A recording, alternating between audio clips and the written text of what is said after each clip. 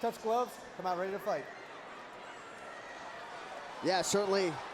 I'd be buying the Joe Soto stock right now. So a historic first, Jay, for the Bellator Fighting Championships. The first ever championship fight right now in the 145-pound division between Joe Soto and Jair Reyes. Joe Soto certainly comes into the fight as the favorite. You see John Soto there, his father, looking on intently as Joe Soto embarks on the biggest fight of his young mixed martial arts career. We are ready, the championship action, 5 rounds if necessary in the featherweight division. Well, all the pressure, like you said, definitely lies on the shoulders of Joe Soto. A lot of people had him pegged as this second guy behind Wilson Hayes to really win this tournament. And after beating Wilson Hayes, clear eyes were cut on Soto to be the winner. You see already there Jair Reyes with about a 4.5-inch height advantage against Joe Soto.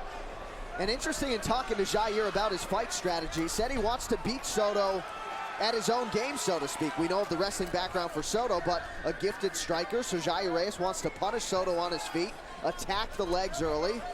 And you see Soto there attacking the legs of Jair Reyes, so we'll see how it plays out. Well, you can't discount the striking of Jair Reyes or the ground game. I mean, most of his wins, 8 of them coming by submission, and he knows that Joe Soto's gonna try to take him down, and he's gonna need to work from this guard here. Joe Soto's gonna, in my opinion, try to posture up, throw a bunch of punches, and look to get a TKO stoppage or open Reyes up in the early rounds. Yeah, certainly a power edge for Joe Soto and a definitive wrestling edge for Soto as well. But Jair Reyes is just a versatile mixed martial artist, and he's pretty good at everything, although not in a position he wants to be necessarily here early as Soto rains down. Well, Joe Soto wants to show that I'm going to win this fight in a decisive fashion. This isn't just going to be a fluke 5-round decision. People remember your name from wars you've had, not decisions you've won.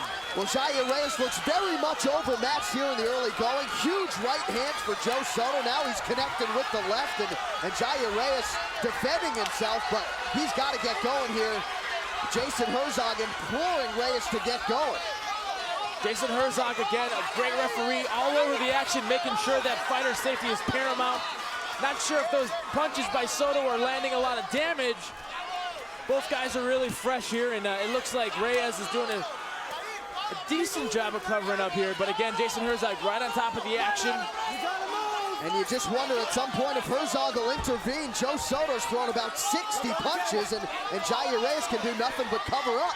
Well, he's throwing a lot of punches, but unless Jason Herzog thinks he's really in some sort of position where he could get injured, he's not going to stop it. You hear him yelling at Reyes, you've got to move, you've got to move, you've got to move. Big right hand there for Joe Soto, going back and forth from the body to the head, and this might be over in a hurry here, Jay. All Joe Soto here early, showing you why his nickname's the Hammer, and Jair Reyes in a whole world of trouble here early. Jair Reyes has been blessed that Jason Herzog hasn't stepped in a couple times to stop this. Oh, huge right hands from the top here. It's only a matter of time, or so it would appear. Jair Reyes not doing anything with his legs to try and get up. And Jair Reyes might be a strike or 2 away from being finished here by Joe Soto. You gotta wonder if Joe Soto may use all of his gas or a good part of the tank, throwing punches for a 1.5 minutes straight. I mean, that's gonna really, really take your toll on you. And again, surprised that Jair Reyes' skin has stayed closed after all the punches he's taken. Joe Soto looking at the referee saying, hey, he's turning his back. Is this intelligently defending himself? How many times do I have to hit this guy? Reyes, though, no cuts, no blood. Turning away, but, nothing appreciable as far as damage yet. Well, and maybe Joe Soto, instead of looking at the referee, should be looking at his target and trying to open Jair Reyes up. But vicious ground and pound for Joe Soto, and not sure how much more Reyes can take. Just flailing those arms as Joe Soto continues to strike away. Oh, big left hand there, elbows to the body, and we go under a minute to go in round 1. Joe Soto can taste his first world title. Jair Reyes completely overwhelmed, Jay. Yeah, just Jair Reyes isn't showing us why he got this far, and it's been Joe Soto's show so far into this fight. With about 30 seconds left, Just an onslaught of punches from Joe Soto. The only thing I could say is that Jason Herzog has given Yair Reyes several opportunities to cover up and told him he's got to move. None of those punches, even though they've been kind of, coming in mass succession, have really done any crazy damage to Reyes. Hasn't gotten any cuts or a couple of lumps and bruises, but we might see a second round here if Soto can't finish this out. Well, you do start to wonder if the belt wasn't on the line, would this thing have been stopped already? It's a miracle. Yair Reyes looks as though he will make it out of the first round. We've got second round action when we return. The Joe Soto show. This may be the first 10-8 round we see in Bellator. Soto with a great takedown right off the bat, does a good job of turning the head of Reyes into the cage, and then he just unleashes about 4 minutes straight of punches. And Jason Herzog obviously doesn't want to stop the fight due to these strikes by Soto. I guess he felt that none of those really landed flush enough, but Reyes there definitely turning his back and really pushing the border of that being intelligently defending yourself. Right. I guarantee if that happens again, Herzog's going to stop the fight. So now it's interesting as we embark on the second round here. Joe Soto's the one with the cut on the eyelid, and Yair Reyes might actually be the fresher fighter after Joe Soto threw about 200 ground and pound punches. Well, the worst thing that could happen now is Yair Reyes knocks out Joe Soto, because then everyone's going to go, why didn't you stop that fight? Sure. So new life for Yair Reyes, if you want to call his spinning back fist a miracle. Certainly a miracle that he made it out of the first round here in what is the first ever championship fight in the history of the Bellator Fighting Championships. Well, if there's one thing that Yair Reyes has made me a believer in, it's miracles.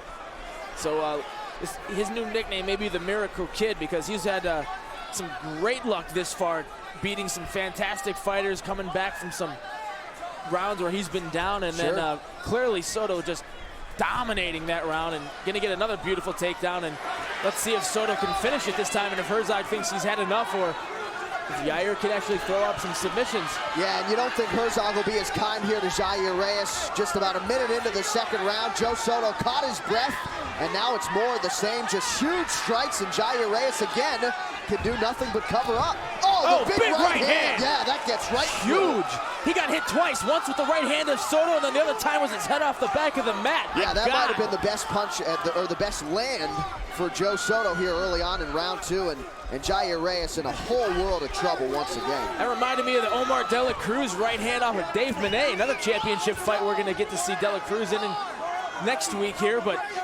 both of these guys got their work cut out for them, more so Reyes, but Soto's trying to figure out a way to stop this fight. Well, the Soto corner in between rounds, not only calling for Vaseline, but calling for elbows, and now that's exactly what they're getting here as Soto will try to open up Yair Reyes. Again, Joe Soto can taste the World Championship. Yeah, Yair Reyes needs to do something. I think he's gotten all the blessings he's going to get from the referee, Jason Herzog, here, and he's been told 8-9 times, you've got to move, you've got to do something. You can't, just like that, you can't just sit there and let a guy pound on you. That's not defending yourself. This is going to get stopped any second now unless Yair Reyes does something that shows he can, maneuver a little bit. And again, peppering the body, then it's back to the head, and Yair Reyes just doing nothing. You see the blood coming out of his mouth there. A couple huge left hands for the hammer. Well, you mentioned that Joe Soto has thrown elbows. Now, this is actually the first time in the Bellator tournament where the guys are allowed to throw elbows, and the reason being before that, we don't want those cuts so that guys can get to this position and actually fight to win and control their own destiny. He's yelling, he's saying, you gotta move. Yair Reyes, English not his first language, but he's got to understand what Jason Herzog is saying. You got to move here. He's about to figure it out when they get stood up in about 2 seconds here, and that's the end of the fight. The only thing I can say is that, Yair Reyes doesn't look like he's gotten any gashes or massive amount of damage, although he's been covering up. He hasn't been taking a ton of damage, but you've got to fight back. Let's go, fighter, move. Well, Joe Soto's right arm's going to be sore tomorrow regardless. He's thrown about 350 punches through the first 8+ minutes of the fight. And again, Reyes lands one there, a couple right hands as Joe Soto looks at the referee to finish, and Yair Reyes suddenly showing some life. I think Joe Soto should just work to pass that open guard and get in a more dominant position where Jason Herzog can step in and say, okay, you're mounted and you've thrown 65 punches. There's weight behind that. The guard is open there at Yair Reyes. If Joe Soto just pushes on those ankles and gets in a dominant position, moves that right knee around, there we go. That's the start of it. Now we're talking, move into mount, throw a bunch of punches, and I think now that Herzog is gonna step in if Yair Reyes doesn't do something here. A nice left hand gets through, and Joe Soto just landing and throwing volume punches at will, and now he's got Yair Reyes' back. Could this thing end with a submission? I think it's going to. That's a deep arm. It's all over! There is the tap from Yair Reyes. Get the wrap ready. Joe Soto is the Bellator Featherweight Champion of the world. A dominating performance from the opening bell, the touch of the gloves, all Joe Soto. The first world title for the Californian, and this one, Jason, a no-doubter from the beginning. Championship matchup, that it would be a lot of this, a lot of Joe Soto using that power advantage and striking away, and really punished Yair Reyes, working in some body shots, but just the huge shots finally in that second round, starting to get through, opening up Yair Reyes a little bit and causing that welt that you just saw, but that left hand probably caused that welt, and Joe Soto, an unbelievable, relentless attack. And then since he couldn't get the knockout, what does he do? He locks in on the rear naked choke, and Yair Reyes was tapping shortly thereafter, and Joe Soto exhausted, his parents loving it. You see John Soto there. What a performance from Joe Soto as he wraps up the first world title of his mixed martial arts career. All right, Lupe Contreras is standing by with the official announcement.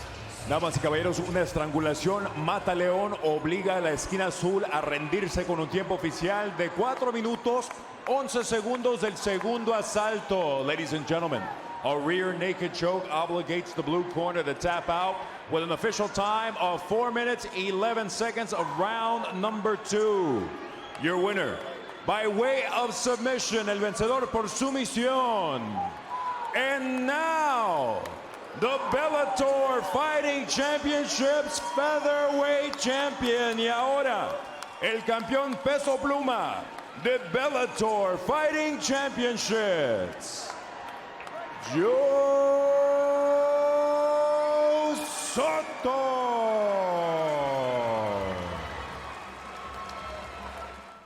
It is now time for the first ever defense of a Bellator world title. Joe Warren versus the champion, Joe Soto. The Bellator Featherweight Championship of the world. This is the main event. I expect you to conduct yourself like main event fighters at all times.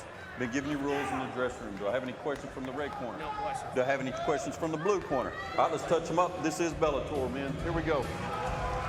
This Bellator world title fight is under the unified rules of combat. It is scheduled for 5 5-minute rounds. Elbows to the head are allowed both standing and on the ground, and there is no kicking or kneeing the head of a grounded opponent. All right, gentlemen, this is what it's all about. You ready to go? You ready to go? Let's go to war. Come on. The bell in round number 1. Joe Warren in the black trunks. The champion, Joe Soto, in the white trunks. Kerry Hatley is the referee. Bellator history being made tonight here at the Majestic Theater in San Antonio, Texas. The first ever defense of a Bellator world title. Soto, again, earning this title bout by winning Bellator's season number 2 featherweight tournament.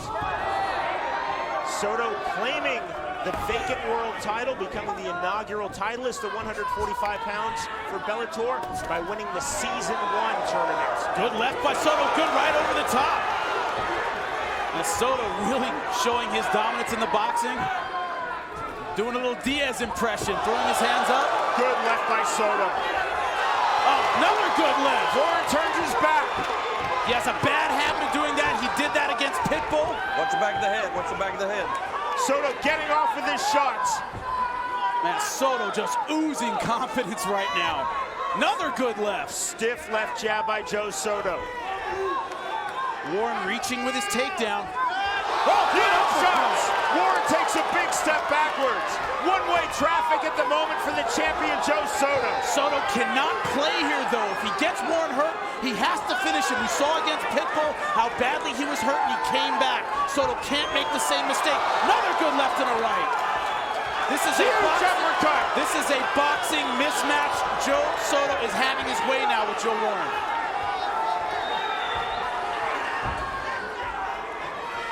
As confident as Joe Warren is, by his own admission, he will tell you he's not going to win a 25-minute stand-up fight. Now, he might not win a 5-minute stand-up fight, Sean. He is taking a beating here. Another big uppercut with the right by Soto. You see when Joe's in trouble, he starts reaching. He goes back to his Greco-Roman wrestling. He doesn't move his head. He doesn't have the boxing instincts to box defensively. Just vicious shots by Soto. Yeah, you can tell Soto has been working that right uppercut right through the center. Greco-Roman wrestler's kryptonite. Get him to reach, throw that uppercut through the center. Nice left. Powerful shots by Joe Soto. Warren needs to get this to the ground ASAP. He hasn't really committed to any takedowns. He's standing on the outside. He hasn't really rushed in. He hasn't gone for a double leg, hasn't tried to close the distance that much. Warren eating those left hands. Straight lefts and counter lefts by Soto. Soto landing going forward and going backwards, Jimmy. And that is not easy to do. To his credit, Joe Warren still standing. He has taken some vicious shots. That combination just keeps landing. Left hook over the top, right uppercut, right through the center. Soto so confident, holding his hands. Roy Jones-like circa 1995. Oh, left hand. Left. Those two punches are landing every time. Left hook over the top, right uppercut through the center. See how he's left. Timing that left hook right over top of Warren's jab. Warren just can't land right now. Warren, one of the greatest American Greco-Roman wrestlers of his generation, cannot get this fight off the feet. Going for this single leg, cool as you like. Soto pulls out. 2 shots for good measure. Now, that's an option Soto has that Warren doesn't. Stuff the takedown and get back up and box. Soto doesn't have to use his entire wrestling arsenal. He doesn't have to take Warren down. Just stuff the shot, stay on the feet like Patricio Pitbull did in the first round. Joe Warren telling us that my shoes could defeat Joe Soto in a wrestling match, but this obviously is not a wrestling match. No, it is not. Bouncing the step of Warren. Has turned his back, but he has not gone down. Big miss with the overhand right by Warren. He told us that against Pitbull, he went to the corner and they said, stop turning your back. And he said, I didn't even remember turning my back. He did it several times against Pitbull. Spinning back kick and then the slip by Warren. And Soto's having some fun in there at Joe Warren's expense. Warren telling us that he does not remember the final 30 seconds of round 1 of his fight versus Patricio Pitbull Freire. That the final of Bellator's Season 2 Featherweight Tournament. Well, he's not going to want to remember this first round at all because he's getting manhandled in there. It's been all Joe Soto. Man, listen for the bell. And we will go to round number 2.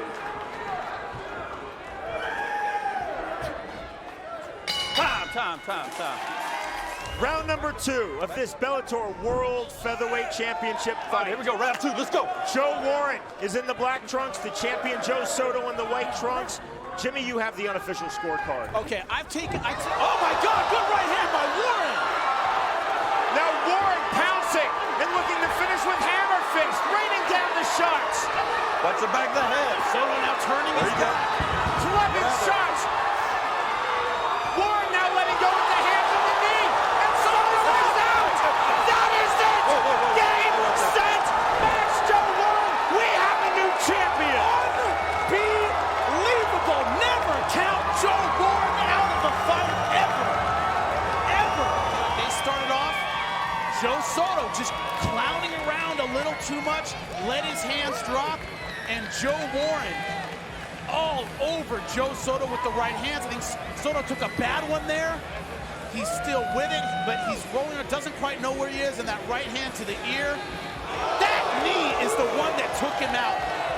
The knee followed by the left hook. Let's see if we can take a look at that again. So it looks like Joe Soto was in the fight up until then. Right hands. Joe Warren trying to finish all over Joe Soto.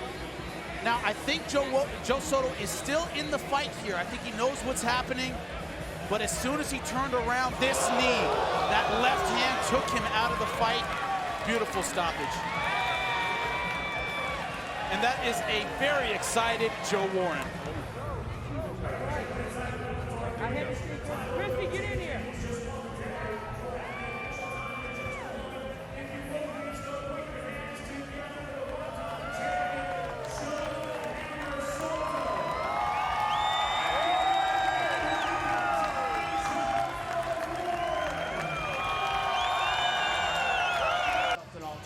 Any questions, gentlemen? Okay, touch gloves. Let's get ready to do it. This Bellator world title fight is under the unified rules of MMA, scheduled for 5 5-minute rounds. Elbows to the head are allowed. Over here, Joe. Jeff Right Malott here. is the Over referee. Here, Joe. Back up. There you see the champion, Right, sir. Joe Warren. Are He's you in the ready? blue trunks. Fight. Pat Curran in the white trunks. Round number 1. Joe Warren has to get inside and get a takedown early. That is vital. It's going to be very hard for him to win this fight on the outside. The drive and the takedown by Warren. Remember Warren, a 2006 Greco-Roman Wrestling World Champion at 132 pounds. Wow, great stand-up by Pat Curran. Warren still glued to him, though. Warren said, my takedown is key. Curran said, defending his takedown is key. One thing is, when Pat Curran gets taken down, he's so good at just springing back to his feet. Warren with the waist cinch in belly-to-back suplex position. Warren's still active in Greco-Roman. He has designs on qualifying next month in Iowa City for the 2012 Summer Olympics. Yeah, he's certainly a top-level grappler. Great Greco-Roman wrestler. You see the power here. Keeping Pat against the fence. He's got to be ready to do this for 25 minutes. Put pressure on Pat Curran, make him uncomfortable. Make this a close inside kind of fight. Warren holding tight, good knee by Curran, counter knee. Both fighters throwing simultaneous knees. Coach Warren with his back against the fence. Curran applying the pressure. Right hand by Curran.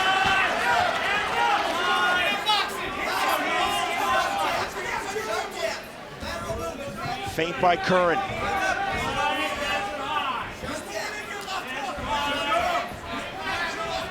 One thing, Pat Curran very tight. He doesn't throw a lot of punches. He doesn't fight with a lot of urgency. Joe Warren has to push the pace. If Pat Curran isn't throwing the jab, change your level, get the takedown, stay in his face, pressure him just like this. Knees by Warren, again in belly-to-back suplex position. Curran right back to his feet, knee backs off. Warren hands high. Curran 5'10", Warren 5'6". You see Warren dipping down, trying to make himself even smaller. Feint on the jump knee there by Curran. Driving for the single leg. Uppercuts, knees are going to be important. Joe Warren does change level a lot. He brings his head down. Got to use those short wrestler stopping weapons like the uppercut and the knee. Don't grab it. Curran definitely has basic wrestling fundamentals. He was a very good high school wrestler in the state of Florida. Obviously, that's miles from being a Greco-Roman wrestling world champion, but he at least understands basic wrestling. Oh, Joe Warren was also third in the NCAA Nationals. I think 133 pounds for University of Michigan. So he has great takedown skills. Was, I think, national record for takedowns for a lot of years belonged to Joe Warren. Warren staying sticky, staying tight, now backs off. Not just Greco-Roman, he has a great double leg. Curran yet to establish his range, Jimmy. Well, he's just not throwing a lot. If there's one weakness to Pat Curran's style, it's that he tends to wait and be very patient. He doesn't throw a lot of punches. We saw that from Curran. Oh, good head kick! Big head kick there, and then the knee by Curran. Oh, another jump knee. Warren in all sorts of trouble, and Curran taking finish. But he's a great finisher and has a lot of knockout power. Curran overjumped the target there, but a knee to the body. Clinched by Warren. Warren is wobbly. He is really hurt. Just as you were saying he was too patient, he exploded, did Pat Curran. He doesn't throw a lot, but when he does, he's very accurate. 1 minute remaining in this opening round. Scheduled for 5 for the Bellator 145-pound world title. Well, it looks a lot like a Joe Warren fight. He is staggered and rocked in the first round. Joe Warren has 7 pro MMA wins. None of them have been easy. He's been in trouble in all 7 of his victories. 35 seconds remaining in round number 1 of this Bellator Featherweight World Championship fight. Pat Curran versus the champion Joe Warren. Oh my God, what a knee! Huge knee thrown by Curran, and yet Warren gets his back, gets the partial takedown. Now looking for the outside trip. Great balance by Curran.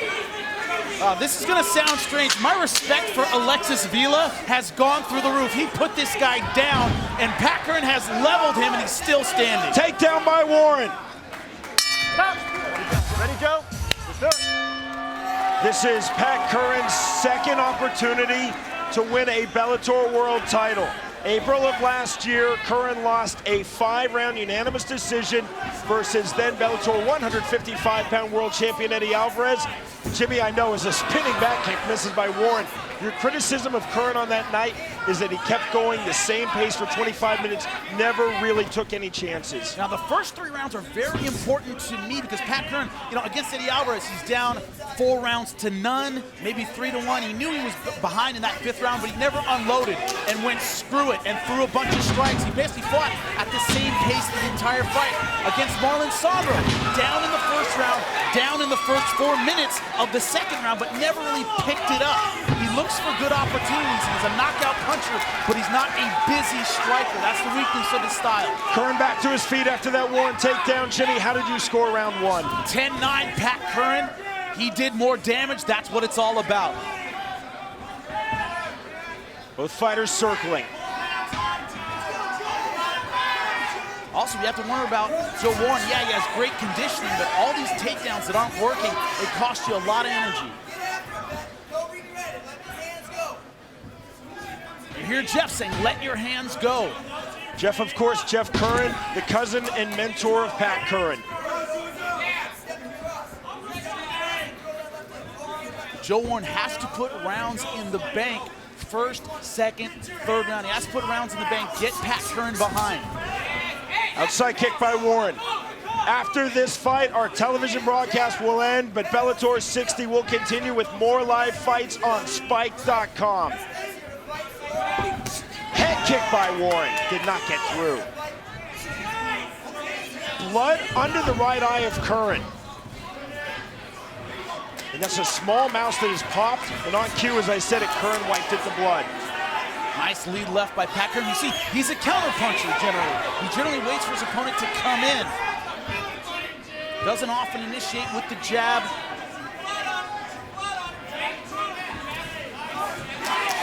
Both men throwing left jabs, and you see Curran just has an incredible reach and range advantage. Yeah, with that reach, you can't trade jabs on the outside. We're driving for the single leg.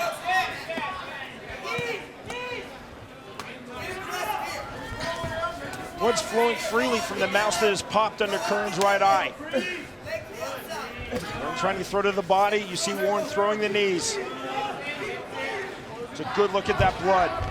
What we've also seen in the past, it really happened to Patricio Pitbull. He threw the kitchen sink at Joe Warren and basically punched himself out. Didn't have a lot of gas for that 2nd and 3rd round. Pat Curran, doesn't throw a lot. He's not going to do that. He's going to snipe and conserve a lot of energy. He's ready for a 5-round fight.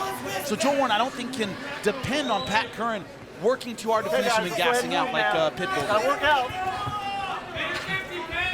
1:45 now remaining in round 2, and a takedown from Warren. Beautiful indeed, Jimmy. Watch back ahead. Now, it remains to be seen, can he keep Pat Curran down? Side control held by Warren. Pat Curran gave up some takedowns to Roger Huerta, gave up a couple to Eddie Alvarez. Neither man could really hold him down just like that. Guy's good at getting up.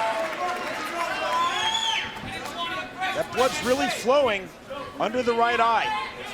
I'd rather be cut under my eye than over my eye, because the blood obviously goes down. Good right hand by Pat. Unless it's smeared, the blood obviously is not going to get into Curran's eye and affect his vision.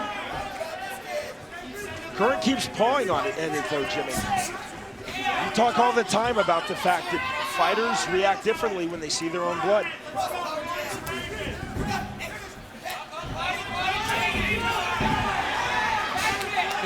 Considering the fact he was knocked out in his last fight by Alexis Vila, I'm impressed by his composure. He's staying very aggressive. He's got his hands very high.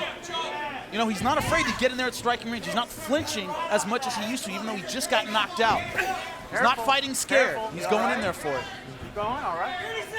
Warren told me that when he switched from NCAA wrestling, folk style, to Greco-Roman wrestling, he lost all the time. He said, I had to learn. And he said, guess what? I'm a world champion, but I'm still learning in MMA. I got caught. I've moved on from it. Which is what you have to have as an attitude. Otherwise, your career is over. And he's committed to the takedown this time around. Good kick there by Curran.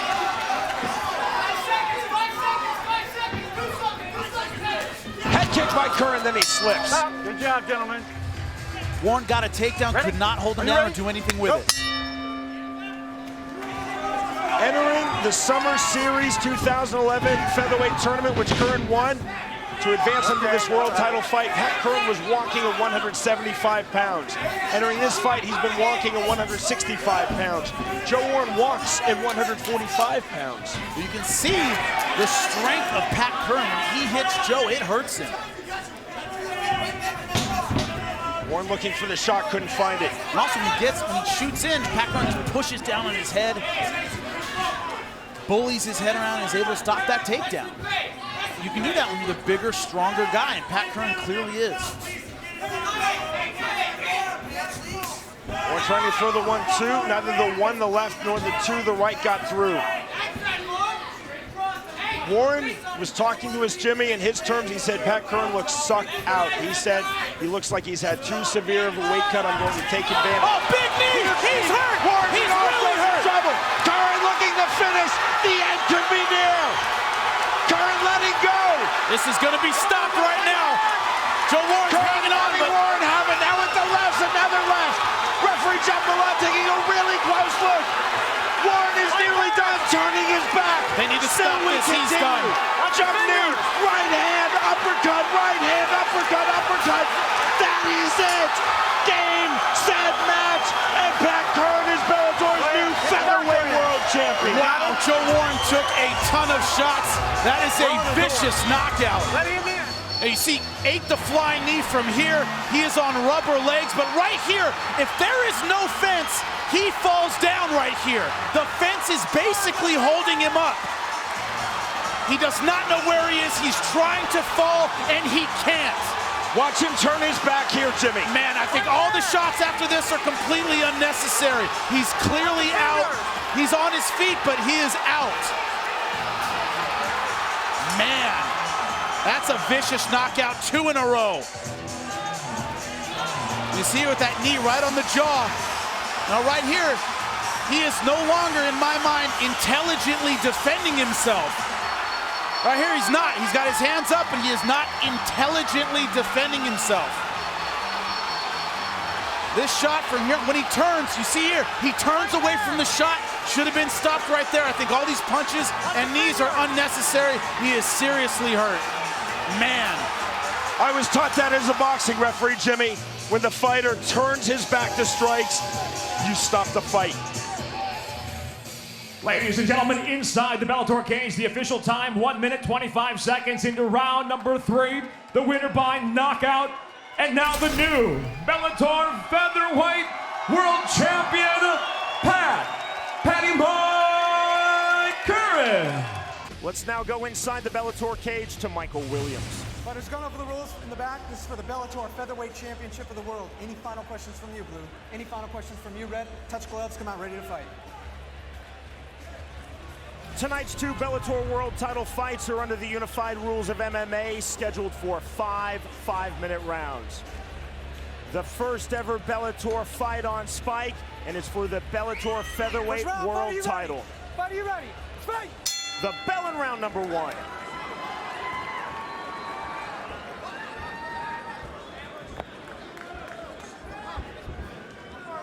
Both guys very tight. I think they know one mistake might be the end of the night. Pitbull is in the red trunks, Pat Curran is in the black trunks. What I like about Pat Curran's style, always good defense. Chin down, hands high, does not make a lot of mistakes in the stand-up. If there's a weakness, is that he doesn't throw a lot of strikes. He can be a little too conservative. We saw that against Eddie Alvarez. Even when he was losing rounds, he wouldn't open up. Chopping inside kick by Pitbull. Pitbull, on the other hand, the other side of the spectrum, can get a little wild, can keep his hands a little too low.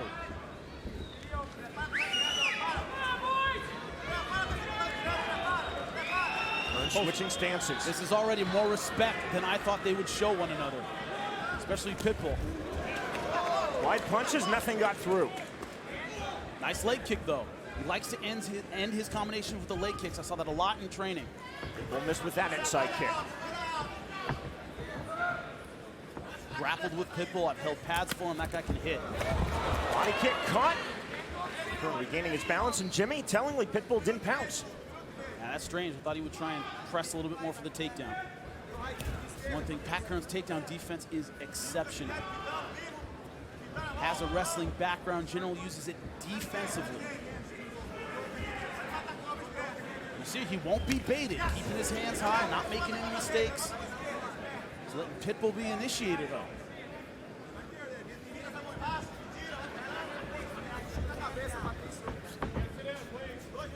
Curran have been unorthodox on that left hand.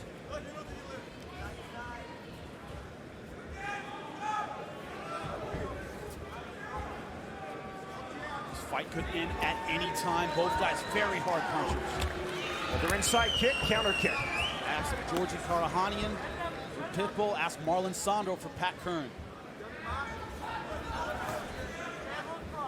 Curran Jimmy holding his right hand extremely high as he eats another inside kick from Pitbull. Didn't check it. Jimmy, just look at the contrast of where the two fighters are holding their hands. Very true. Pitbull a little bit wide. Big right hand by Curran. That was nice and sharp. But he throws well. Nice tight combinations. I think Pitbull's the harder puncher. Pat Curran very, very tight. Brings it right back to his chin. Good combination on the inside. I think fully through though. But it backed off Pitbull, then the head kick, that didn't land. Those guys starting to open up a little bit, and they know this is a 5-round fight. 1-2 from Pitbull. 1:45 remaining in the opening round of this Bellator Featherweight World Championship fight.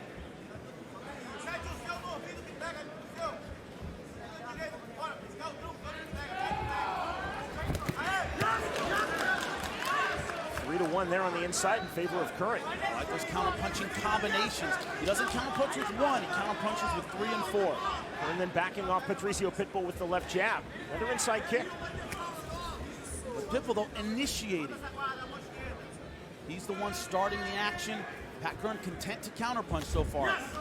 That's a nice jab.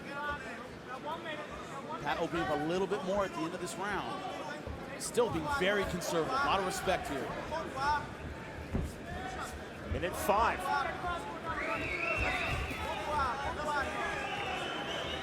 Just a bit more tentative from both fighters than you expected, Jimmy?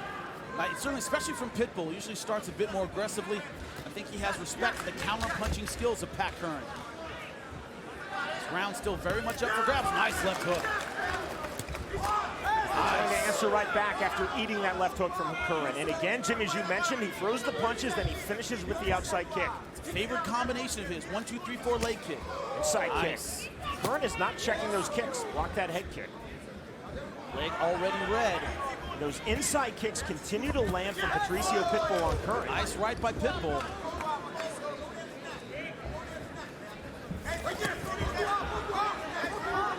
Closing seconds now of round number 1.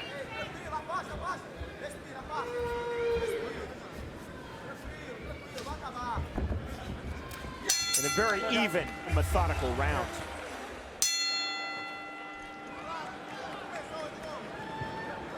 Three judges scoring this Bellator Featherweight World title fight assigned by the state of California. Jimmy Smith by the power vested in Spike. You have the unofficial scorecard. That sounds so impressive. I go 10-9 Pitbull.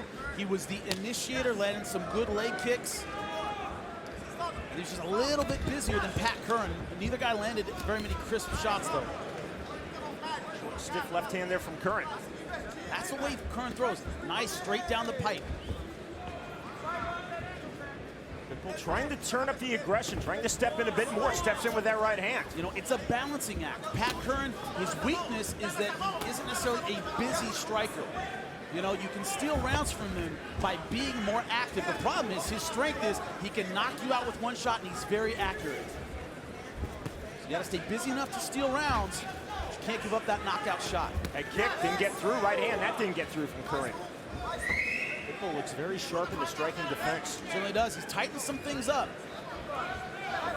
That left hand not getting through. Hands high. They're trying to go to the body, then turns out. Nice straight shot by Curran. I don't know what happened. Either he thumbed him in the eye or he may have caught the cup. Referee Jason Herzog asked both of you, good. They both nodded in the affirmative. Good sportsmanship by Pitbull. He knew he did something wrong or that he caught something in the eye and gave him a break.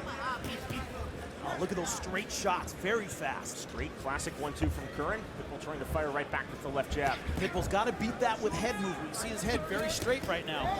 Good body shots. Oh, stepping knee, and then Pitbull waves Curran on. Which is the international sign in fighting for that hurt. And the name for guys like him in Brazil, Paraíba. Big heads, strong, hard to hurt a guy like that. The other knee, then the right hand. The right hand didn't land, the knee did.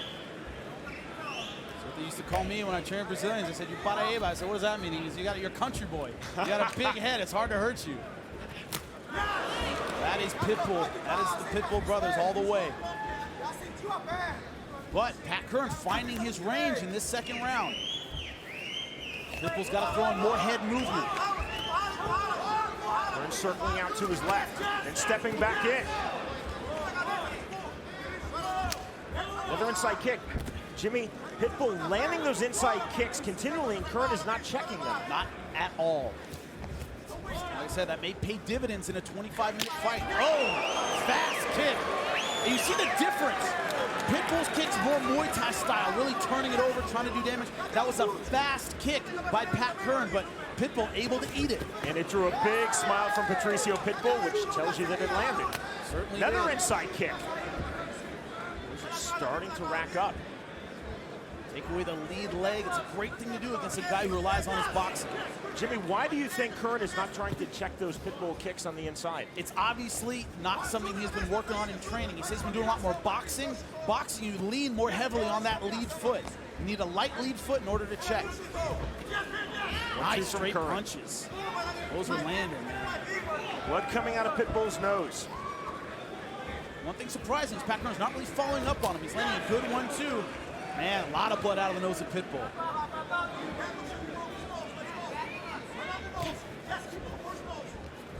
Tell he's been working on his jab very fast. That was something you didn't see a lot in round number 1. Is Pat Curran throwing that jab. He's throwing it in round number 2.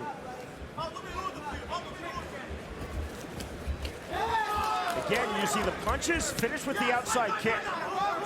Jimmy, you called that at the start of this fight. Final minute of round number 2, scheduled for 5 5-minute rounds. Pitbull right back to his feet for the Bellator Featherweight World title. Tournament winner Patricio Pitbull, the Brazilian, versus the American, the Bellator 145-pound world champion Pat Curran.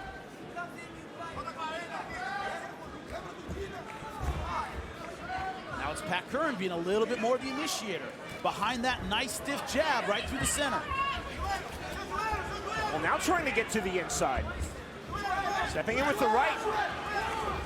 This second round is more the fight I thought we would see. Pat Curran, straight punches. Using those long tools, and Pitbull trying to come in.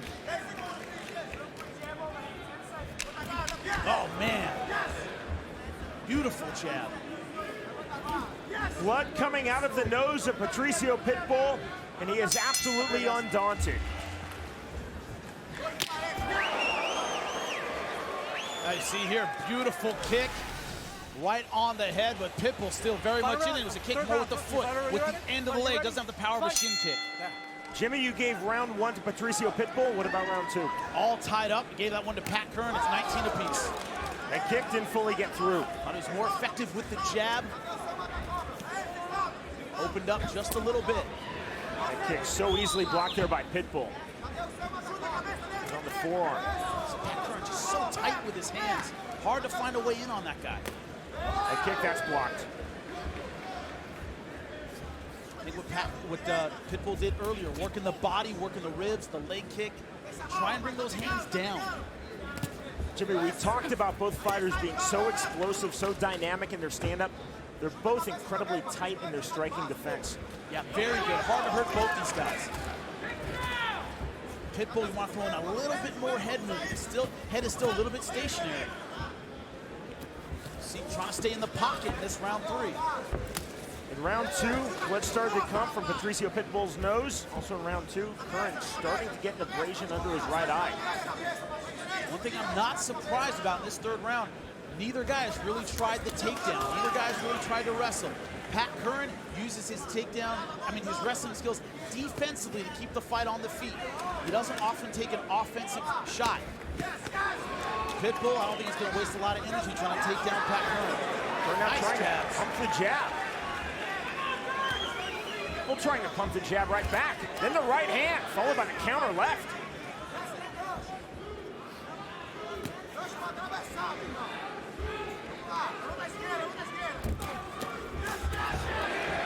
Those are nice combinations. But they're not fully getting through, Jimmy. No, they are not. Oh, good head kick. It was blocked, but it still wobbled Curran, and he circles out. There's enough force on that kick. Even though Curran caught it, it still backed him off. Now Pitbull trying to turn up the punching volume. See, Pitbull just ducked under the left hand. That's beautiful timing. Now getting aggressive. Step-in knee from Pitbull. The California crowd reacted to it, but Curran really wasn't bothered. This is the kind of fight Pitbull wants. A bit more of a brawl. Oh, nice right to the body.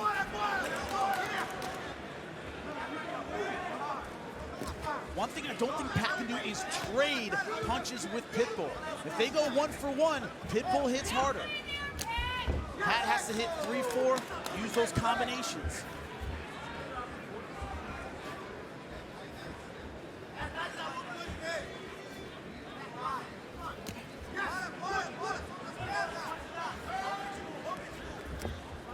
One-two from Patricio Pitbull.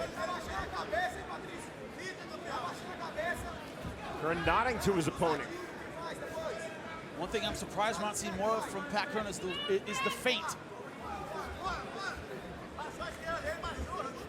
I want to throw in some feint jabs, try and get a reaction out of Pitbull, and then land that right hand. You guys okay? Good? Clash of heads. Ready? Wait. Let's go, guys. No time call by referee Jason Herzog. He's keeping this fight moving. Oh, good left hand, man. You hear the thud when Pitbull lands that shot. That's what I mean. Pat Curran doesn't want to trade 1-for-1. He wants to go 1, 2, 3, 4 out.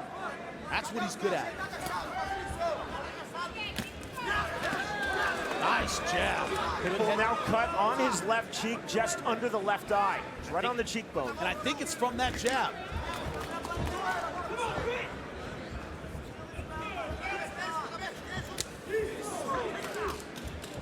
Jimmy, you and I talk about it all of the time in a very close fight. Oftentimes, it's not correct. The judges will be swayed, even seduced by blood. Pitbull was bleeding out of his nose in round 2, now bleeding from under his left eye right on the cheekbone here in round 3. Nose damage done in round number 2. The problem with fighting with blood coming out of your nose, it can affect the breathing. It doesn't affect the vision like an eye cut, but it can affect the breathing. 35 seconds remaining in round 3. Scheduled for 5 5-minute rounds for the Bellator Featherweight World Championship. Nothing settled yet. A very close fight. Another beautiful duck underneath that left hand. Oh, good kick by Pitbull. Kick didn't get through from Curran. So far what we're seeing, the aggressor in the rounds is the guy winning, at least on my scorecard. The aggressor in this round has been Pitbull. Feint on the jump knee from Pat Curran. Here come the championship rounds. A big kick by Pitbull, you see it here. Getting that range bang. I've seen kicks like that break forearms before. This is the 19th pro MMA fight for that man, Patricio Pitbull. His first time past 3 rounds. The 22nd pro MMA fight for Pat Curran.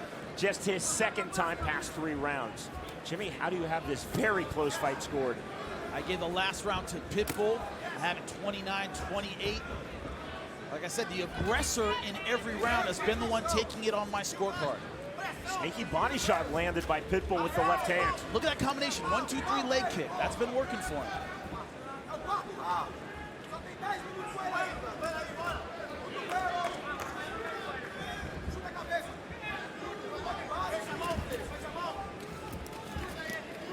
Pitbull trading on the inside.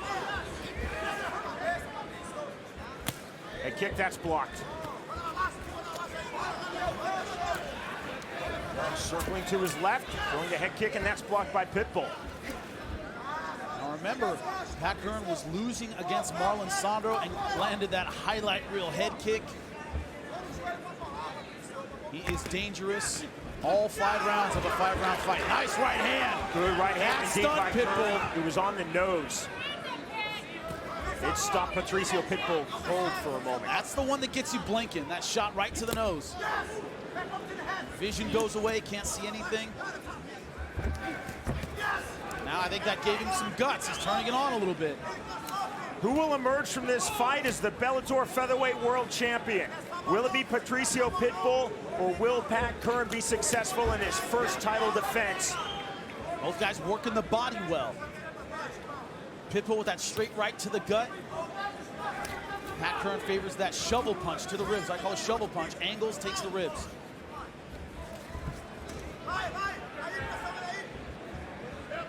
Man, very even round so far. Thought Pitbull came out well, and then since that right hand, Pat Curran a little bit more aggressive.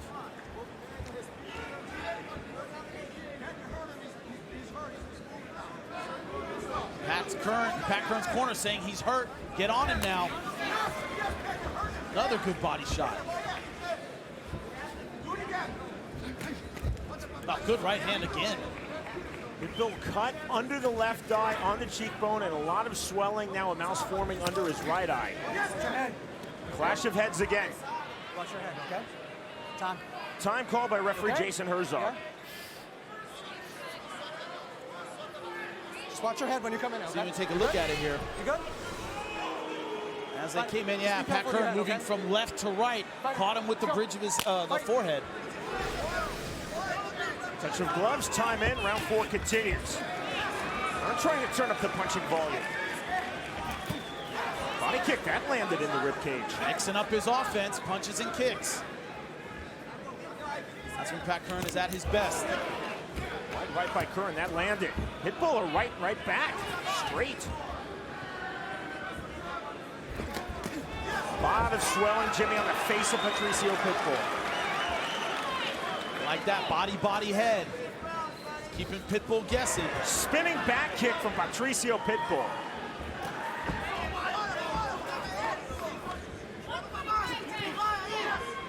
The 1-2. First takedown attempt we have seen. Driving hard for this single leg as the Brazilian Jiu-Jitsu blocked up Patricio Pitbull. And he couldn't get it. Remember, we're in round number 4. Pitbull has never been in a round number 4. Pat Curran has. When we start seeing that advantage in these last 2 rounds, because I think he's starting to take this fight over in round number 4. Jimmy, do you think that was a sign of frustration on the single leg attempt from Pitbull? Definitely. You don't go for a takedown when the striking is going your way. Body shot with the right hand by Curran.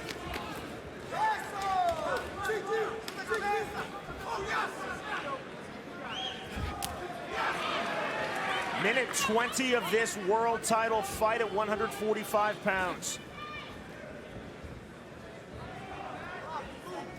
I certainly think Pat Curran has more energy in this 4th round than Patricio Pitbull.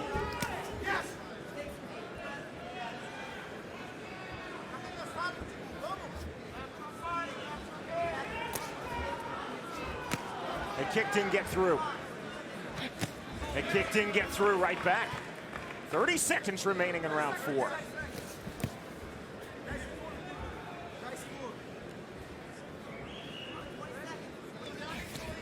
Oh, God.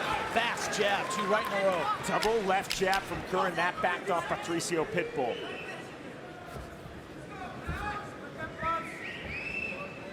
Final seconds of round number 4. Still nothing settled between these two fighters.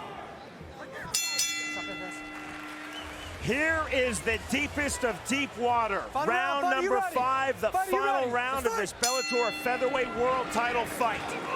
Tournament winner Patricio Pitbull versus the champion Pat Curran. Jimmy, how do you have this scored? I have it all tied up, 38-38. Who turns it on this round? That is the key here. Will Pitbull claim this Bellator World title? Or will Curran make a successful title defense?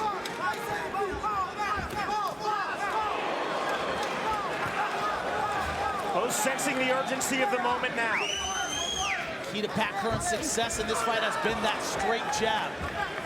Between rounds 4 and 5, Jeff Curran, Pat Curran's cousin and trainer, said, you do not want to let this fight go to the judges. Pitbull, in another sense, you got to take it from the champion. Nicely defended by Pat Curran.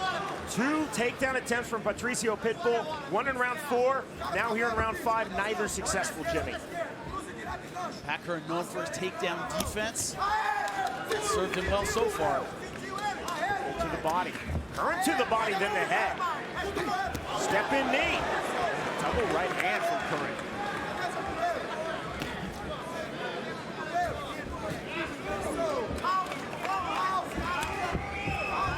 High kick partially caught. Pitbull could do nothing with him. You see with his head straight up. That's why it's so easy to hit with that jab, the double rights. Pitbull hasn't been moving his head in this round, the last couple rounds.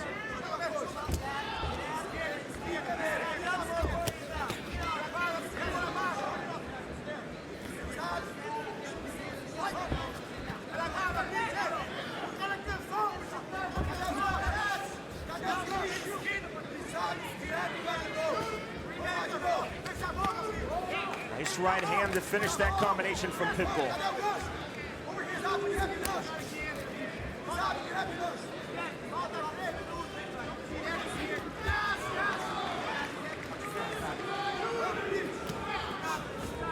Stiff right jab from Curran.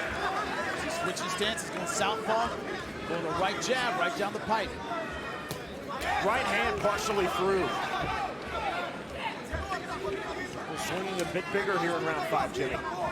Pat Curran doing what he's good at, picking his opponent apart from the outside. 2:20 remaining in this 5th and final round of this Bellator World Title fight. Pitbull's got to let it all hang out if he wants to win this fight and take the belt on my scorecard.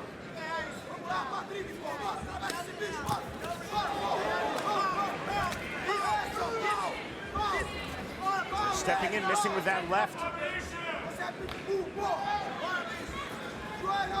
Pull 1-2, unsuccessful. Curran trying to fire back, then ending with the left jab.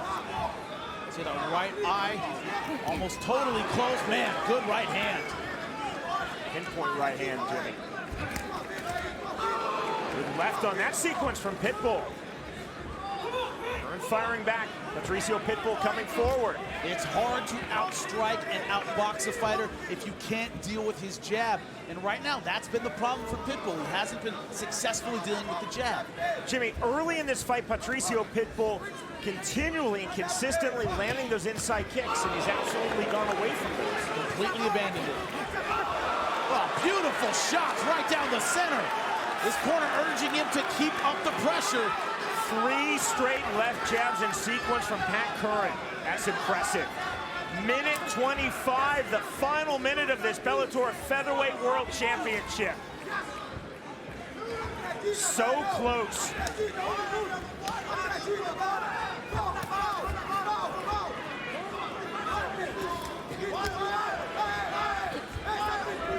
Will one or both of these men now look to turn up the volume in the closing seconds? It's Pitbull that has to turn it up. Oh, look at that look away right hand, beautiful job.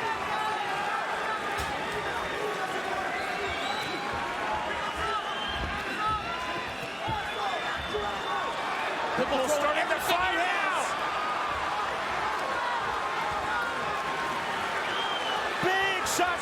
Patricio Pitbull. Curran stepping back in. The crowd here is on its feet. Curran landing on the inside. Pitbull landing with the right hand. The bell in the end of this world title fight. Wow, an outstanding performance by both fighters. Man, great job by both fighters. And I think this was the key to the fight, this in and out. The jab of Pat Curran, the tight strikes, very accurate. That jab constantly snapping back the head of Patricio Pitbull that set up the rest of his offense. Pitbull just did not have an answer for the jab later in the fight. You see this beautiful job pushing Pitbull all the way back to the fence. The tight combinations, all of it around the lead jab. Let's end all suspense now with Michael Williams. Ladies and gentlemen, having gone the distance, we'll go to your judges' scorecards. Your first judge, Gene LaBelle, scores the fight 48-47, seeing the fight for Pitbull. Your second judge, Michael Bell, scores the fight the same 48-47, however, seeing the fight for Curran. Your third and final judge, Ron McCarthy, scores the fight 48-47 for the winner by split decision, and still the Bellator Featherweight World Champion, Patty Curran. Here's the tail of the tape for this Bellator World title fight. And look at the 6-inch reach advantage. Pat Curran against Pitbull. A lot of faith in his jab. That might be the key to the fight tonight. This fight for the Bellator Featherweight World Championship is scheduled for 5 5-minute rounds.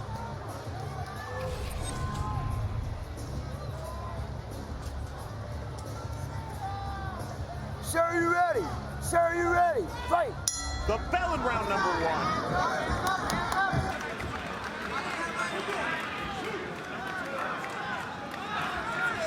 It's funny, you immediately see the contrast in the way they hold their hands.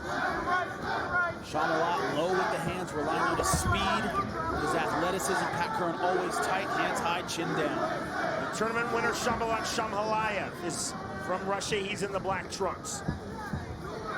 The Bellator Featherweight World Champion, Pat Curran, is from America. He is in the white trunks.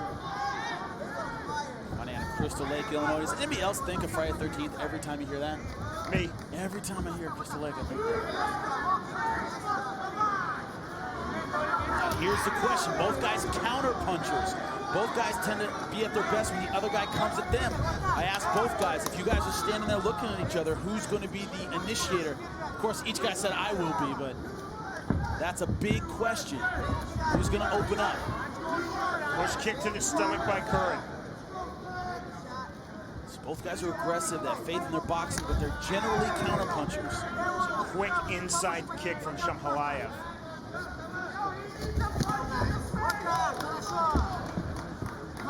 If there's a weakness to Pat Curran's style, he tends to be a slow starter. Doesn't take a lot of risks. Great example, when he fought Eddie Alvarez. And going into the 5th round, he was down optimistically 3-1 and really didn't change his style. Didn't open up, still stayed tight. Lost the decision. He's tight almost to a fault. Feint coming in by Curran. The kick not through. Ask the question, who's going to initiate? Both guys are looking at each other like this. Who's going to get off their punches? Right now it's Pat claiming the center of the cage.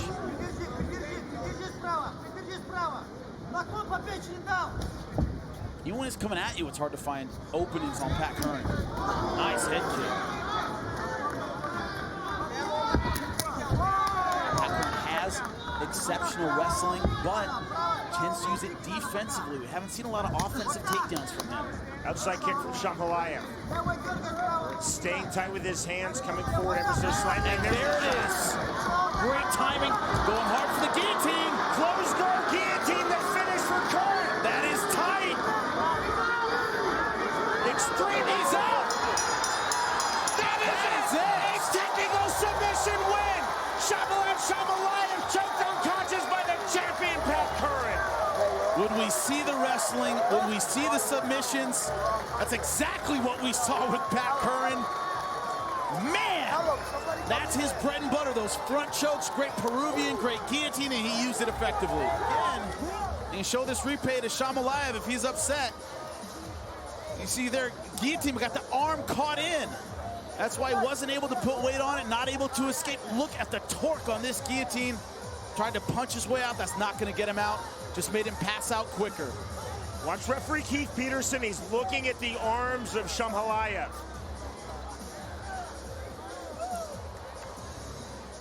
Great stop. As soon as he went out, referee all over it. Great job by the champ, Pat Curran, against his toughest challenge. He finishes him in the first round. Here's Michael Williams.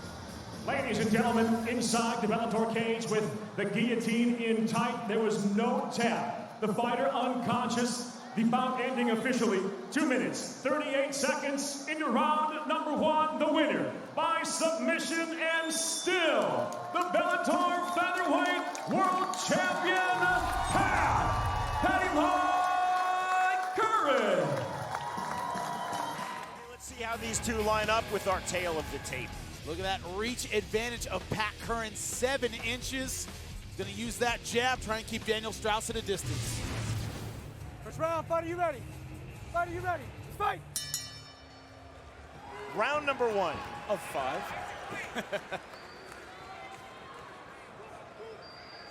This first round, very crucial. One of the things about Pat Curran, he tends to be a slow starter. He finds the opening and he takes it. Daniel Strauss tends to be a fast starter and wear guys down. Who will set the pace? Strauss is in the white and black trunks, the champion Curran in the white trunks.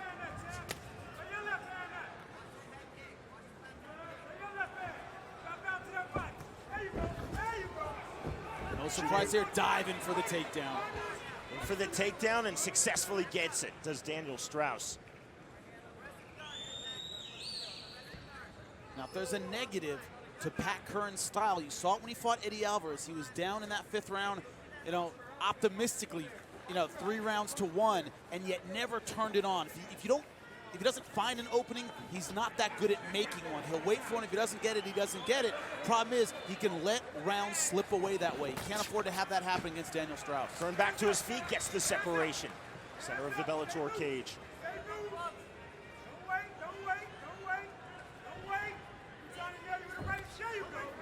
Two from Strauss. Early on, the patience of the champion Pat Curran evident. This is Pat Curran's kind of pace right now. Let's go get that. There you go. Strauss looked for the level change, couldn't find it. He ate some damage from Patricio Pitbull until he was able to get his timing later on in the fight.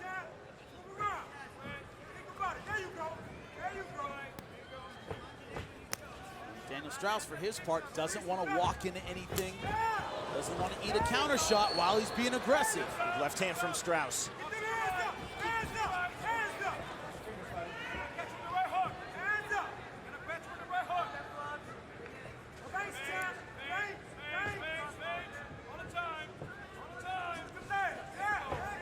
Finding a southpaw, that can affect your timing as well. The power shot becomes your money punch. He uses jab very effectively against Pitbull. Can't use it as well against the southpaw. Herzog recognizes the low blow, time called. We have you in a neutral corner. Take a little time. How you doing? Yeah. You ready? Yeah? Just watch your cup. Yeah? Fight. Strauss had 5 minutes to recover. Took what? 20 seconds. Time in. Round 1 continues. Step in knee from Curran, right back out. Curran turn it up a bit.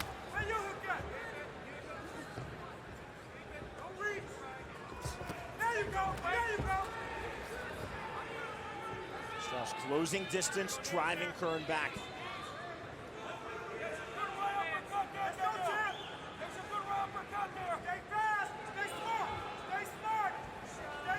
Standing elbow from Curran, then the uppercut.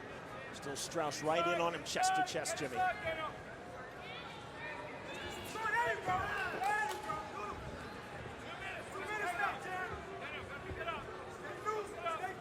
And Hands high for both fighters, center of the Bellator cage.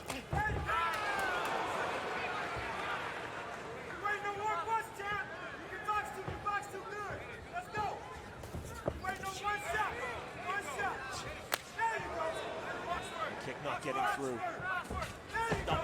Good job with that step in 1-2. He's caught Curran with that a couple times. Strauss looking for the ankle pick, and he gets the takedown.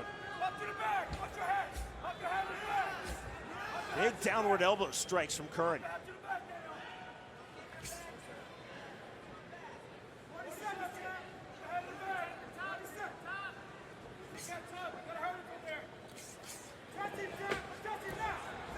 Curran again right back to his feet. Strauss has the waist cinch.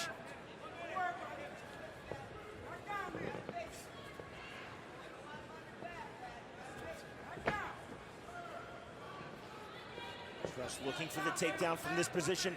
Final minute, round number 1, scheduled for 5. This for Bellator's featherweight world title. See, I got the rounds right there. I'm proud of you, Sean. This is what Pat Curran didn't want. He didn't want to be taken down. He didn't want to be held against the fence. This is where Daniel Strauss is so good at wearing opponents down. Good at winning long, grueling fights, only 8 finishes and 21 wins. Most of the time, he takes guys into deep water and drowns them. Kicked in the 1-2 from Curran.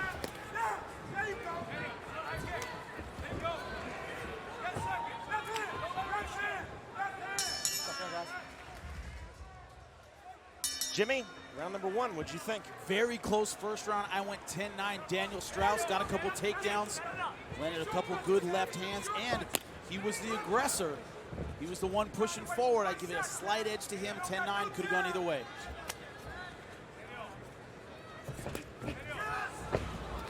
Strauss looking for the takedown, couldn't find it. Nicely defended by Curran. See, Curran now starting off a lot faster.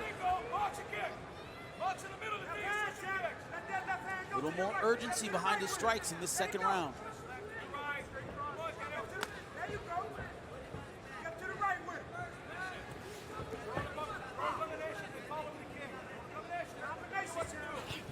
Hallmark of Curran throughout his Bellator career, Jimmy, has been patience.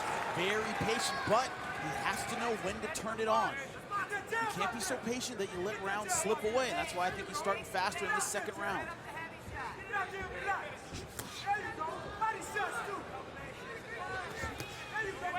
You see Strauss trying to step in with the 1-2.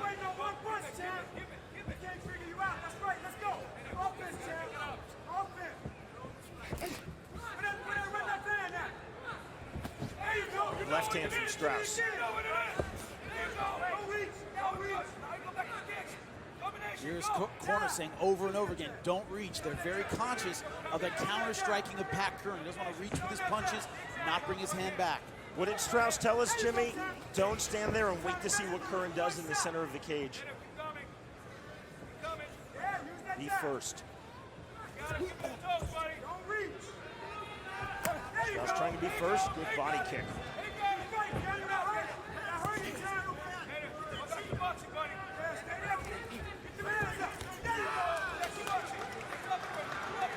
Curran hands high and tight. Right hand. I think that was more of a slip right back to his feet. It's a push and he slipped backwards. Both guys very tight, not giving the other guy a lot of opportunities to hit him.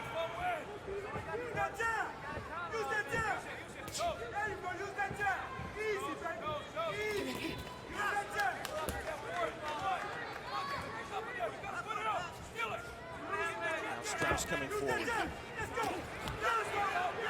With that left hand. Strauss now from the tie plumb. Good body shots by Curran. Strauss missing with that elbow. Both guys mixing it up really well on the inside. Curran starting out with the body shots, then going high.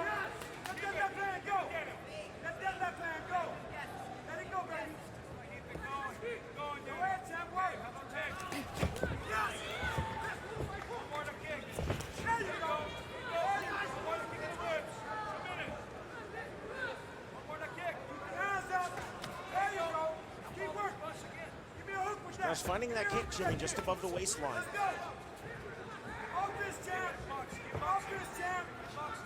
Because Curran's doing a really good job of protecting his chin. He doesn't leave a lot of targets open.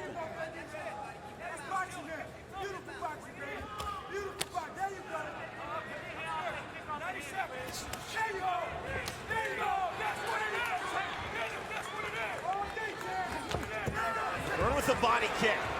And unload with the punches. Strauss in for the clinch. There's the separation again.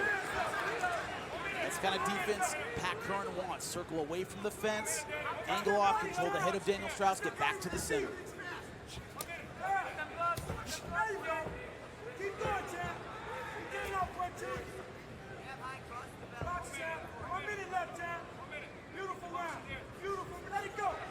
Feint by Strauss.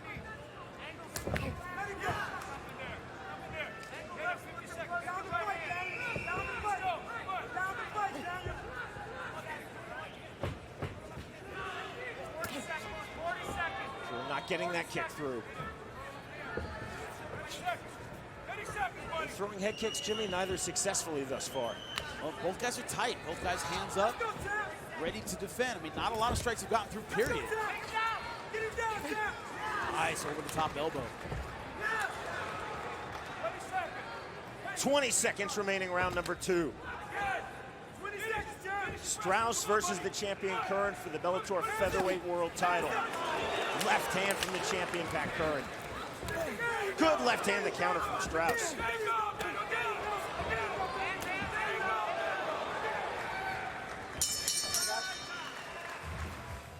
Pat Curran looking for his third successful defense of his Bellator 145-pound world title versus Daniel Strauss. Jimmy, through 2 rounds, how do you have it? I have it all tied up.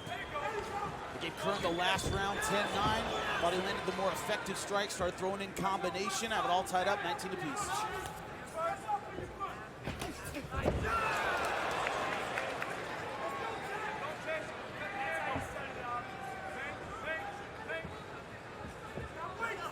Curran, I think, fought like he was down 1 round. He started much faster in that 2nd round.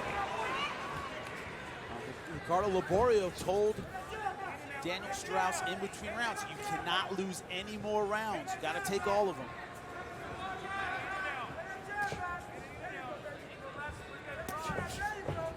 Double right jab from the southpaw stance of Strauss.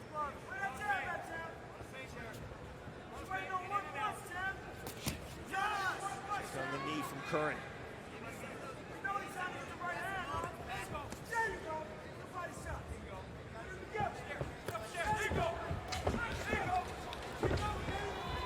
Strauss looking for the takedown, driving hard. That's a good transition from striking to the takedown. Tell Strauss been working on his takedown defense for this fight.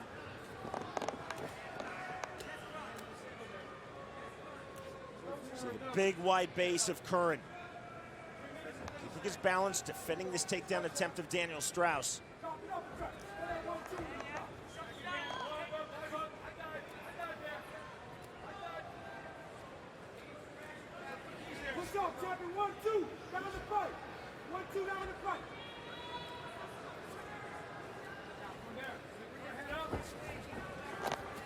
Strauss staying very sticky, Jimmy. Heavy pressure from Daniel Strauss. Curran with his back against the fence. This is tactic in a lot of fights. Put his opponent up against the fence, wear him down with short strikes.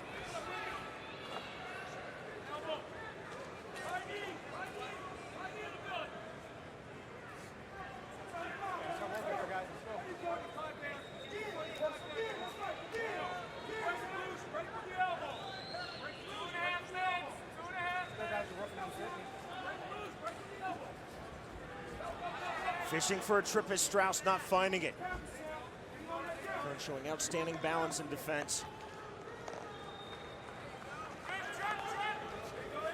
Oh, beautiful throw. Big throw, but right into the fence, and Curran immediately back to his feet. In the center of the Bellator cage, maybe the result a little different. Yeah, definitely. That cage helped him out. I was looking for a takedown of his own. That's one thing Pat Curran doesn't often do, is use his takedown offensively. I'm sorry, his wrestling offensively. Usually uses his defense to keep a fight on the feet. Doesn't often use it offensively. Still to come, main event, big knee, and that's on a grounded opponent.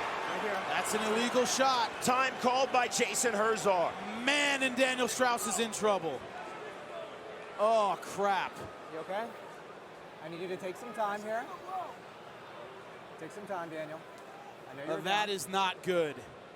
Take a look at it Ready? here. I'm just going to have you come to your knees, okay? How do you feel right now?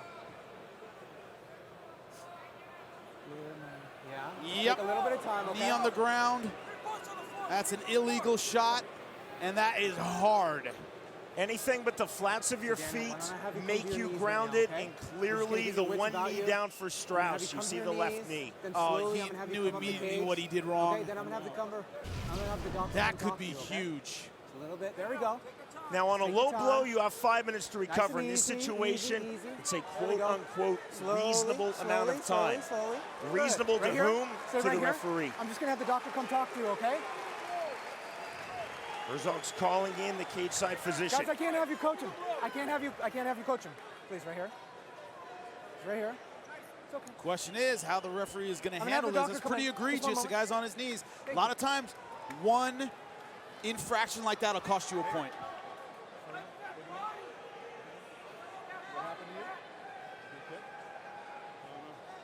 The question is, what if he can't continue? What's the call on that? No contest, or is he disqualified? 3 rounds must be completed in a 5-round fight. So if we've not completed the full 3 rounds, it would be a no contest unless it's a disqualification, and this is not going to be a Stay right here, though. disqualification. How is he? I wouldn't say that yet. I've seen them for less. He looks a little dazed. It's one of those gray areas in MMA. You never know which way it's going to go. Certainly could be a disqualification. I think it's highly, highly unlikely.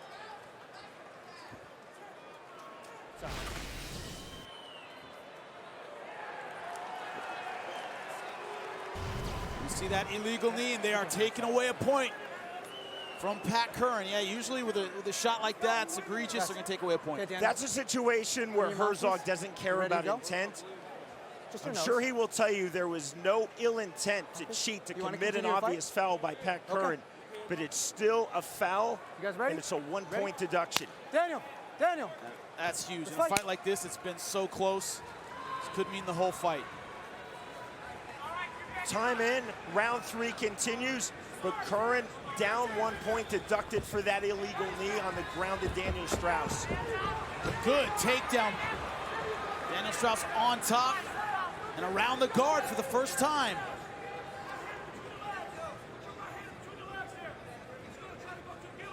Man, this will change things in a big way if he loses this round. That's 2 points. Side control for Strauss. Absolutely, Jimmy, we could be headed towards a 10-8 round. That's hard to come back from even in a 5-round fight. Especially with all the close rounds we've had. Strauss grinding with the elbow and the forearm from side control. Final minute, round number 3. Tight close guard from Curran.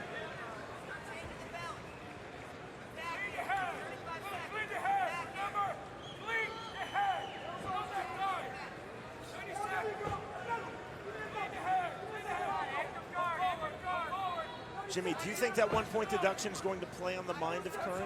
Yeah, it has to. If he's smart, which he is, that's going to have a huge effect.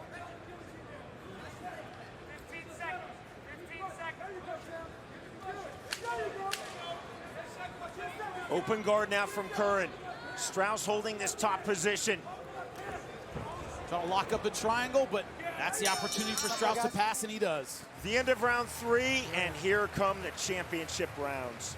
4th round, fighter, you ready? Fighter, you ready? Fight!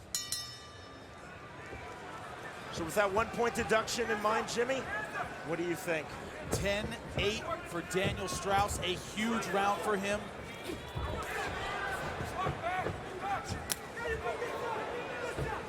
Close though, you could have called it 9-9, but I thought Daniel Strauss took it. Overhook held by Strauss.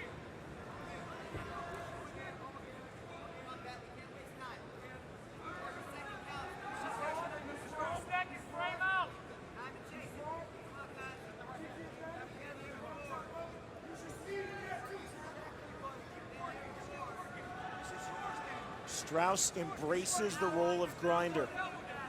He's proud of the fact that he doesn't have a lot of finishes on his record. He says, nobody can go the distance with me. That's what he's so proud of. A lot of guys talk about what great finishers they are. Daniel Strauss talks about how I grind guys out and win decisions. He's proud of that, Sean. And the way Strauss tells it, and feel free to dissent, it's a lot tougher to dominate an opponent over 15 or 25 minutes than to finish them quickly. Not everyone sees it that way, but that's the view of Strauss. He would certainly love to finish the champion, Pat Curran, and take the title, but he is also happy for a methodical, grinding pace if he feels that he's in control. 3:30 remaining, round number 4. Looking for the takedown, and he gets it. From belly to back position.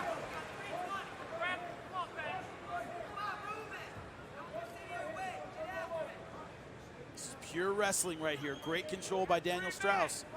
Has to do something with it, though. Notice he's not even throwing any strikes, just holding Pat Curran down.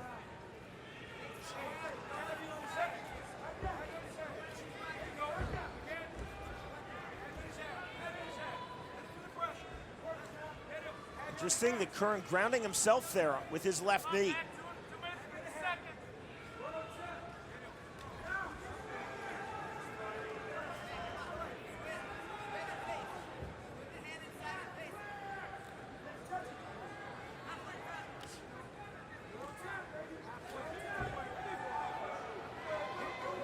Strauss not doing much here, but not getting any warning so far from Jason Herzog. Not doing much other than just being tenacious. Being tenacious, throwing short little knees to the legs. Oh man, Pat Curran cannot let another round slip away with that 1-point deduction. That cannot happen.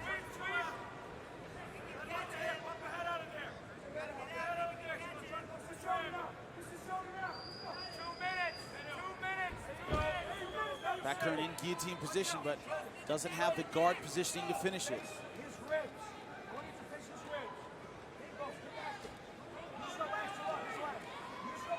Curran more holding guillotine position than locking it on. Now putting in a bit more torque.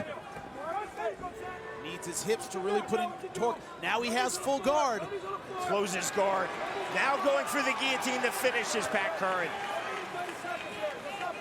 90 seconds remaining, round number 4. Nice great front check, front chokes. Can't tell how tight it is from here. He's out.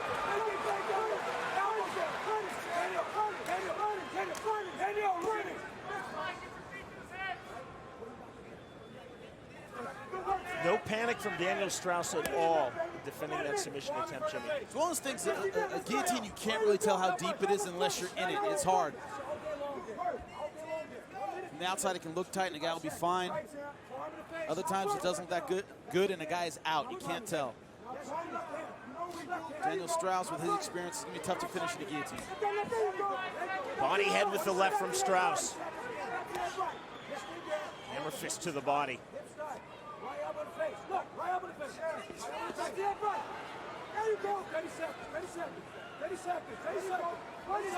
Strauss now looking for his own guillotine. It's going to be hard to get if he doesn't step over the knee. A Pat Curran cut looks like on the scalp. Looks like a scalp cut. That's exactly what it is.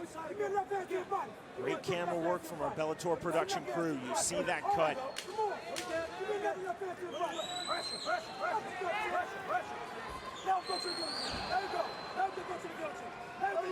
Final seconds of round number 4. The 5th and final round of this Bellator Featherweight World title fight. Pat Curran looking to successfully defend his title versus that man, Daniel Strauss. The 3rd time for both fighters that they have gone into the 5th round. Fighter, you ready? Let's fight! Jimmy, how do you have this? 10-9 in the last round for Daniel Strauss. Pat Curran needs a finish on my scorecard in this final round to retain his title. And again, on my scorecard, he cannot win a decision. And again, because of the point deduction for the knee to the ground in Daniel Strauss illegally, a 10-8 round on your scorecard for Strauss round number 3. Exactly, that's the big difference maker.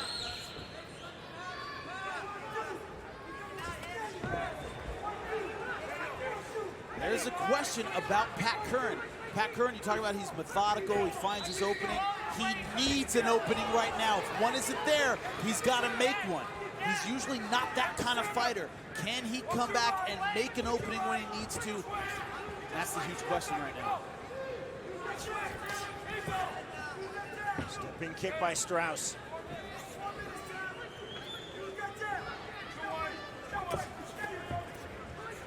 In and out from Daniel Strauss. So far, he hasn't been able to hurt Strauss. Hasn't landed any big shots. He's got to knock him out. That is not easy to do.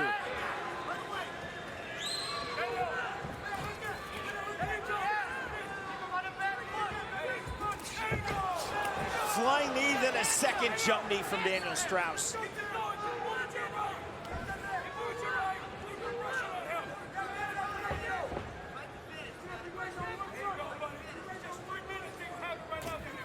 Straight right hand, counter left. That left hand hurt him. Strauss looking to turn things up with more punches, backing off the champion. A knee, then looking for the takedown, couldn't find it.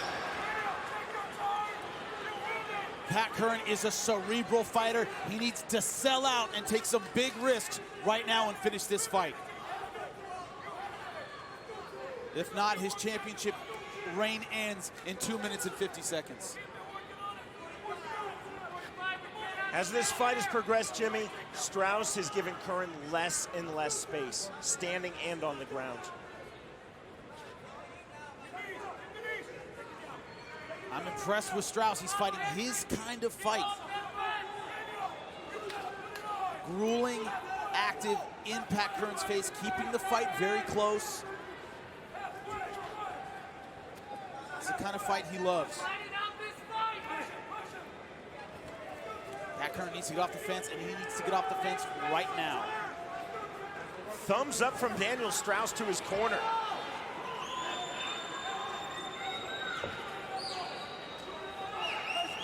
Sign of a very confident fighter throwing the thumbs up. And don't get cocky now. 2 minutes left. He's fighting a very dangerous fighter here. Pat Curran needs to break off, get back into striking range. Takedown, I don't think helps him.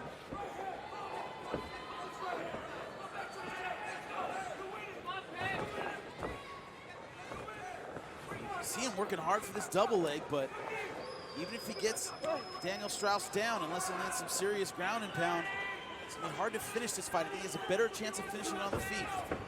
Strauss went for the hip toss. Well defended by Curran. 125 to go in this Bellator Featherweight World title fight. 5th and final round.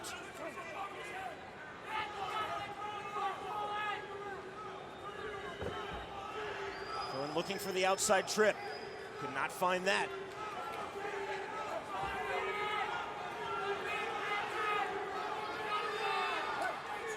He's been dominant at 145 pounds. Not dominant tonight. Could be 1 minute left in Pat Curran's title reign. Here is the 25th and final minute of this Featherweight World title fight.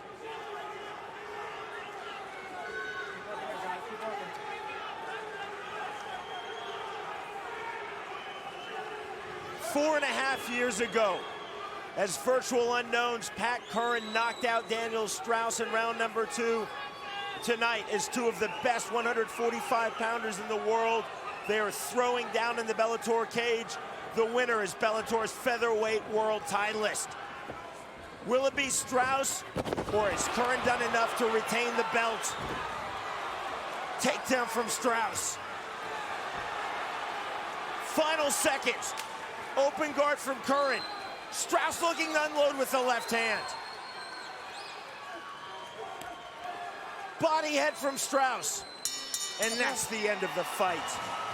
Let's go to Michael Williams. Ladies and gentlemen, having gone the distance inside the Bellator cage, we'll go to your judges' scorecards.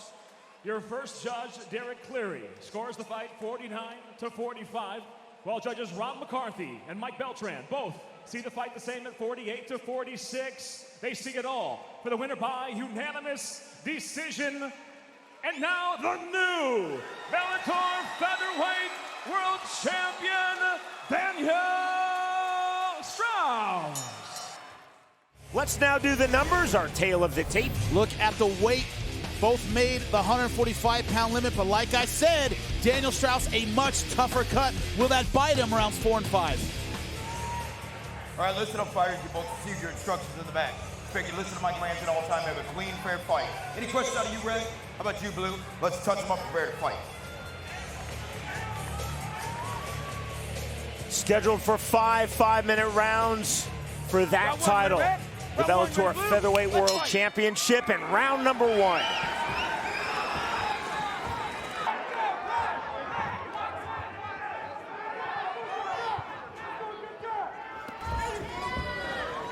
Curran, the former champion, is in the white trunks with the black trim. Strauss, the reigning champion, is in the white trunks.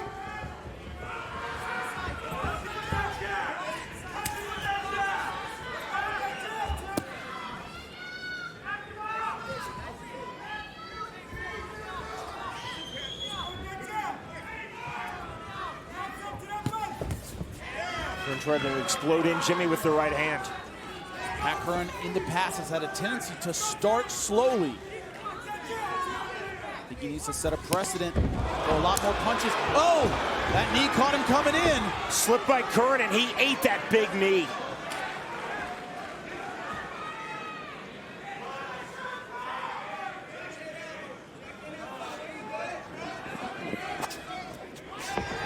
Elbow from Curran. Curran going for a takedown of his own. He doesn't often do that. Uses his wrestling generally defensively to keep a fight on the feet.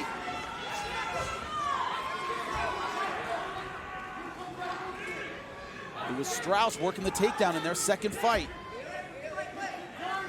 Keep working. Gary Copeland telling both fighters to keep working.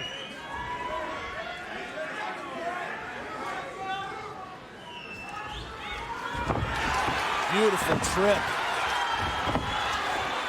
Strauss trying to scramble, now into open guard.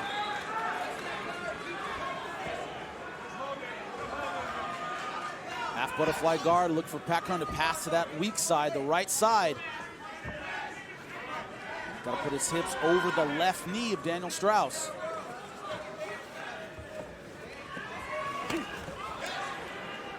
Talking to his cousin and coach, Jeff Curran, all he talks about is how good this guy is on the ground. Body lock from the bottom from Strauss. Nothing, you don't see Strauss on his back a lot. Used to being on top, he's used to being the grinder. Inverted triangle position. This would be tough to get.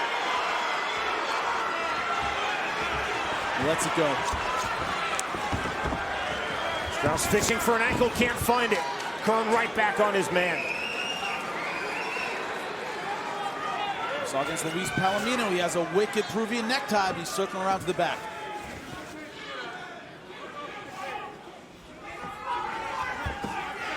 Looking for a guillotine now is Curran. That's how he finished Shabalat Shamalayev in their fight. He has great front chokes. Strauss keeping a low, tight base.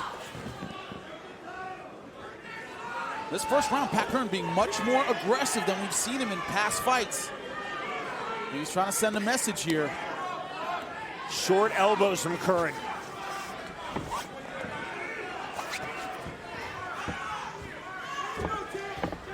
Strauss trying to explode, but he's got to be cautious here. It's a legal knee, that's to the shoulder. Knee to the arm now from Curran.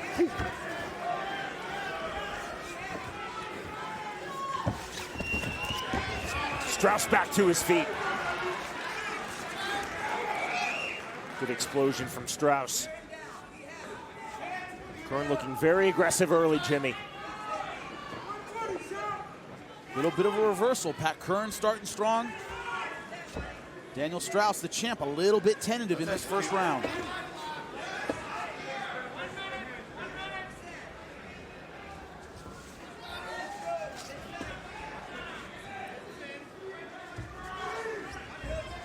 Strauss looking for the body lock and the turn, the attempted turn from Curran.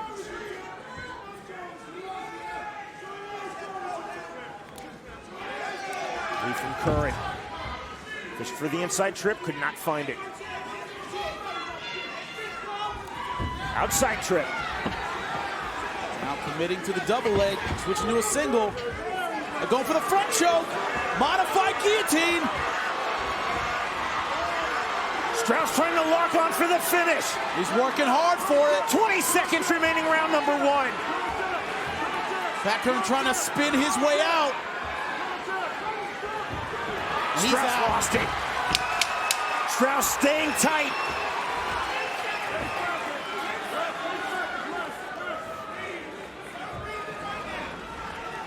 The end of round 1. Pat Curran taking the advice of his cousin, his chief second, his trainer, Jeff Curran.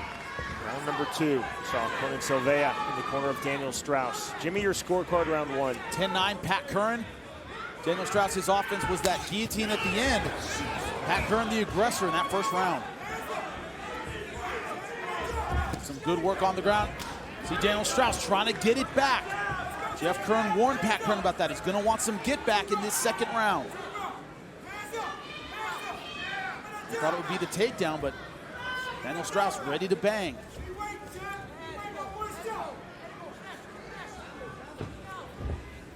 That's what you have to watch out for with Strauss. Not necessarily. Oh my God! Left hand by Strauss and he pounces. I was about to say not known as a finisher, but he throws a lot. That was a good left hook. Caught Pat Curran completely by surprise. Curran back to his feet. Strauss just missed with that big left hook. And a great show of respect from these two fighters. That crowd is loving this.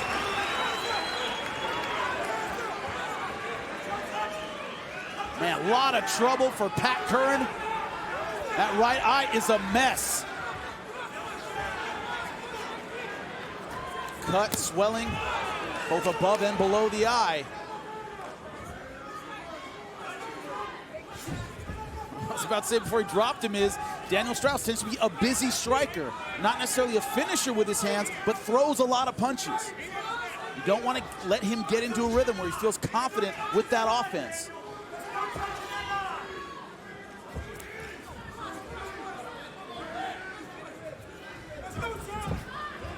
Feint with the left hand from Strauss. His corner, Jimmy, imploring Strauss, start touching Curran on his eye. That's actually a dude screaming from the audience, and he's right. That's a knowledgeable fan right there, because that's what he needs to do, but it's Pat Curran with the offense against the fence. Curran cut outside of his right brow, and as you see the swelling under the right eye as well. What we're seeing from both guys is they're respecting the counter-punching of the other. They get in, they land some shots, but they get out again. They're a little hesitant to stay there and work for the finish. They don't want to eat a counter-punch.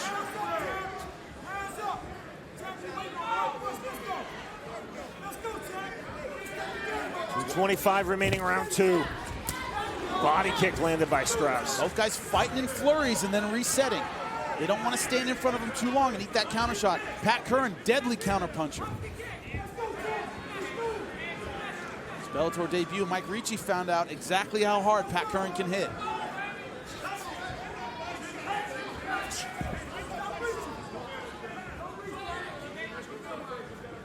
Marlon Sandro, same thing, knocked him out with a kick after an aggressive start. Curran's win over Strauss, April 2009, second round knockout. That was before both fighters came to Bellator. Curran dismisses that. He said we were two different people then, but still.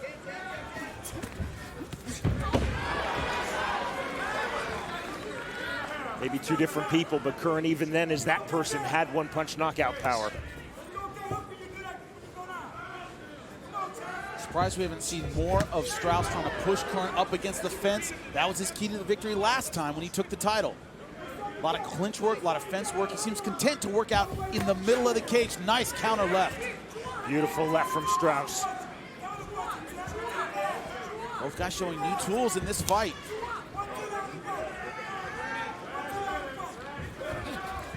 Looks like he's making a statement. I'm the champ. I'm taking the center of the cage.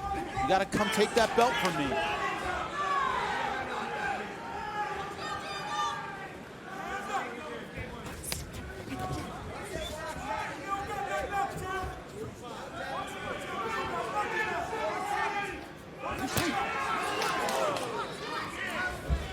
Those guys landing good body kicks. That was a great one from Pat Curran.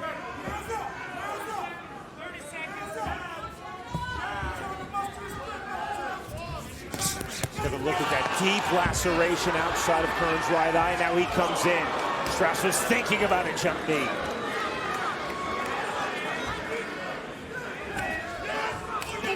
There's a jump knee from Curran.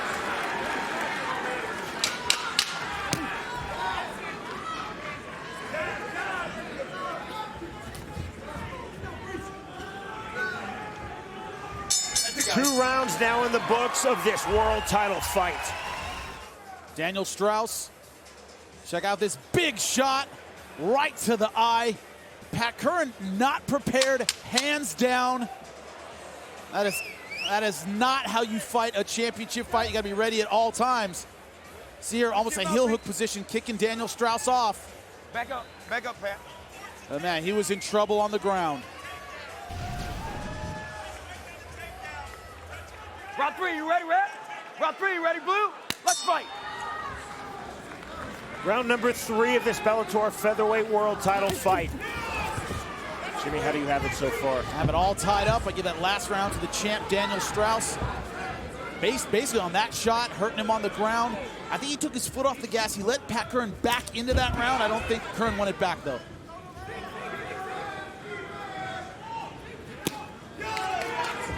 Slightly different approach from Daniel Strauss. He's fighting in spurts. We're used to him pushing the pace the whole time. That is not how he's been approaching this fight.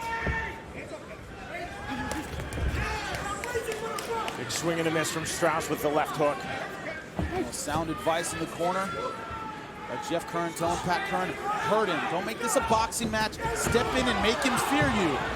Good right hand on the inside from Curran. Both guys landing well. Good left, good right. Curran from the tie plug. Strauss gestures as though to say, is that all you've got?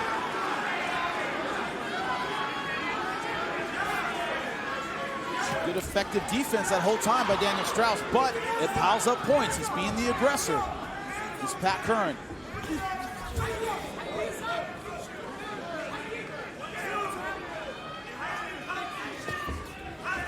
Push kick from Curran. Low kick from Strauss to answer. Now, I'm really surprised at the end of shots like that that drive Pat Curran back, Daniel Strauss doesn't fall him to the fence. He did that a lot in their last fight. Center of the cage strategy seems more like it plays into Pat Curran's strengths, although he has been doing well.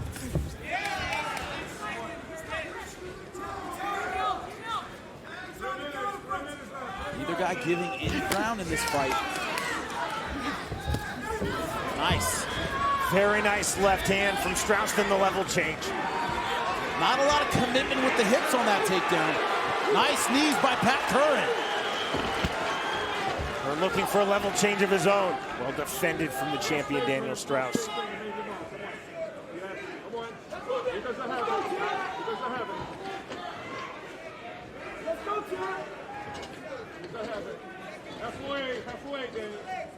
Stay busy. Fight off the cage, guys. Fight off the cage. Gary Copeland telling both fighters to stay busy, fight off the cage. Let's advance, guys.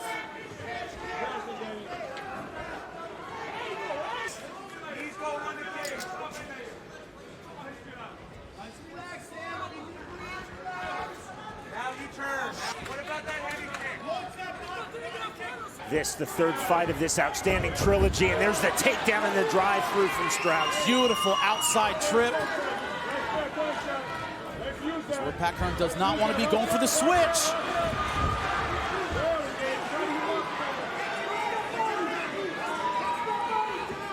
Strauss looking very quick on the ground, Jimmy. These guys so evenly matched just about everywhere.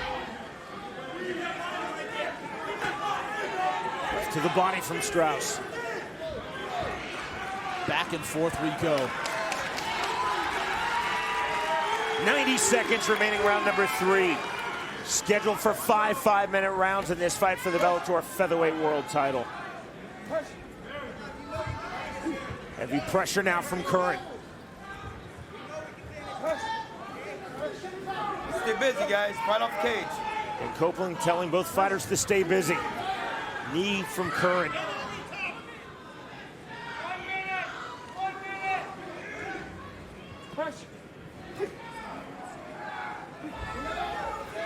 They're trying to change levels. So hard to commit your hips against a guy like Daniel Strauss. Nice, over the top elbow.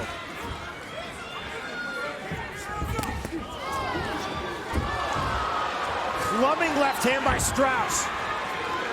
Curran rolling, was trying to find an ankle.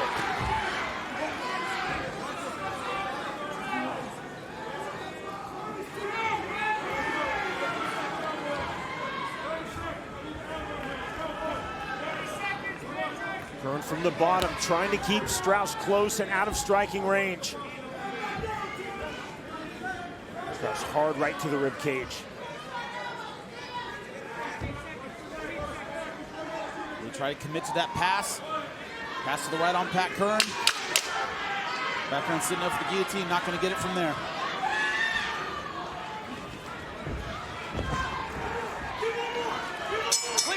The end of round 3, and we are moving to deep water. Championship rounds are about to begin. Here comes round number 4 of this world title fight. Daniel Strauss, Bellator's reigning featherweight world champion, facing the man who previously held this title, Pat Curran. Jimmy, what do you think thus far? Oh, good left hand. So far, my scorecard, 2 rounds to 1 for Daniel Strauss. I gave him that last round very close. I thought he finished strong. Won back that round, but could have gone either way. But man, Strauss starting fast in round number 4. This is the 25th pro MMA fight for Pat Curran, the 4th time he has gone past 3 rounds. For Daniel Strauss, pro MMA fight number 27, his 4th time past 3 rounds. The gas tank is what Daniel Strauss is known for. Fast start may have sent a message, hey, I have plenty of gas for rounds 4 and 5. Don't think I'm going to slow down.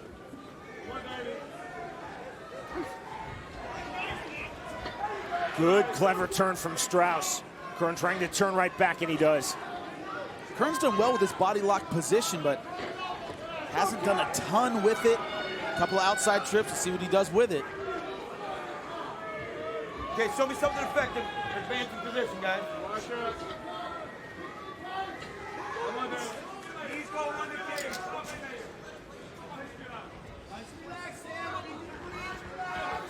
Now you turn. What about that heavy kick?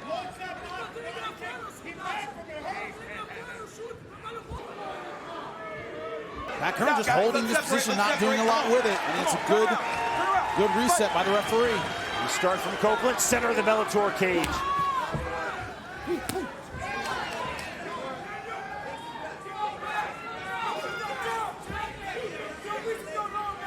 Strauss trying to move forward, lands that high knee.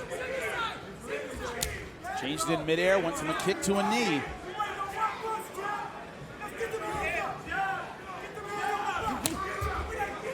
Kicks canceling each other out. Went the cup. Go to neutral corner, went underneath the leg and hit the cup.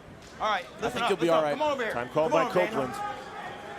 You guys are mixing up. It was inadvertent. Just take your time. Relax, okay? Referee telling him to relax. He wants back in there. You ready? Hold on. My timekeeper ready? You ready? Ready? Fight. Let's watch him. Strauss was given 5 minutes, didn't even want 5 seconds. He was ready before the timekeeper. Yeah, that's confidence in his gas tank. Time in, round 4 continues. 2:45 now remaining in this round. He doesn't want to give Pat Curran any breaks. He believes in his conditioning. Good short punches by Pat Curran.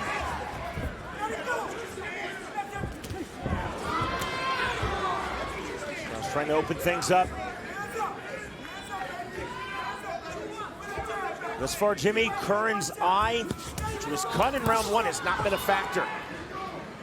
At least not a major factor. Low kick now from Strauss. Pat's output shutting down a little bit, looking to counter strike, but not initiating like he was in the earlier rounds. So far, it's Daniel Strauss punching first. Nice uppercut.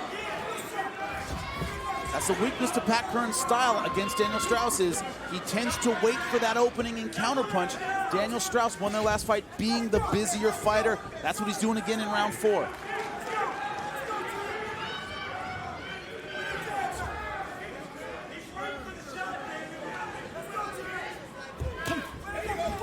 Body kick caught by Strauss. I just sort of think it was that same fan yelling, he's waiting for the shot, Daniel. That's true, he's waiting for that one counter punch. It's a knowledgeable fan.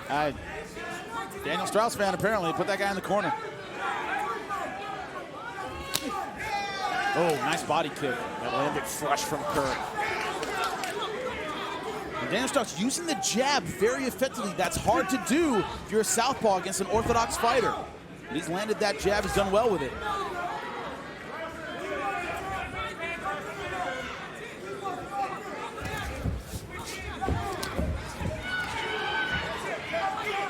To finish that exchange, landing from Strauss.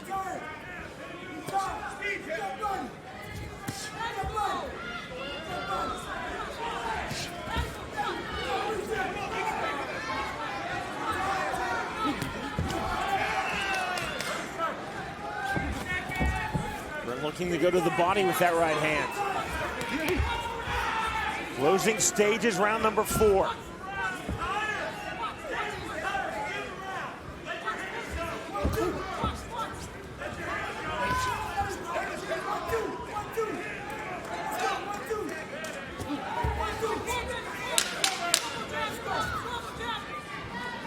Both fighters center of the Bellator cage. We are going to the 5th and final round.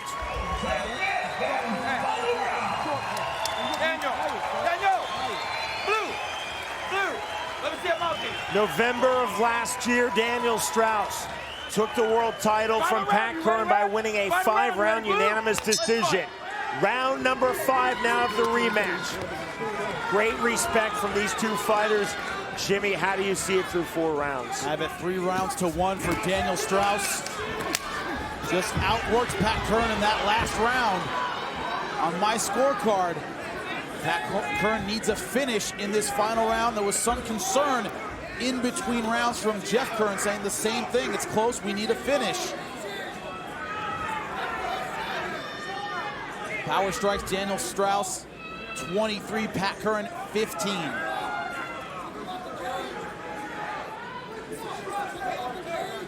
Let's advance, guys. We were wondering if the weight cut would affect him in the championship rounds. He's looked great after the 3rd. Has not been slowing down.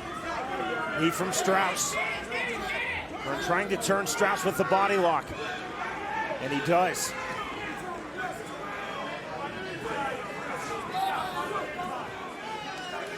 This round to complete the trilogy.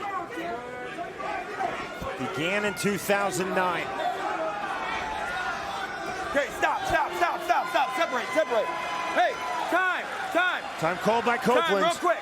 Give me a towel. You got excessive Vaseline. Excessive Vaseline. All right, turn around.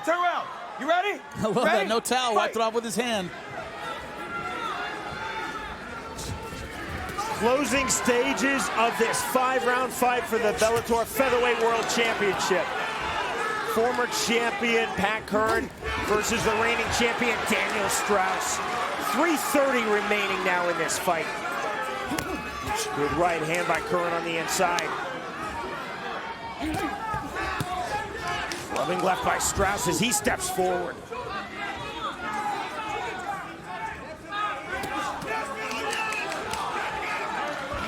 Pat Curran busier in this 5th round. He's showing a little more urgency.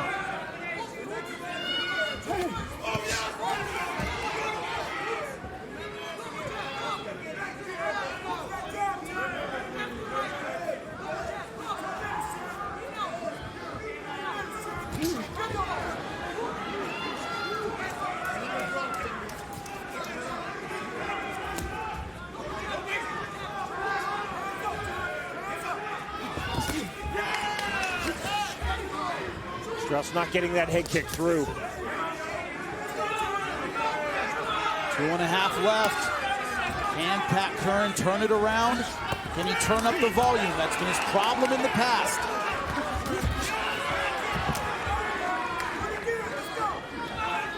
Strauss finishing that last exchange with the body kick.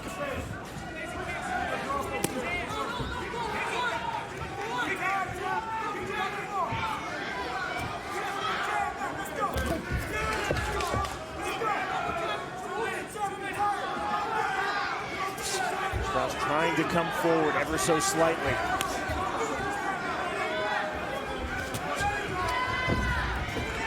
Attempted the level change from Daniel Strauss, nothing there. Curran trying to drop levels.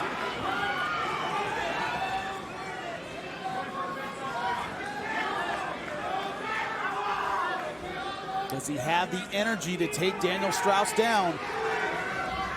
Giant featherweight with great balance. Two phenomenally conditioned athletes, truly two of the best featherweights in the world. He got it.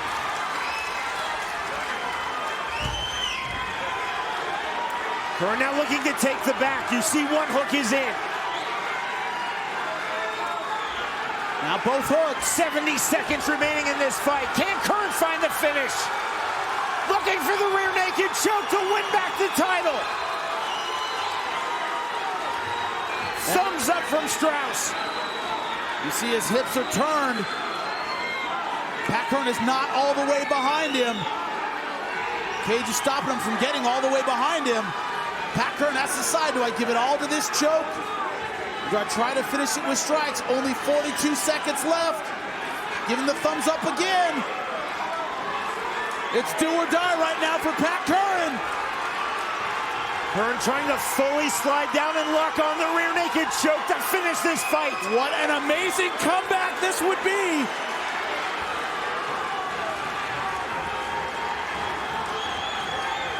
Full commitment now from Pat Curran. He taps, there's the tap! And just like that, in the dying seconds of this fight, Pat Curran has won back the Bellator Featherweight World title. In a round he needed a finish to win. He got the finish with less than a minute left. That's a championship performance. My hat's off to both of these fighters. What an amazing fight. What class, what sportsmanship from both. Look at the mutual respect. Look at the camaraderie. The mistake Daniel Strauss made crawling to the fence and taking his hands away from his neck.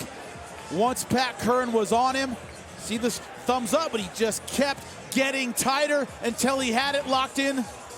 Elation on the face of the new featherweight champion, Pat Curran. He earned this win tonight. Ladies and gentlemen, inside the Bellator cage, the end comes officially.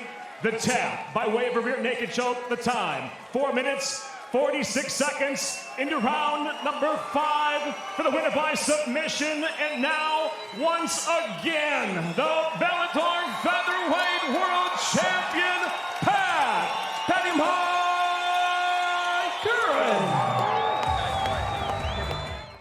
Look at the reach advantage of Pat Curran.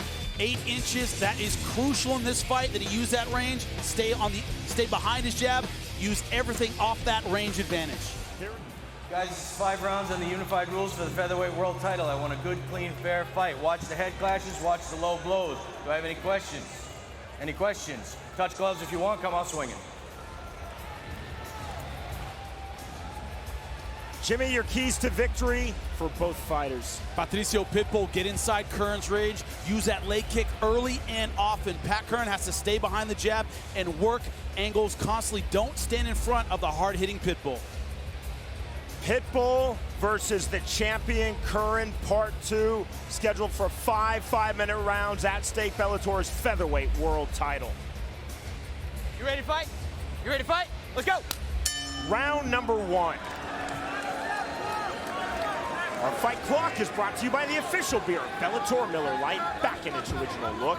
It's Miller time. One question is, will Pat Curran have a slow start? He usually feels out the first couple rounds.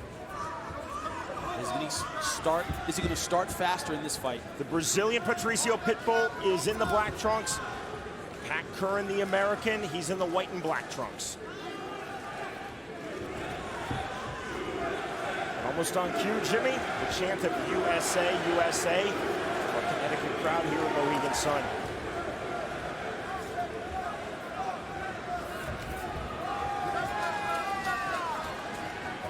Opening minute, opening round. This Bellator Featherweight World Championship rematch. Patricio Pitbull versus the title holder, Pat Curran. Glad you're with us for Bellator MMA as we are live on Spike. I already see a change in the style of Pitbull. He's throwing those leg kicks a lot more often, and he's not throwing those wild strikes. He's staying tight. Hands high. He ate a lot of counter punches in the first fight. More of a bounce too in Pitbull's step, Jimmy. Really up on his toes, a lot of movement. A lot of lateral movement especially.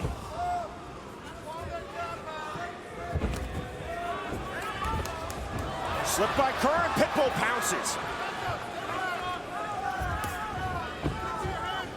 And not getting through.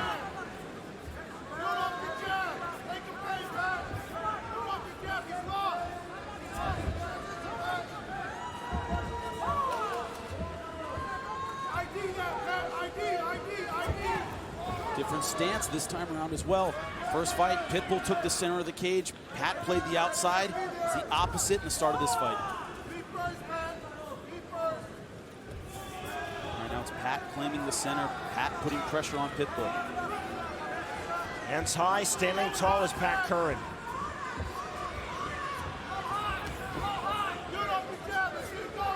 Forgetting the height differential, Jimmy, for a moment, Curran is just a taller standing fighter. Yeah, very true. Pitbull brings himself lower, chin down.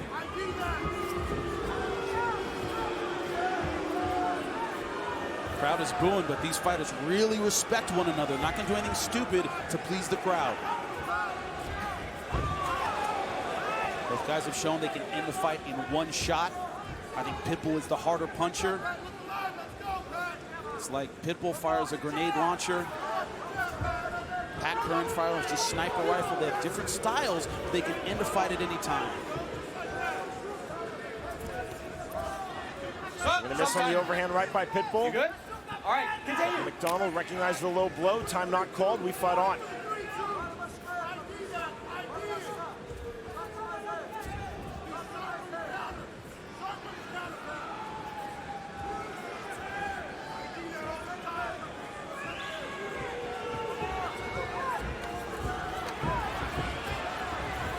Pitbull looking for the first takedown of the fight. Curran down to his knees, immediately right back up. 90 seconds remaining around one. Curran very good with the switch, very good with that wrestling escape.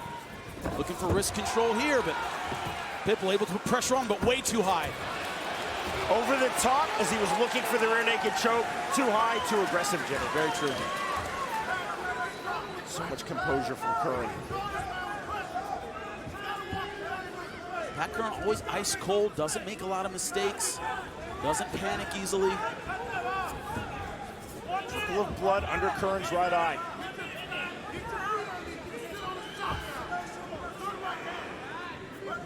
Neither guy's landed anything big. Pitbull really committing to that right hand. He's swinging big, is Patricio Pitbull. He's being more judicious than he was in the first fight. He's not winging a lot of punches. They're still power shots. He's trying to pick his timing. He's a lot more reckless in that first fight. Oh, nice right hand. It was a straight right up the middle, right through the guard of Pat Curran. He always keeps his hands high. That was the best punch of the fight. Curran slowly trying to walk forward. Very conservative in coming forward. Final seconds now, round number one. Swing and a miss with a lead left hook from Patricio Pitbull. Stop! Heading into round number 2, scheduled for 5. Jimmy, how did you score round 1? Incredibly close first round, very hard to score. I gave it 10-9 Pitbull by the barest of margins. Got the takedown. Both landed punches. I thought Pitbull landed with a little bit more authority. But man, that could easily go either way. A slip on the jump knee. Curran immediately back up and then shoves off Pitbull to get distance. 2 slips we've seen in this fight from Pat Curran. And Pitbull's tried to use them as striking advantages. Hasn't necessarily tried to take him down off of those slips. Nice right hand by Curran.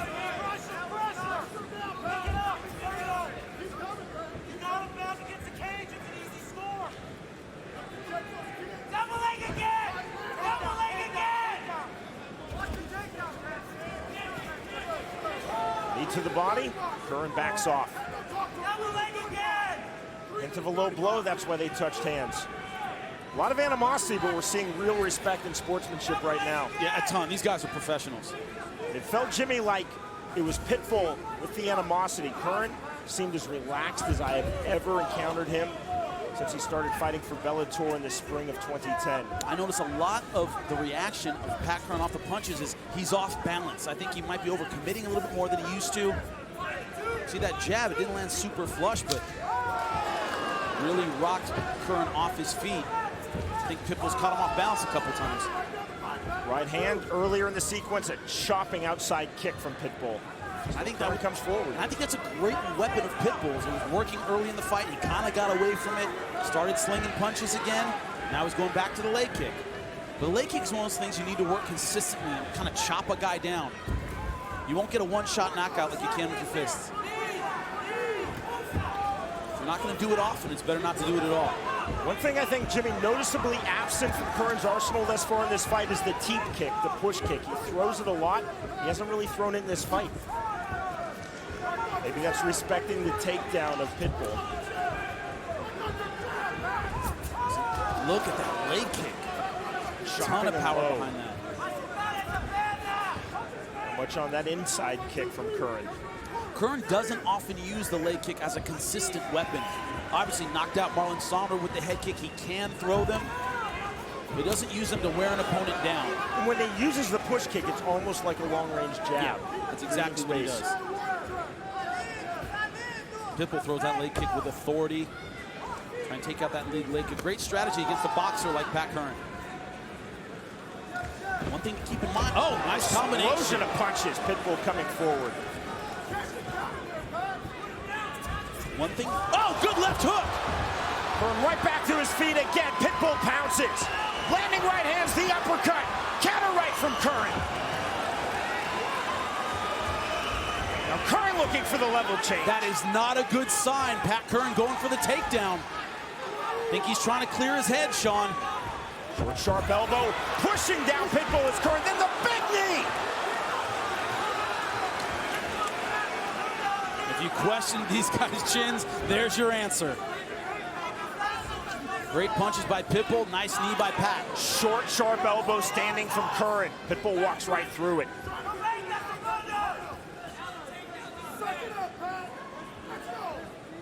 One of the biggest questions in my mind in this fight is, can Pitbull stay aggressive, throw big shots, and have the gas to keep going through a 5-round fight?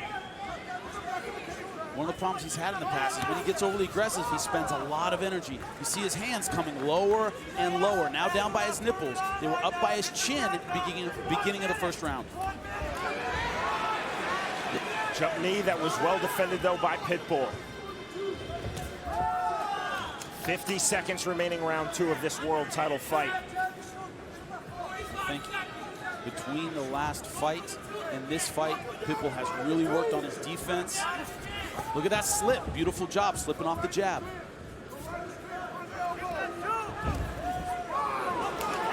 Pitbull back to the low kick. That's the price you pay for that low kick. Does leave you vulnerable to that straight right. I think that's why he's hesitant to use it a lot of the time. Pitbull talked about implementing his ground game, implementing his jiu-jitsu. We haven't seen it thus far.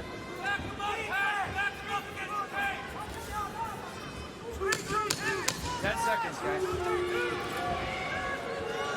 Another very close round. Jump knee, that lands. Another knee just before the bell, a legal shot. That left hand right on the chin. That straight blast attack, but Pat Curran coming back well, landing this beautiful knee. Right hand over the top landed as well. And then at the end of the round, another knee. Jump knee up against the fence. Back and forth battle, just what we expected. Through 2 rounds, Jimmy, what do you think? Coin flip rounds. I gave the second one to Pat Curran, 10-9. But really, both rounds could have gone either way. No one can feel comfortable about a lead in this fight.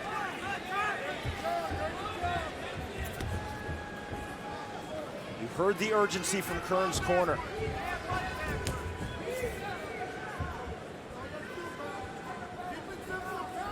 The only thing that has consistently given edge to Pat Curran, he's been the one taking the center of the cage. He's been the one pushing forward. He gets the cage control and the aggression points. He's got to be careful with that. Feint on the jump knee from Pitbull.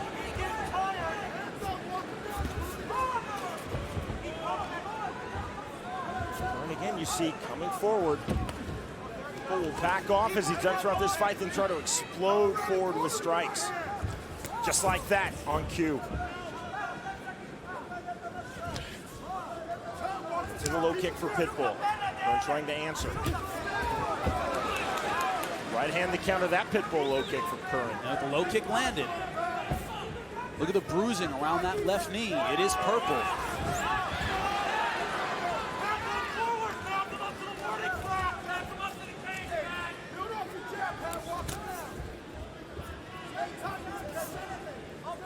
Enhance your enjoyment of Bellator MMA in this world title fight with the Bellator app. Download it now, it's free of charge. Real-time stats, fighter bios, archived video, and score every round live as you are the 4th judge.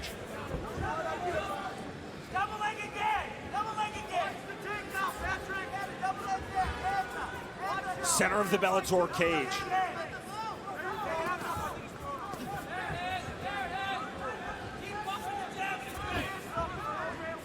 Curran trying to establish his left jab. 2 spectacular featherweights. Patricio Pitbull, 21-2. The champion Pat Curran, 20. Oh my God! He is dropped.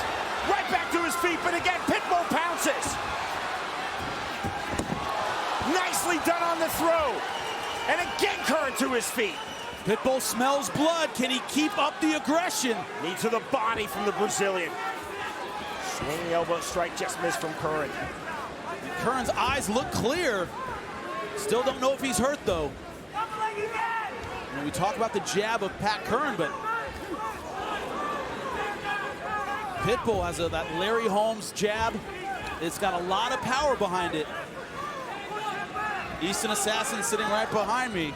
It's a powerful jab, it hurts you.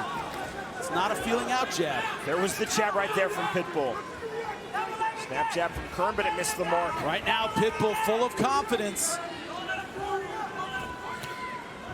But Pat Curran's so hard to finish. He recovers so well. He moves so well. Pitbull gets him hurt and just can't seal the deal.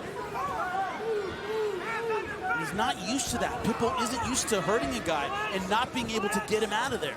When Curran has gone down in this fight, Jimmy, he's immediately popped back up.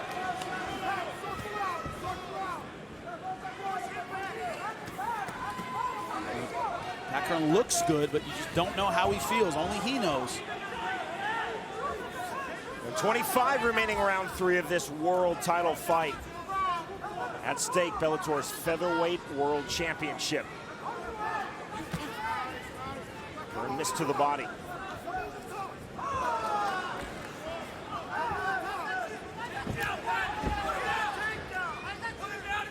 Curran with the reach advantage, Jimmy, has just not been effectively able to land that left jab. He's thrown it out there. It's been a good range setter. It hasn't been the dominant force it was in the first fight. When I think of that first fight, I think of the jab of Pat Curran. Curran looking for a takedown of his own. Well defended by Pitbull. You know, you talk about, Pitbull definitely talked about wanting to do more things, work his jiu-jitsu, his wrestling, but it's so hard to take both of these guys down. It takes so much energy. It's a big commitment. And I don't think either guy really wants to make it. Curran is not the fighter who's going to lay in close guard. No, he will not. Pitbull on the ground, you make a mistake, he's going to catch it. You see that outside trip, like, you know, these takedowns that don't require that full hip commitment, that full explosion. Short right hand on the inside from Curran. Misses with that lead left hook. There's the bell. Here come the championship rounds. Two of the best featherweights in the world. Patricio Pitbull versus the champion Pat Curran. Kevin McDonald starts round number 4. Jimmy, how do you see it? I gave the last round to Pitbull. It was the first decisive round. I'm sorry, you know, the first round you could really give to one guy or the other, and I gave it to Pitbull. Knocked him down, did a lot of damage, 10-9 Pitbull. This is the 24th pro MMA fight for Patricio Pitbull, just the second time he has gone past 3 rounds. The only previous occurrence in that 5-round split decision loss for the title versus Curran January of last year. Punches landed through 3 rounds, courtesy of CompuStrike, Jimmy. Almost dead even, 40-45. Pat Curran's landed 5 more, but Patricio Pitbull throws a lot more power shots. Curran, incidentally, 26th pro MMA fight. This is his 5th time past 3 rounds, and the 4th time, tellingly, Jimmy, in his last 5 fights. He's used to going to deep water. And that is a huge advantage. He had more gas in the tank for the 5th round of their first fight. From what I'm looking at on my scorecard, it could come down to that. Jimmy has the scorecard. 3 judges scoring cage side for the Mohegan Tribe. Remember, with the Bellator app, you get to score along at home. Pitbull, trickle of blood. That appeared in round 2 under his right eye. Now cut on the bridge of his nose.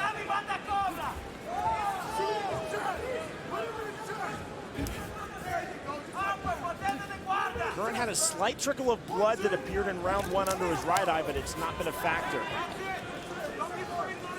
Truthfully, none of the cuts have been a factor in this fight. Pitbull. Right now his hands getting a little bit lower. Pat still throwing tight combinations. Hands high, throwing 3 or 4 punches.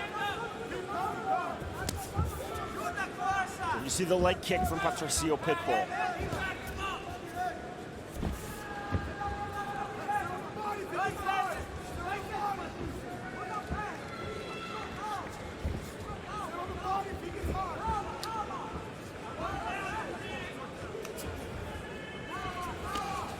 Curran trying to come forward. His last 2 rounds, 4 and 5, critical rounds. Not just, I mean, I would say they're critical rounds for Pat Curran. I think they're critical rounds for both guys. The first 2 rounds could have gone either way. Both coin flip rounds. Well, not getting that right hand through.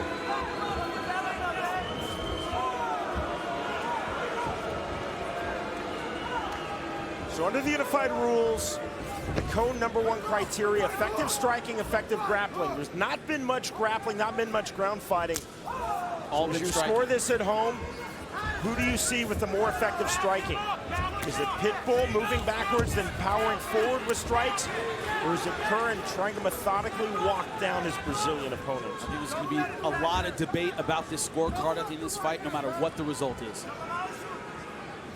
If it gets to the end, remember, both these guys can finish a fight instantly. Ask Marlon Sandro. Pat Curran starched him in the 3rd round of their fight. He was behind on the scorecards. Ask Diego Nunes. Ask Diego Nunes. Pitbull starched him with left hook. Justin Wilcox. These guys are deadly in the cage.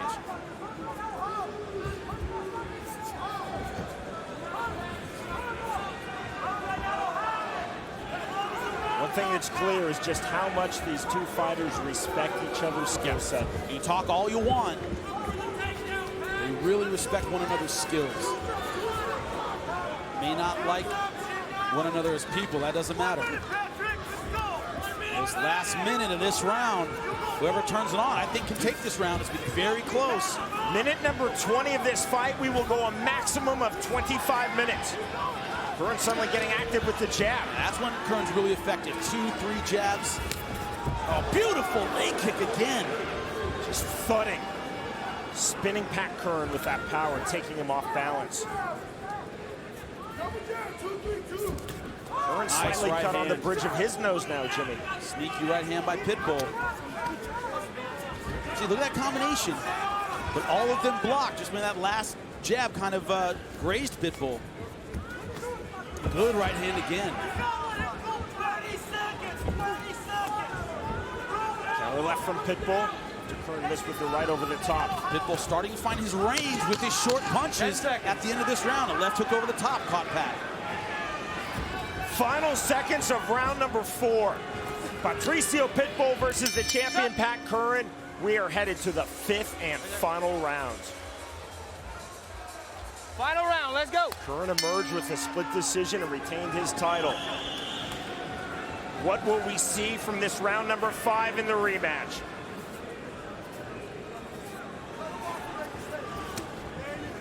Curran opened with a body kick. Jimmy, through 4 rounds in 20 minutes. I gave the last round to Patricio Pitbull 10-9. Thought he started landing power punches in the last minute of that round. The right hand, that left hook over the top, but once again, a coin flip round. Pitbull looking for the takedown and he hits it. Pat Curran going for the guillotine. I hesitated because I thought he might go for the Kimura there. He's got his hand on the wrist. Pat Curran has a very tricky guard. Excellent sweeps, excellent chokes. Come on, guys. Shabalat Shamalayev found out how good his guillotine is. He can finish you from here. Call for action. There's the sweep. McDonald on the sweep. Beautiful. But cannot hold Pitbull down. He just drives Pitbull to the ground. Still scrambling. And they're back to their feet. McDonald asked for it, and Curran delivered.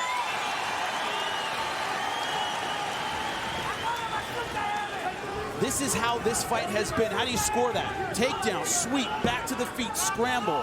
Who is more effective in grappling there? Yeah, I mean, that's what's so maddening about this fight, about this rivalry. One thing goes the other way, and the other guy walks home with the belt.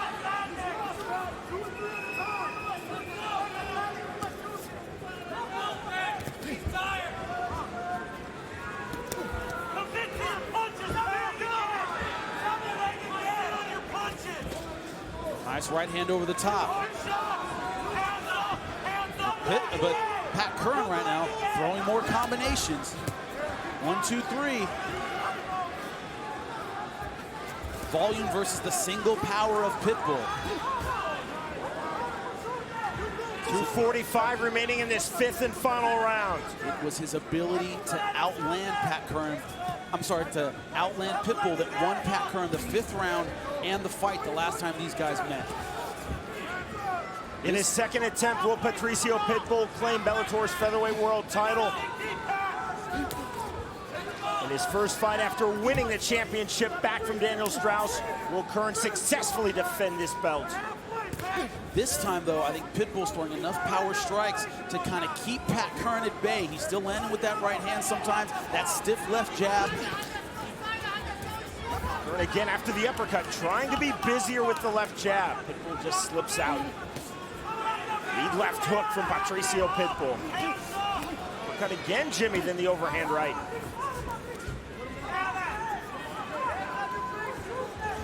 Now it's Pitbull walking forward. Is Pitbull thinking about the last fight where he thought he had it won, and the judges didn't see it that way? Is he going to think he needs a finish in this 5th round? Because he certainly might. Good shot on the inside. Pitbull drops Curran. Another good left hook. Curran definitely wobbled, but back to his feet. And it hurt him. Pat Curran needs to come back and hurt Pitbull, because he definitely got rocked. Another chopping, thudding outside kick from Pitbull. Then the right hand. Counter left jab from Curran. That's been the story of this fight to me. Pat Curran landing good combinations, tight, sharp, and then later on in the round, Pitbull coming back with power punches. Minute number 50 between these two fighters.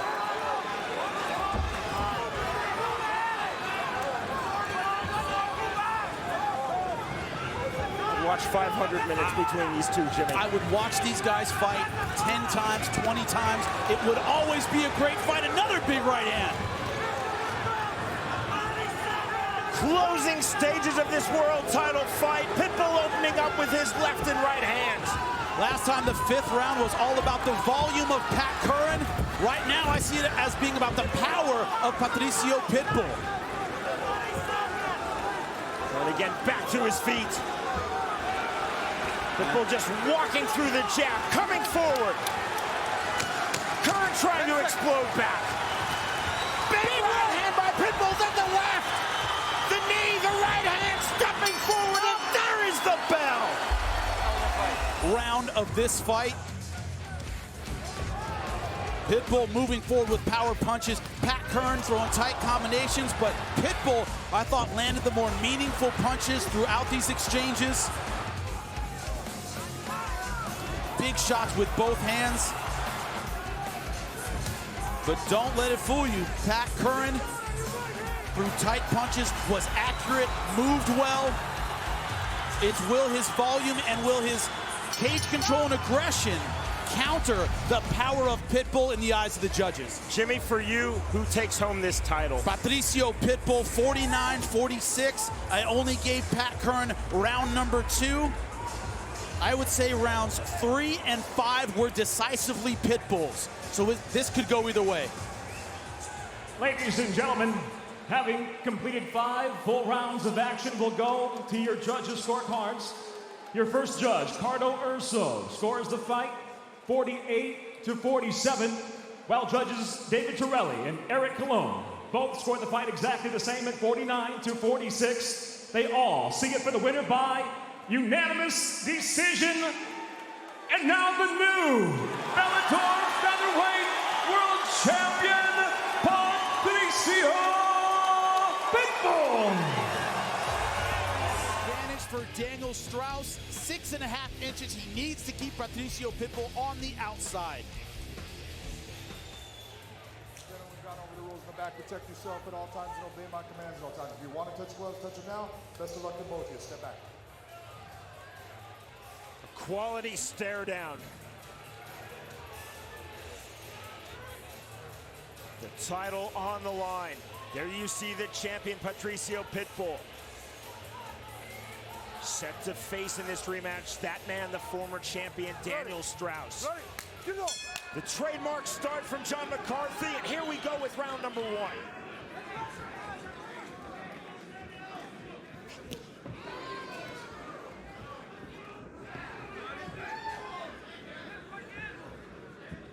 Blue gloves for Strauss, right gloves for Pitbull.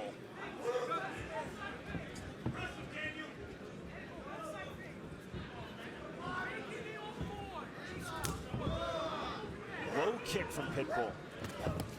That's a weapon we don't see often from Pitbull. I think it's very effective. Oh, leaping right hand. Counter knee by Strauss. Pitbull kicks very hard, kicks like he punches.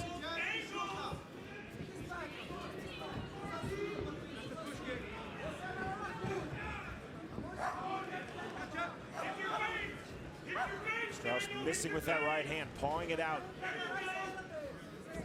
A lot of head movement, a lot of bounce from the Brazilian champion, Patricio Pitbull. Good counter left by Strauss.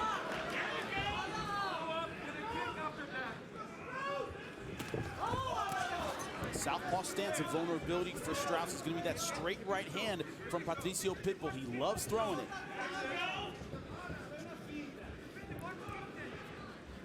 Don't sleep on Daniel Strauss's boxing either. 2 by Strauss, neither getting through.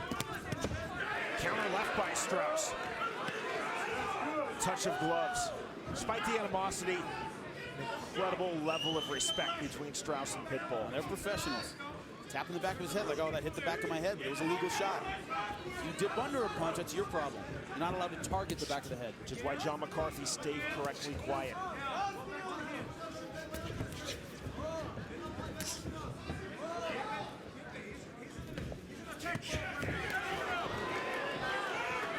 Where do you get a sense of the speed, the accuracy of these two with their stand-up? I think Pitbull's a little taken aback by the speed and aggression of Daniel Strauss. Short knee to the thigh by Strauss.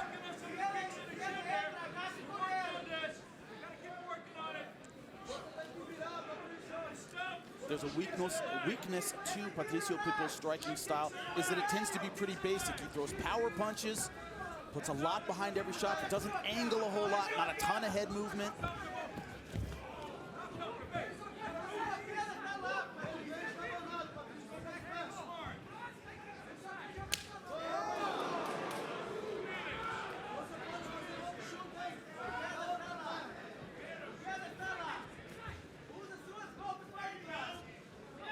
Feints on the kick by Strauss. Hands high for Pitbull, waiting forward with straight punches.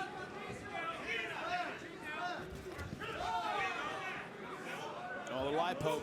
Both of them felt it. Time call by John McCarthy. Yeah, Strauss immediately going over to apologize. He felt that. Let's get right there. Hey! Come here. You see that? Watch yourself inside, all right? So not your fault. Oh, could have been a headbutt. I thought it was an eye poke. Could have been a headbutt. Got a small abrasion above his eye. Unintentional clash of heads. Yeah, it's calling an unintentional clash of heads. Right there. Yeah, right there. Now you heard John McCarthy tell the officials table for the state of California, accidental. Small abrasion on the head.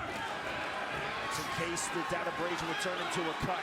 Now Strauss all over Pitbull. Hands much faster. He's much more committed to his boxing. Pitbull going for a takedown. He is not intimidated at all. Jimmy, we've known Daniel Strauss since he made his Bellator debut in 2010. I have never, and I mean never, seen him more relaxed, more at ease than entering this fight. I've never seen his striking look better. This is not the kind of fight Pitbull was expecting. He needs to mentally adjust to this new Daniel Strauss. Pitbull told us Strauss gets hit hard, he covers up. Maybe in the first fight, but not tonight. Not yet anyway. We're just getting started, scheduled for 5 5-minute rounds, 45 seconds remaining. Oh, he's got him! Up against the fence where he wants him.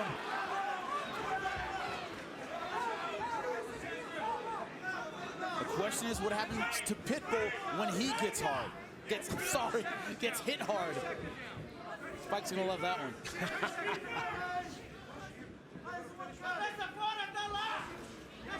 Strauss misses with that. Bouncing the step of Pitbull, you see the lateral movement. Kick just above the waistline. When that goes on YouTube, spell my name right. Jimmy Smith, okay? Don't screw that one up. I just screwed this up, Jimmy. I said above the waistline. The fighters and John McCarthy disagree. They see that as a kick to the upper portion of the cup. Hey, not your fault. Let's take a look at it, see if we can judge. Watch where it goes out. I thought it was legal. No, that was on the cup. It was coming up, but it's on the way up. That foot definitely hit the cup. That's an illegal shot. Unintentional, though.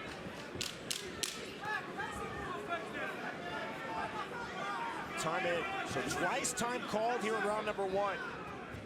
First for the accidental clash of heads, and then that.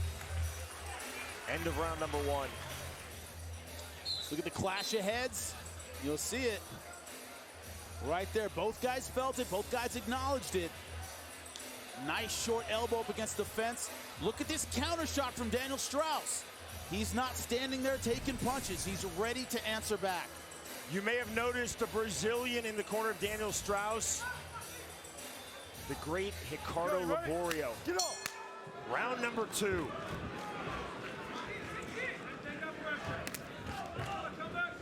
Jimmy, your scorecard. 10-9, Daniel Strauss. Aggressive, landing good shots. Like I said, Pitbull hasn't yet adjusted to this kind of fight. I don't think he expected this.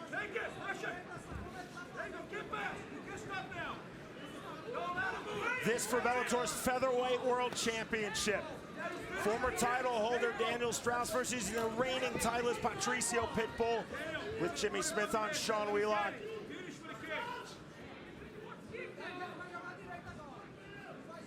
.420 remaining, round number 2.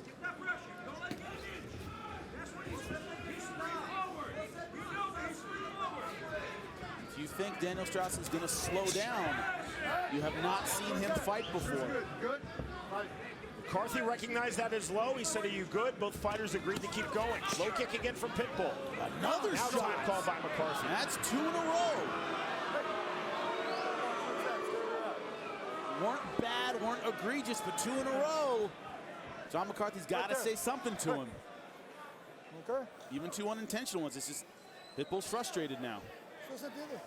I know. Wasn't hard. No. Wasn't hard. You good? Patricio, you good? There was a knee that ended up in KO. Kicked him right in the cup. Fight. And watch the bottom of Strauss's left foot right there. Whoosh. Time in. That could be a good thing for Pitbull. Make Daniel Strauss worry about another foul. Maybe slow down his offense, which has been great so far. Strauss missing with that left hook. Using the push kick as a rangefinder, but toes extended.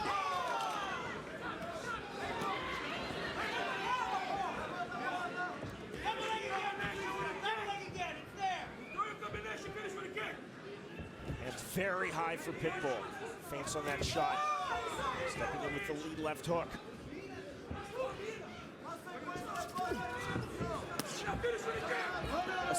I don't know what he's complaining about. Another shot to the cup. Again, time called by John McCarthy. And here come the boos loudly. Get over there. Backing up does not change the fact you can't hit him in the groin. I was not trying to intentionally grow. Did I say you're intentionally? But you're doing it, right? And if you're doing it, it's causing a problem in the fight. You've got to control where your blows go. Got it? Stay here. I don't see what he's... Oh, fingers in the eyes. That's what it is. He sticks those fingers out right in the eyes. Relax. Hey, stay with the fight. You all right? Are we okay? Okay, stay there. McCarthy said to Strauss, the fact that you're backing up, it does not matter. It's true. I think he's going to take a point. This is big. 1 point. This is big. 1 point. There might have been an earlier cup shot, because that's what Pitbull was complaining about. He was complaining about a cup shot maybe earlier in the round, and we just didn't see it. So 1 point deducted for Daniel Strauss. Time in, round number 2 resumes.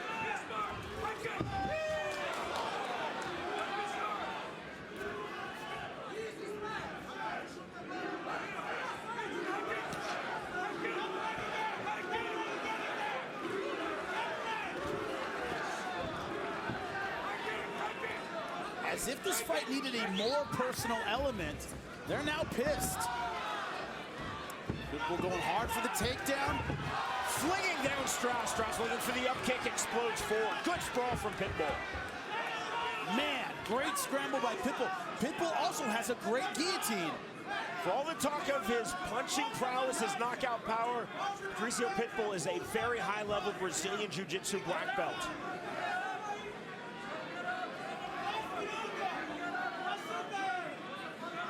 Strauss, nationally ranked out of Ohio, is a high school wrestler. We talked about Ricardo Laborio being in his corner. Strauss, a lot of emphasis on grappling.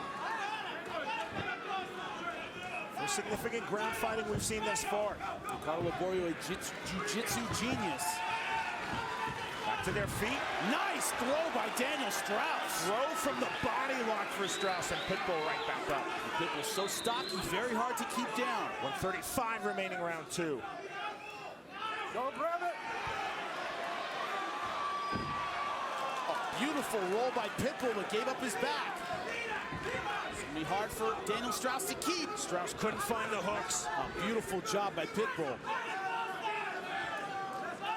Pitbull just gliding over Strauss. Look at the turn. Strauss trying to match him.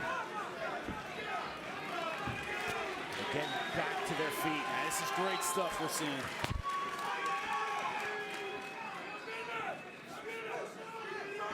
See the swelling above and below Pitbull's right eye.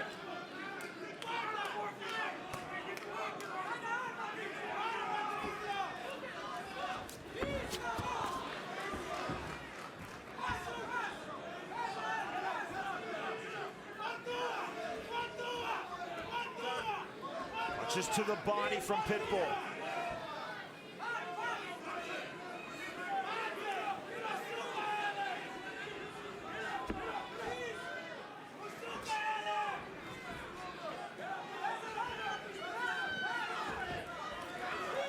Knee to the body.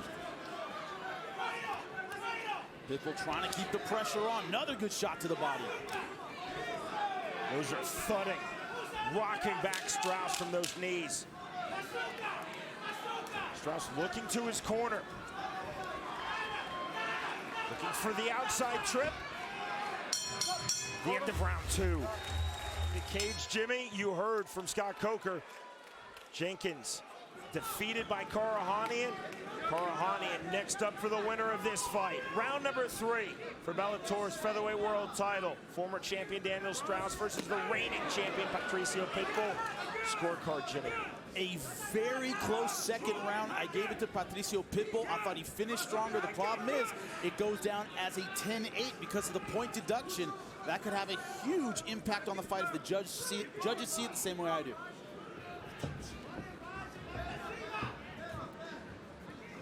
You fans voting at home, you gave it to Daniel Strauss.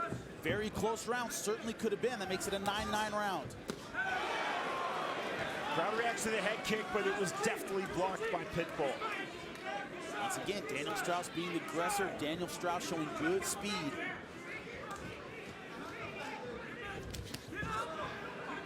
Counter right hand from Pitbull.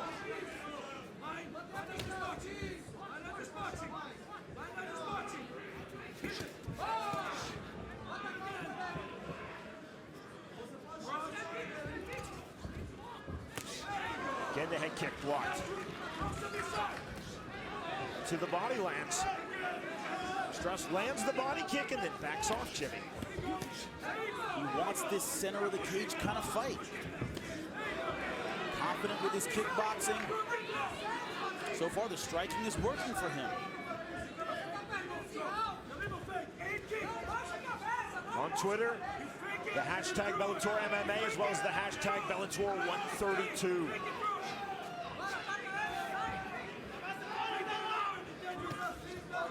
Watch your fingers, no. I didn't say you did, did I?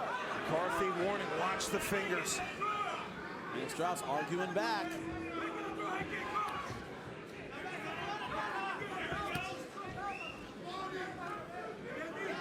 Again, that was the point deduction round number 2. Strauss, fingers to the eyes of Pitbull as Strauss was moving backwards. Not a lot of strikes from Daniel Strauss landing cleanly, but he's throwing them.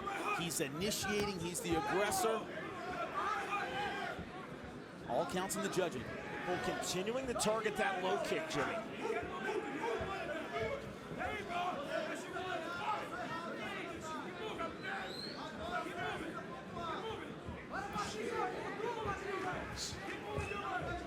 One thing that's very important to keep in mind, Pat Curran, good left hand. Pitbull, Daniel Strauss, every time they have rematched in the Bellator cage, it's been 1-1. No one's won 2 in the Bellator cage against the other.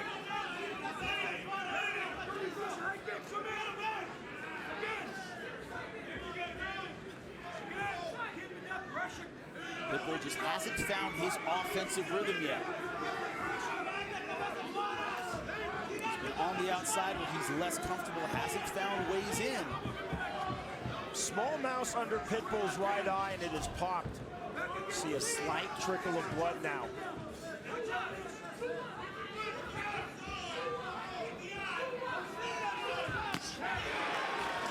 That reacts, but again, that hip kick blocked.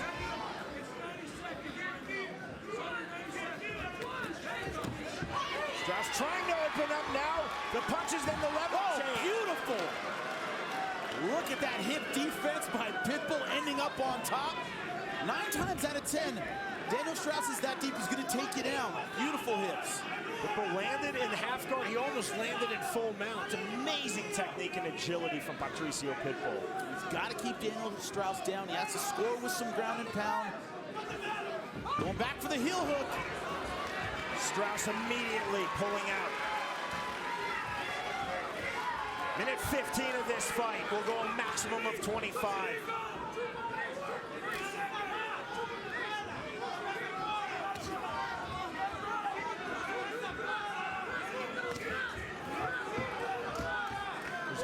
Two cuts around the right eye of Patricio Pitbull. There's a slight mouse pop under his right eye, and he's also cut outside of the right brow.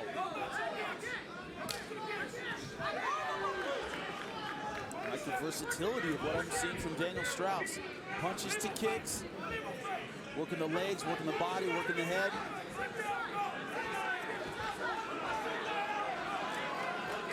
Pitbull just hasn't found an answer for it yet. Final seconds, third round, scheduled for 5 5-minute rounds. At stake, Bellator's featherweight world title.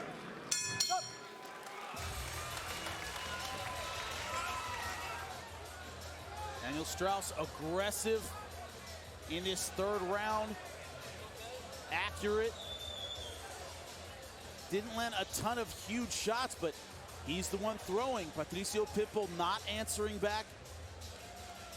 At the end, mixing up the takedown at the end of his combinations. Pitbull, great job with the hips, but couldn't keep Daniel Strauss down. Went back to the takedown at the end of the round and got it. Great stuff so far from Daniel Strauss. Round number 4 and into the championship rounds we go. 5th time past 3 rounds in Daniel Strauss's pro MMA career. The 3rd time past 3 for Patricio Pitbull. Quick start from Strauss. What do you think, Jimmy, through 3 rounds?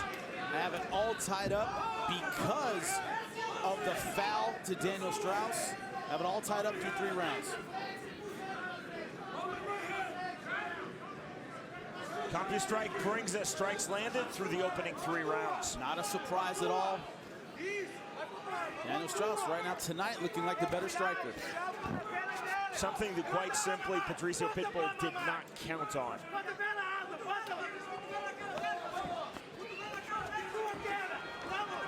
Pitbull, a lot of respect for the wrestling, the scrambling, the movement of Strauss, but really almost discounting his ability as a striker in MMA. As you saw on the stool between rounds 3 and 4, the slight mouse pop is nothing, but that's a pretty deep laceration. It's just above the right eyelid, just below the right brow of Pitbull. And also, I didn't like what I was hearing from the corner in between rounds. It sounded like more motivational stuff, not tactical. It was, you're the champ, keep going, he's tired. They didn't give him the technical tools of what he's doing wrong. Pitbull right now not having a lot of answers for the offense of Daniel Strauss. Good left hand! Pitbull's rock, Strauss pounces. Immediately looks for the level change. Did not follow up with punches, Jimmy. Strauss went for the level change. Went back to his instincts. Now the body lock and the turn from Pitbull. 3:05 remaining round 4.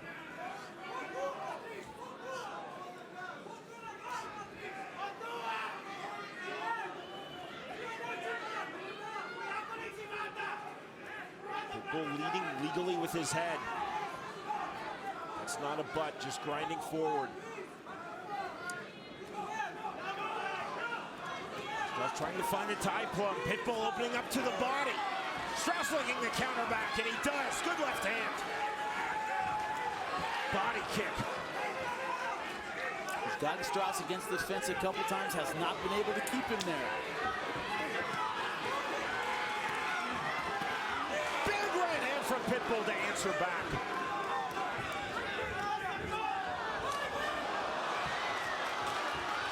John McCarthy stepping in. Whoa. That's not a fight stoppage. That was because he hit him in the cup. Pitbull thinks he's won this fight. Pitbull knows that. And time called by McCarthy. Low blow detected by John McCarthy. Pitbull thought he had won. Hey. I heard it. A lot of fouls so far in this fight. You get up. I want you to get up. Yep. The knee went right against the cup. He drops. The referee's behind Pitbull. Right here, baby. Doesn't say anything. He doesn't know, so he keeps attacking. Right there, Pitbull thinks that he's won. You're gonna be all right?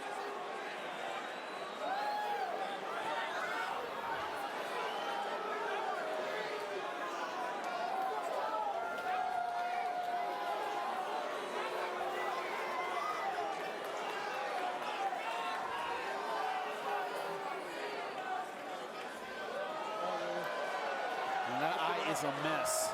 You stay right where you're at. The knee hit here, the foot hit him in the groin, okay?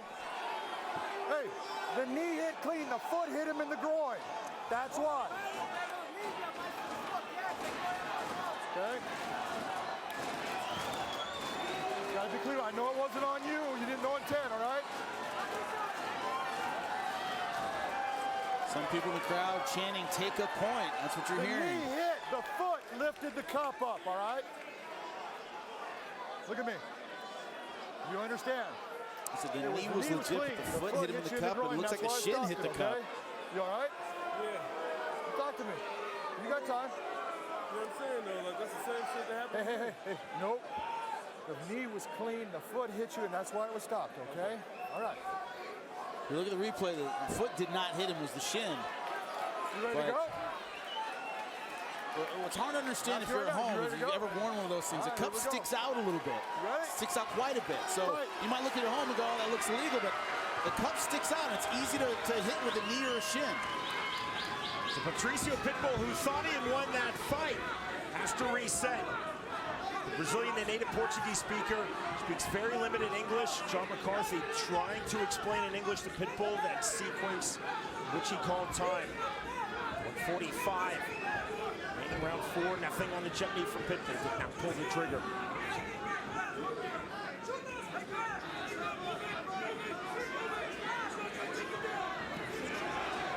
Took by Strauss.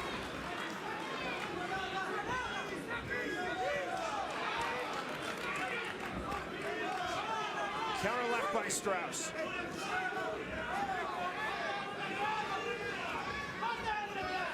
Pitbull now looking for the level change. Looking for the double leg. And he takes down Strauss. And trying to work to the back of Patricio Pitbull. Minute left in a round he was losing. Can Pitbull get it back? Strauss trying to make himself small.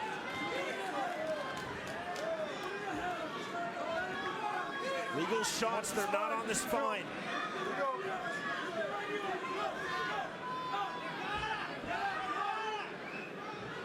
Strauss has to be careful here. If he commits to the Kimura, Pitbull can step over and armbar him. See, that's what Strauss is doing. Looking for the Kimura, has the figure 4. And you won't get it without guard. You put yourself in trouble like this. Pitbull now looking to finish with a rear naked choke. He's got it. McCarthy taking a really close look.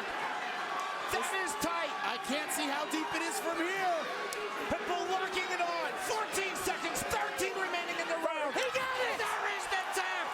And the successful title defense for Patricio Pitbull. Shades of Pat Curran versus Strauss in the 5th round, 15 seconds left. He gives up the rear naked choke. Deja vu all over again. Pitbull still the champion. He's going to be upset with Daniel Strauss back at the gym. Look at it here. Gave up his back. Committed to the Kimura with no guard. You can't do that. Your opponent can step over and take your back. That's exactly what he did. And committed to that rear naked. Pitbull just too strong.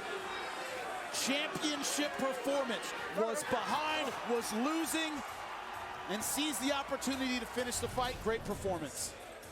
Ladies and gentlemen, inside the Bellator cage, the tap comes by way of a rear naked choke. Official time, 4 minutes, 49 seconds into round number 4. The winner by submission and still Bellator Featherweight World Champion, Patricio Pitbull.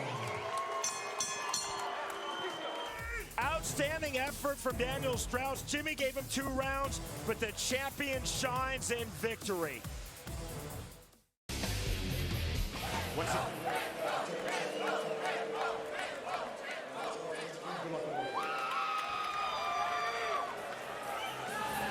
Set for 5 5-minute rounds at stake, Bellator's featherweight world title, and here we go with round number 1.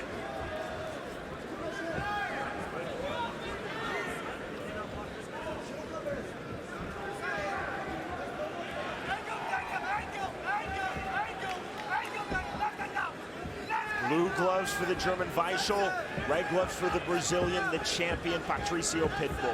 There's been a weakness to Pitbull's striking style is that it's a little basic. He tends to rely on power punches, doesn't angle a whole lot, tends to stand in front of you and throw. Curran took advantage of that, so did Daniel Strauss. Hands much tighter early on for Víchel, much more fluid hands for Patricio Pitbull. The reward of Pitbull's style is once he hits you, he can put you down.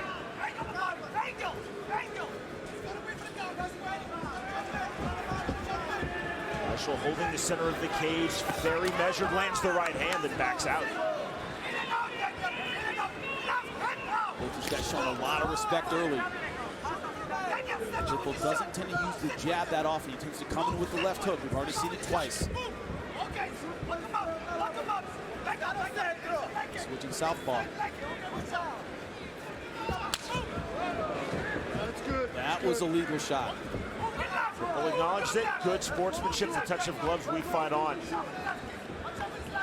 McCarthy saw that it landed legally on the thigh of Pitbull. Left hook. Pitbull showing Víchel a surprising amount of respect early. This guy usually likes to come in and exchange.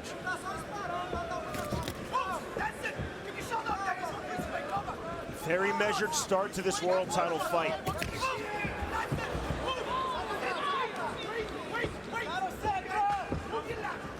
A lot of lateral movement now from Pitbull. Trying to find the striking angle. Steps in, finds it there. Uppercut right hand.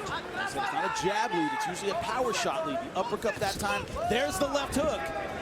Tends to come in behind power shots, not the jab. Víchel has to stay behind the jab to negate that. Hit him with the jab coming in.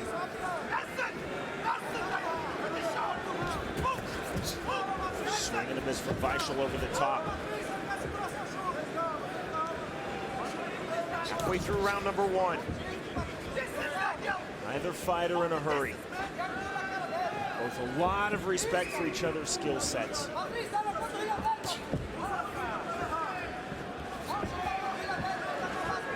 When Curran out-kickboxed him, when Daniel Strauss out-kickboxed him, both guys were very busy. They threw a lot of strikes.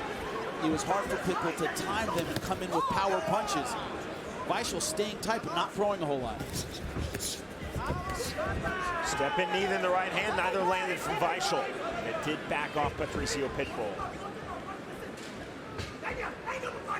150 remaining, round number 1. Glad you are with us for Bellator MMA Unfinished Business live on Spike. We're at the jam-packed Scottrade Center in downtown St. Louis, Missouri. Daniel Víchel versus the champion Patricio Pitbull with Jimmy Smith on Sean Wheelock.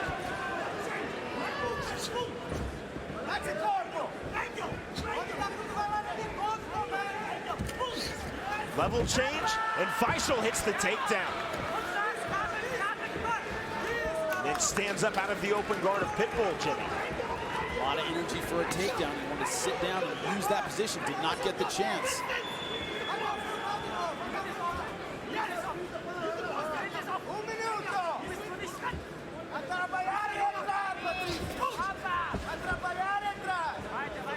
Complaining about the back of the head. John McCarthy not interested, we fight on.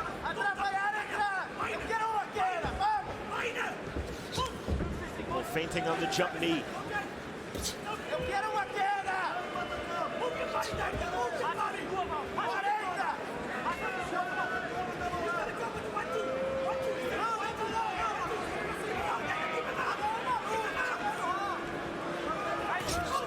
Another nice left hook by Pitbull. Víchel's done better in the back half of this round, controlling the real estate. Hasn't landed many meaningful punches. You hear the disquiet from the crowd. The fighter's very measured. Víchel pulling out of that single leg attempt.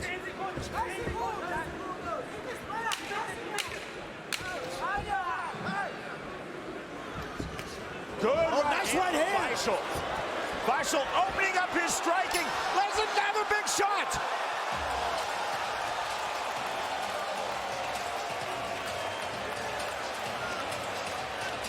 John McCarthy stepped in. Is that the end of the fight or the end of the round? No, it's the end of the round. Víchel thought he Wow. won, and now he's being told you did not win. That is the end of round one. You and I could not hear the bell, the noise of the crowd. You could hear the bell in the replay. McCarthy clearly stepped in after the bell to indicate round one, but again, Víchel, he couldn't hear the bell just like we couldn't hear it. He thought he won the fight. That Pitbull did not have his legs under him at the start of this round. He's got to take time to clear his head. Great replay from our outstanding crew, and you heard the bell clearly. I think that was a good non-call by John McCarthy. Absolutely. But Víchel trying to make the most of it, landing with, oh my God! Time encountered, and a lightning strike come from behind win for Patricio Pitbull. He retains the world title just like that. Another spectacular comeback for Pitbull, this time on the feet. I am stunned. I do not believe it. Everything going Daniel Víchel's way. Pitbull turns off his lights with one shot.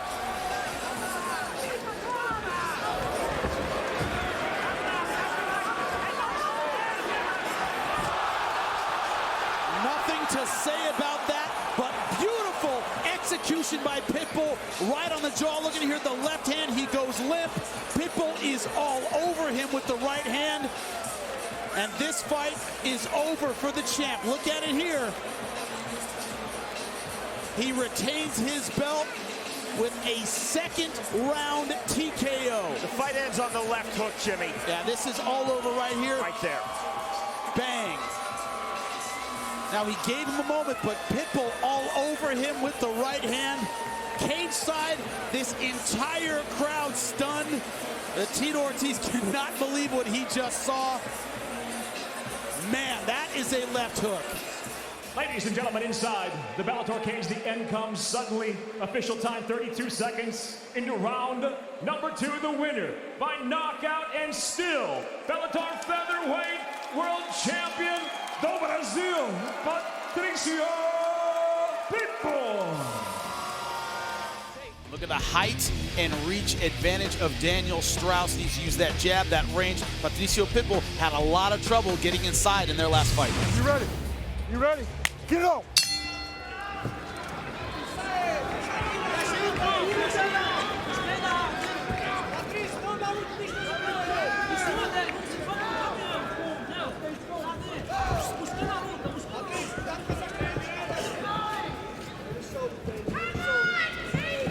Weakness to the striking style of Patricio Pitbull is that it tends to be basic. He relies on power punches, doesn't angle that much, doesn't throw a lot of kicks. Did he add new tools to his toolkit since their last fight? One of the great heavyweights of all time from St. Louis, Sonny Liston.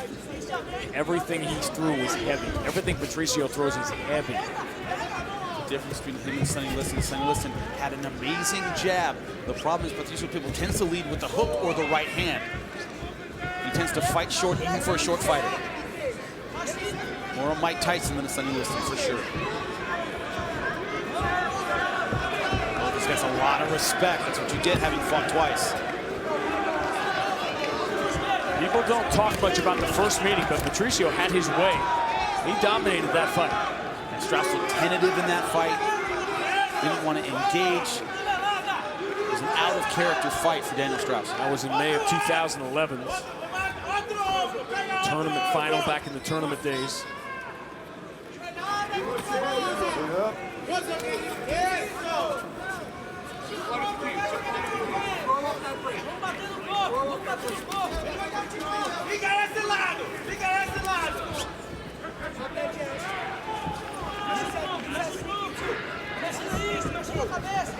Vamos se separar, sai espaço.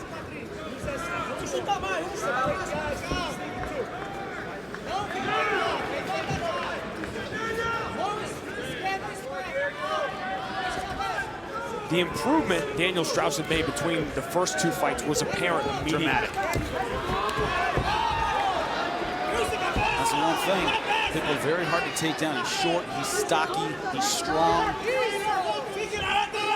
Strauss, the superior wrestler, just physically hard to get underneath Patricio Pitbull's hips.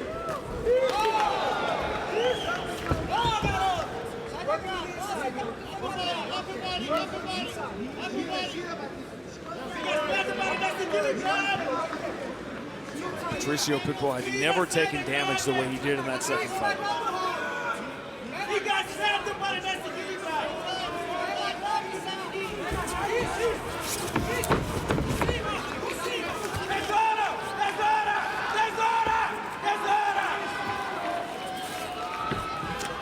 Nice knee, nice elbow. Good short range game. This is where Patricio Pitbull has the advantage, in close. Daniel Strauss trying to fight his way back to the middle.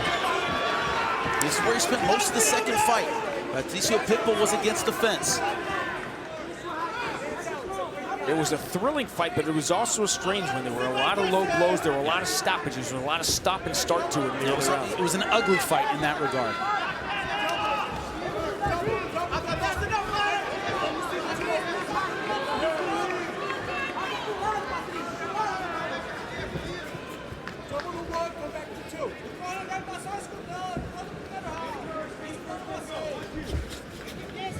One thing about the opposite stances, southpaw for Daniel Strauss, orthodox for Patricio Pitbull, is the power punches are easier to throw. Generally, all that Patricio Pitbull throws anyway. Daniel Strauss leading to set that up. Oh, look at that choke knee. Keeping Patricio at bay, but he breaks into a big smile. There's a lot of respect here, too. I think he had Patricio Pitbull hurt there, but he didn't want to push it. I think he remembered what happened to Daniel Víchel. Everybody remembers what happened to Daniel Víchel. Patricio Pitbull was done in that fight. He was done. There was confusion, you may remember, at the end of the round as to whether the fight was over or just the round. Víchel picked up where he left off at the start of round 2, and then lightning struck. I talked to Daniel Víchel in the hotel after that fight, and what he told me is, Jimmy, I've never been hit like that in my entire life. Sparring, competing, never have I been dropped like that.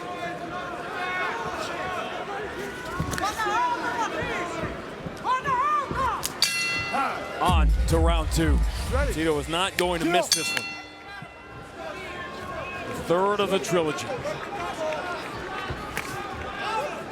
Close first round and tough to call. How did you see it? I give the edge to Daniel Strauss.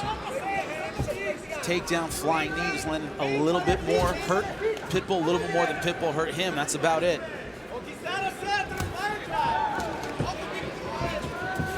Fair or unfair, Daniel Strauss, now when you think of him, you think of the fights he had won and then lost late, because it happened with Pat Curran as well, in addition to the second Patricio fight. The hardest label to shed, I think, in all of sports is choker, because you don't often get to a level where you get to prove you're not a choker. How many Super Bowls do you go to in an entire career? How many championship fights do you get? Not many. Buffalo Bills, 4 straight Super Bowls. All anyone remembers is that they didn't win them. The difference is that Daniel Strauss has been the world champion. He's been there. Yep. It was in that second Pat Curran fight that he lost that title. What Conan Silveira told him in the corner was throw elbows against the fence. Throw elbows and get out. Rely on your short game. Don't throw punches with this guy whose arms are much shorter. Sound advice.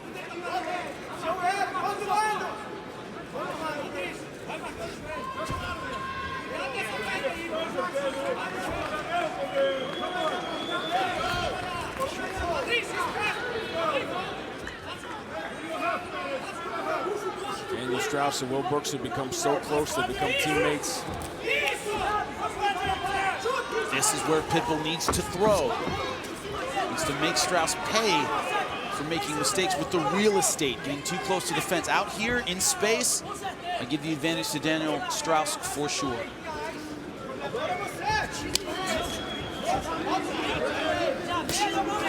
Oh my God! Left hand! Daniel Strauss going for the finish. Pounding up Patricio Pitbull. This might be it. Can he survive?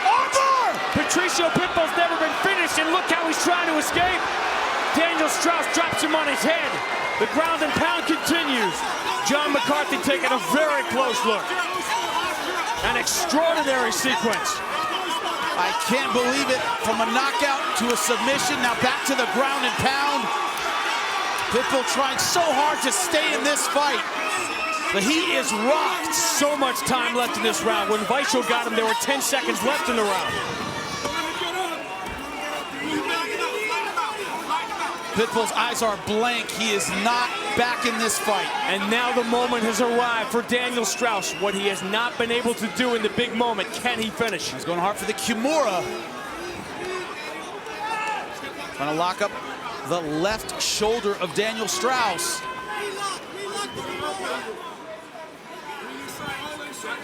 But is Pitbull going for the submission, or is he just trying to clear his head right now? Is he just hanging on? He lets it go.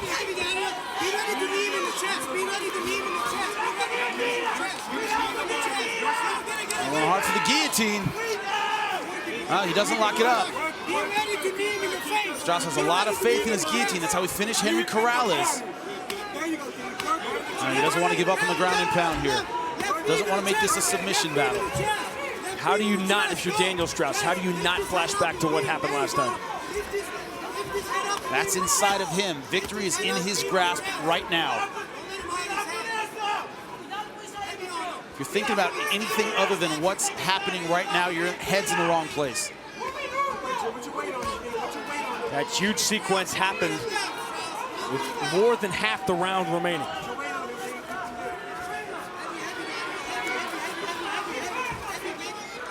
Remember, he can finish the guillotine. He has an excellent one. Pitbull's back to his feet. Oh my God, great elbows.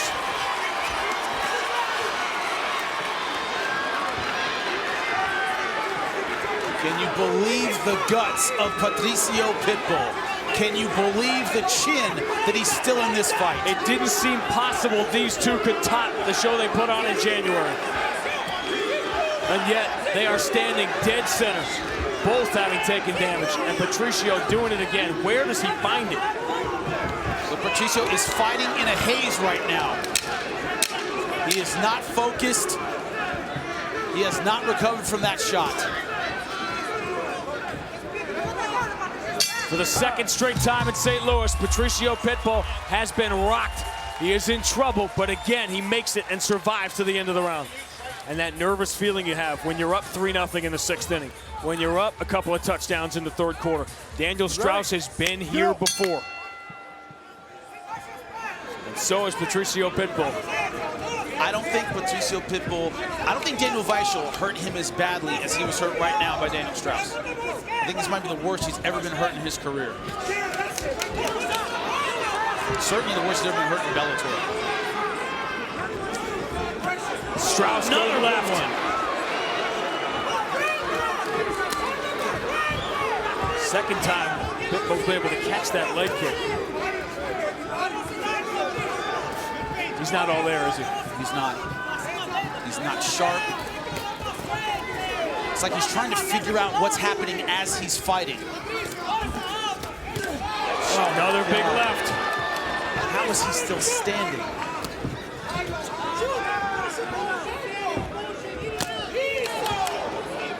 This is what he did against Strauss last time. It's what he did against Víchel. He gave himself a chance for another miracle comeback. Does he have a 3rd one in it? What people don't understand, he's got to be at least mildly concussed from these shots. It's like you're catching up. You're always trying to figure out what's happening. Short-term memory, a lot of times, is gone. You're trying to figure out what's happening as you are fighting. You're fighting confused. That's what it looks like is happening with Patricio Pitbull. He's fighting in a haze right now, but that doesn't mean he isn't dangerous. Is it tempting to change your strategy when you've got the other guy hurt? It can be tempting, but don't expect Daniel Strauss to do that.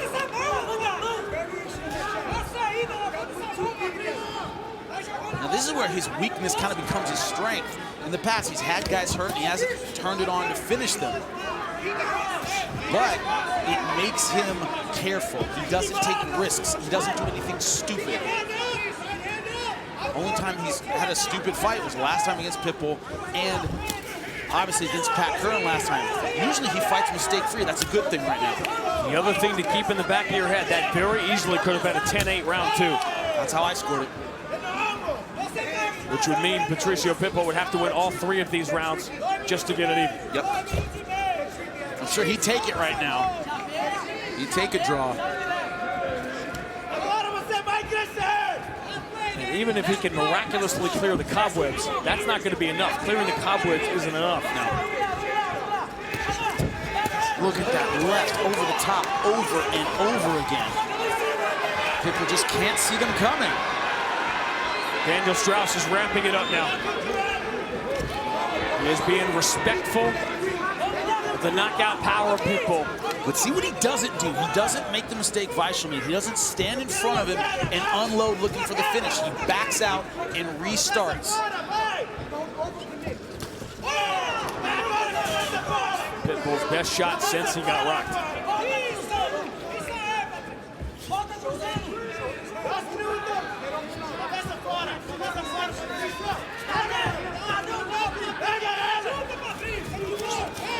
And another angle to this, if you're Pitbull, is can he just keep in this fight until round 4 or 5 and hope that the demons that have plagued Strauss in championship fights come back to haunt him late. That's another thing as well.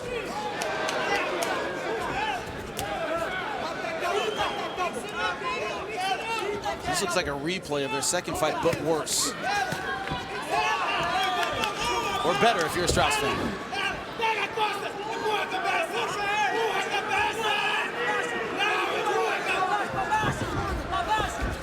To finish the second fight, if you didn't see it, came on the ground. It was one mistake. Daniel Strauss gave up his back, and a rear naked choke later, it was over. Watch your heads, watch your heads. Watch your heads when you come up. It was on purpose. Side. Fight.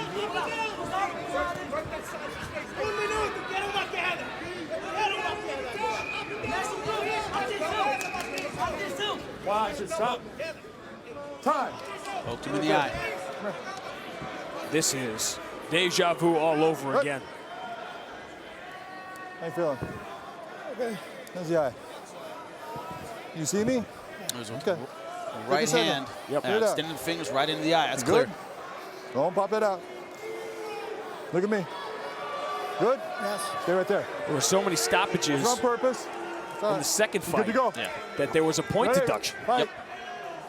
And it was hard for either guy to get a rhythm, really.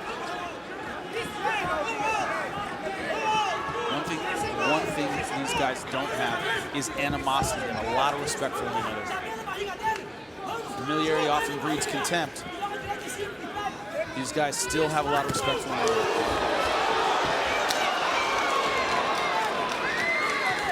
And Daniel Strauss has been smart here.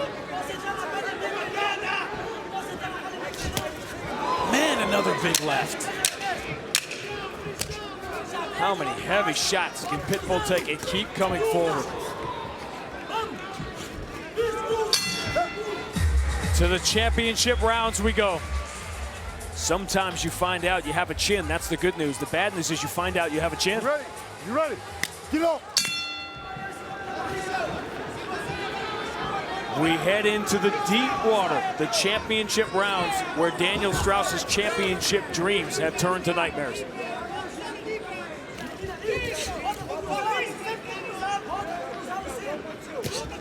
How do you see it through 3? Let me take a wild guess. 3 rounds to none for Daniel Strauss. The second round, 10-8. Almost finished the fight, pure dominance.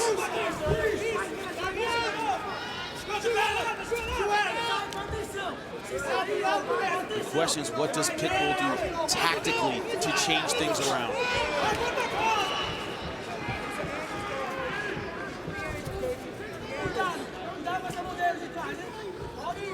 In June, in this cage here in St. Louis, Patricio Pitbull needed the one-punch knockout to save the fight. Now he needs it to win the fight. He needed to clear his head and survive. Now he needs it to hold on to the title. Just have to ask yourself, has the luck run out for Pitbull? Not that he's not a great fighter. The third time in a row, he's needed a desperation comeback to win a fight. He has been dancing through raindrops the last two. And tonight he is getting soaked.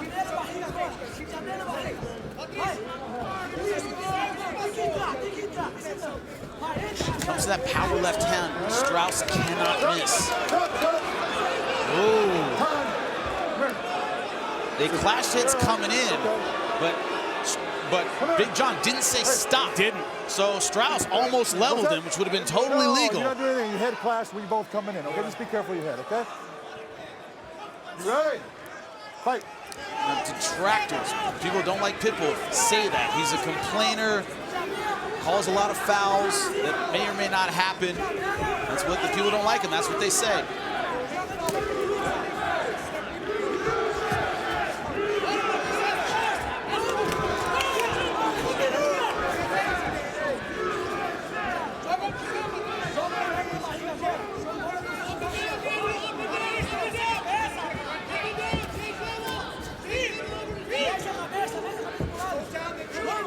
Some people are comfortable leading a race, having that big lead. Some aren't. Daniel Strauss has looked more and more comfortable. The evolution of Daniel Strauss has been on display. First fight to second fight to third fight with Pitbull. He's just getting picked apart from the outside. He's answered back with some power shots, but mostly it's been at Daniel Strauss's range. Nice right hand. Another big left. Answers back. What do you have to do to Pitbull? He keeps coming forward.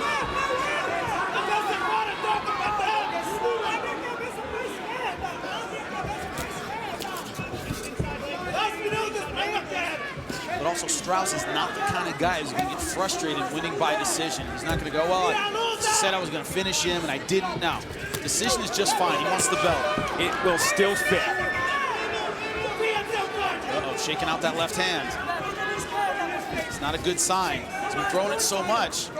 Pitbull has a forehead like a stone. It wouldn't surprise me if he hurt his hand. He led with an elbow there instead of coming across with it. Strauss might have hurt his hand. And now for the first time since getting rocked in round two, Patricio trying to move in, and now Daniel Strauss jab to go to the ground. This is what happened. Jab with the right hand and then a takedown. I think that left hand is hurt. Near side cradle. Trying to turn into a takedown. He's not going to get it. Nice spinning back fist. Almost got him with the elbow on that. See how the hand is open? He's not making a fist with this left hand. Whatever Patricio Pitbull has, he's going to unleash here. He cannot win this fight on the cards. It's not possible. That left hand hook was a slapping shot to Strauss. He doesn't have faith in his left hand anymore. Pitbull's best sequence of the fight. Nice right hand.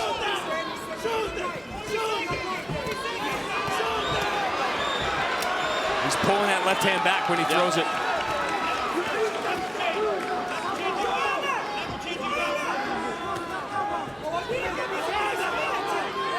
Still have him ahead in this round, though.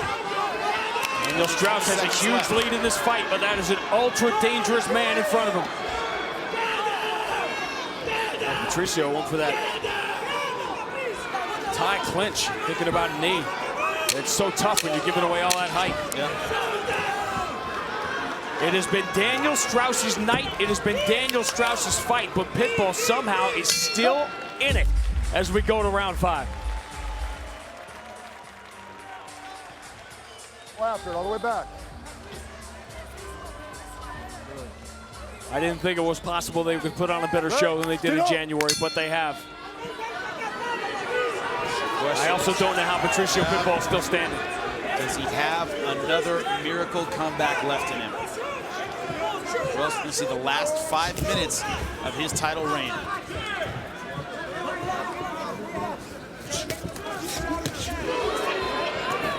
Strauss uses that left early.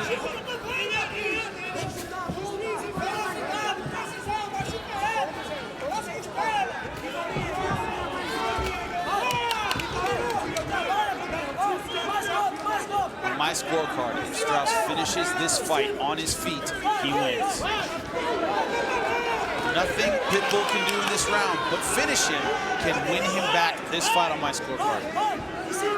Pitbull had a nice finish to the 4th round, but it was still Daniel Strauss's round. And that's the way I had it. I mean, you could have given it to Pitbull. I didn't, just because he finished strong. A lot of judges give more emphasis to the end of the round, but I thought it was a Strauss round. We've seen crazy things from judges in the sport, and there's the human element, but nothing would be crazier than this. This would be a ridiculous robbery. I mean, investigation if Pitbull won a decision so far. This is now about the heart of Patricio Pitbull and the next step in the evolution of Daniel Strauss. He is walking that ledge that twice before he has fallen off. If he keeps his balance for the next 3.5 minutes, he's a world champion. This is a guy in Daniel Strauss who prides himself on his conditioning, his grinding ability, his ability to just wear guys down. He can wrestle this last round. Walk away a champion. Pitbull needs to throw some power punches and get the knockout. He hasn't gotten very close with his takedown. Remember, Patricio Pitbull has 2 losses. They were both by narrow, split decision margins, 1-point margins. He has never been dominated this way.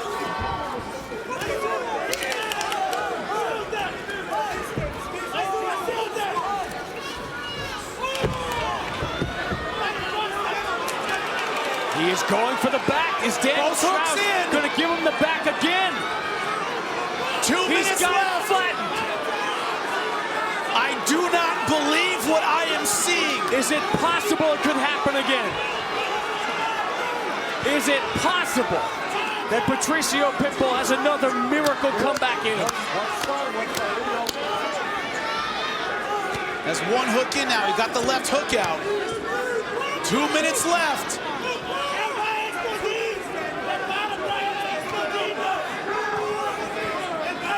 This would not be, in my mind, a comeback. This would be an epic collapse for Daniel Strauss if he lost this fight. Can he last the 2 minutes and exorcise the demons of the ones that got away?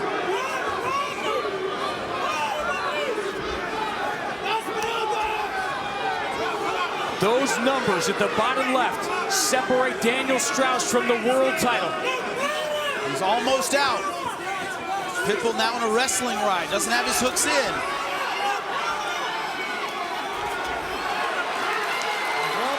And this time, can Daniel Strauss escape? 1 hook in, trying to crank on the neck.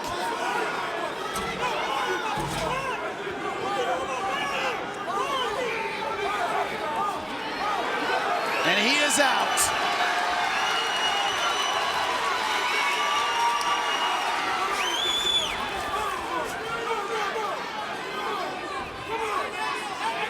Daniel Strauss has always had the skills of a champion. Tonight, the heart of one as well. Final minute. Spinning back fist, Pitbull looking for the desperation knockout.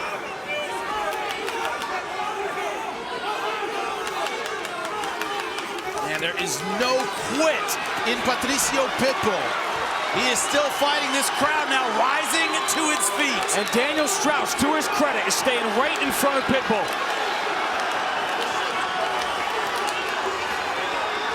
An epic closing moment to this trilogy.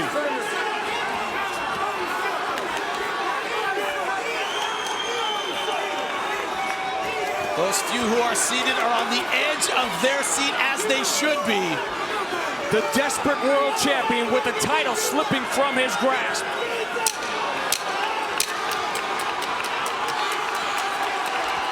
Could this be MMA's Gotti Ward? They are throwing to the bell. Nice left hook, but it's over. A spectacular finish. Patricio Pitbull takes the harm, but for Daniel Strauss, the 3rd time is the charm. My question is, what highlight will you use? Daniel Strauss landed the left hand throughout this fight. Patricio Pitbull, I don't know what kept him standing. His heart, his guts, his championship will kept him in the fight, because this was a wipeout for Daniel Strauss until that last round. And this is how it ended, folks. Toe-to-toe, throwing punches, neither guy backing down, neither guy circling out, neither guy playing defense. It couldn't end any other way. An epic moment in Bellator, an epic moment in the sport. Ladies and gentlemen, having gone the distance, we'll now go to your judges' scorecards. Your first judge at cage side, Justin Brown, scores the fight 49-46. While judges Rob Francis and Ross Swamberg both see the fight the same, 48-47. They all see it for the winner by unanimous decision. And now the new Bellator Featherweight World Champion, Daniel Strauss. It is the fourth time for Strauss and Pitbull. It is main event time. It's Michael C. Williams time. The first time Dan Bergliana has officiated either of these fighters. Been through the rules in the locker room. Want you to obey my commands at all time. Want you to protect yourselves at all time. Have a nice clean fight. Want to touch gloves? Do it now. Good luck to both of you. Thank you, sir. They have spent an hour in the cage with each other. 12 rounds. They probably split the 12-6-6. The fourth fight, and likely the final one between these two. You ready, sir? You ready, sir? Let's go, fight. The fight clock in the main event for the Featherweight World title, brought to you by Miller Lite, the original light beer. Cheers. It's Miller time. Big shot by Pitbull opens the fourth meeting. What I want to see is if Daniel Strauss throws the left hand with confidence. He said it was about a month ago. He finally cracked someone in training with it, and he said it felt great. Remember, he knocked Pitbull down. The biggest shot of the fight was after he had broken that hand. Yep. And it was early on in the fight. Pitbull spent the rest of the fight trying to get back in it. I think he was pretty badly concussed. Hard for him to make a game plan. He was on instinct and survived the rest of the fight. Went for that armbar immediately. Yep. He did more than survive. He had the big fourth round and the dramatic closing sequence. I've grappled with Pitbull. It's like grappling a fire hydrant. Unbelievably strong, great technique on the ground, crazy pressure. You've been to the Guillotine. Yeah, it's pop your head off. Saw Henry Corrales tap to it. Right here in this building, last April. That's the thing about Strauss. He has range, he has versatility. We're seeing a much more patient Pitbull. He's waiting for the one big shot, a little bit like how he fought Ben Henderson. His camp was different, he said, than anyone he's had. It was a recovery camp. He said, listen, I'm not stupid. I'm not 19 years old anymore. I know it. I can't go 3 or 4 times a day. He was coming off that freak injury that cost him the Ben Henderson fight. And this is how he fought Ben Henderson. Waiting for him to come inside, throwing big punches, and Ben never got his offense going. He gained a lot of confidence from that fight. That was a win for Ben Henderson, but Patricio felt that was a fluke. Yes. He's getting out of the way well. Being very elusive. And one thing about Daniel Strauss, most of his fight is his pacing. He's so busy, fighters can't keep up with him. They wear down. And he's not being very busy right now against Pitbull. Tasted that power. Might be making him a little gun shy. But we haven't seen him throw the left hand with confidence yet. We haven't. He just pulled back on the left. Yep. Solid kick from Patricio, and you got to watch, is he going to be gun shy about throwing that kick? I mean, that was a brutal injury. Man, it's a very underused weapon for Pitbull. He has really strong leg kicks, but doesn't throw them that often. He hurt Pat Curran with it in their first fight, never went back to it. It's a weapon you have to use often to be effective.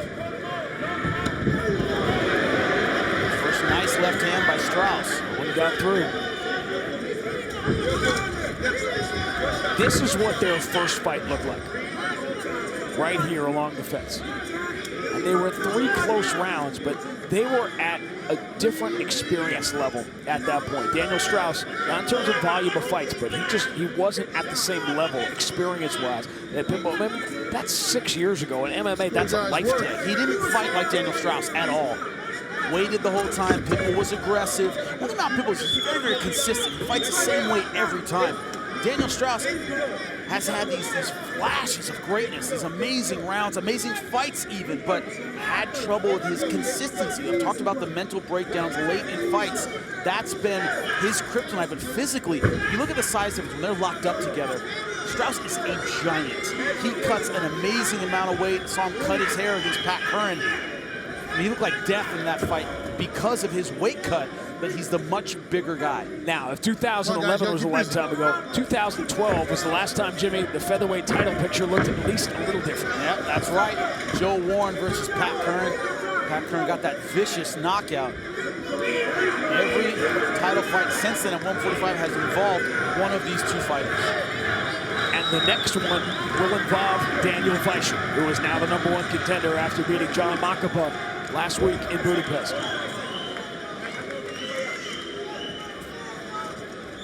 Daniel Víchel, who came so close to that featherweight world title, Dan Murgliano, with the quick trigger. It's on the undercard that Daniel Strauss had a big come from behind win that, following the loss, dominant win that got him the title shot in November. It resulted in the title victory.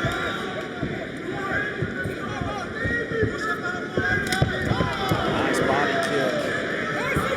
Everything he throws with power. There are no feeling out punches. Strauss, I think, yet to find his offensive rhythm in this fight. The last time we saw Daniel Strauss after the first round, he put his hand on the cage just that way, the left hand. His coaches immediately grabbed it, knew it was broken, he knew it was in trouble, and his coaches were saying, you want to fight or you want to talk about your broken hand? And he snapped right back into the fight and obviously became the world champion. Jimmy's scorecard brought to you by Dollar Shave Club. Get your fresh blade shave at dollarshaveclub.com today. 10-9 Pitbull thought he was more accurate with the right hand than Daniel Strauss was with the left. But Daniel Strauss moving forward a lot. But I thought Pitbull more effective. He has a great guillotine. You see Daniel Strauss, his hand on the hips, trying to keep Pitbull from pulling guard and really cranking on that guillotine. There he goes. Goes for it. This is how he beat Henry Corrales. It's over. He got it. Daniel Strauss taps immediately. And Patricio Pitbull has climbed the mountain again. No doubt, no rounds, not long, not grueling, definitive. He got the guillotine finish. He is the champ once again. Ladies and gentlemen, inside the Bellator cage, the tap comes by way of a guillotine choke. Official time, 37 seconds into round number 2 by submission. He is the new and now 2-time Bellator featherweight world champion do Brasil, Patricio Pitbull.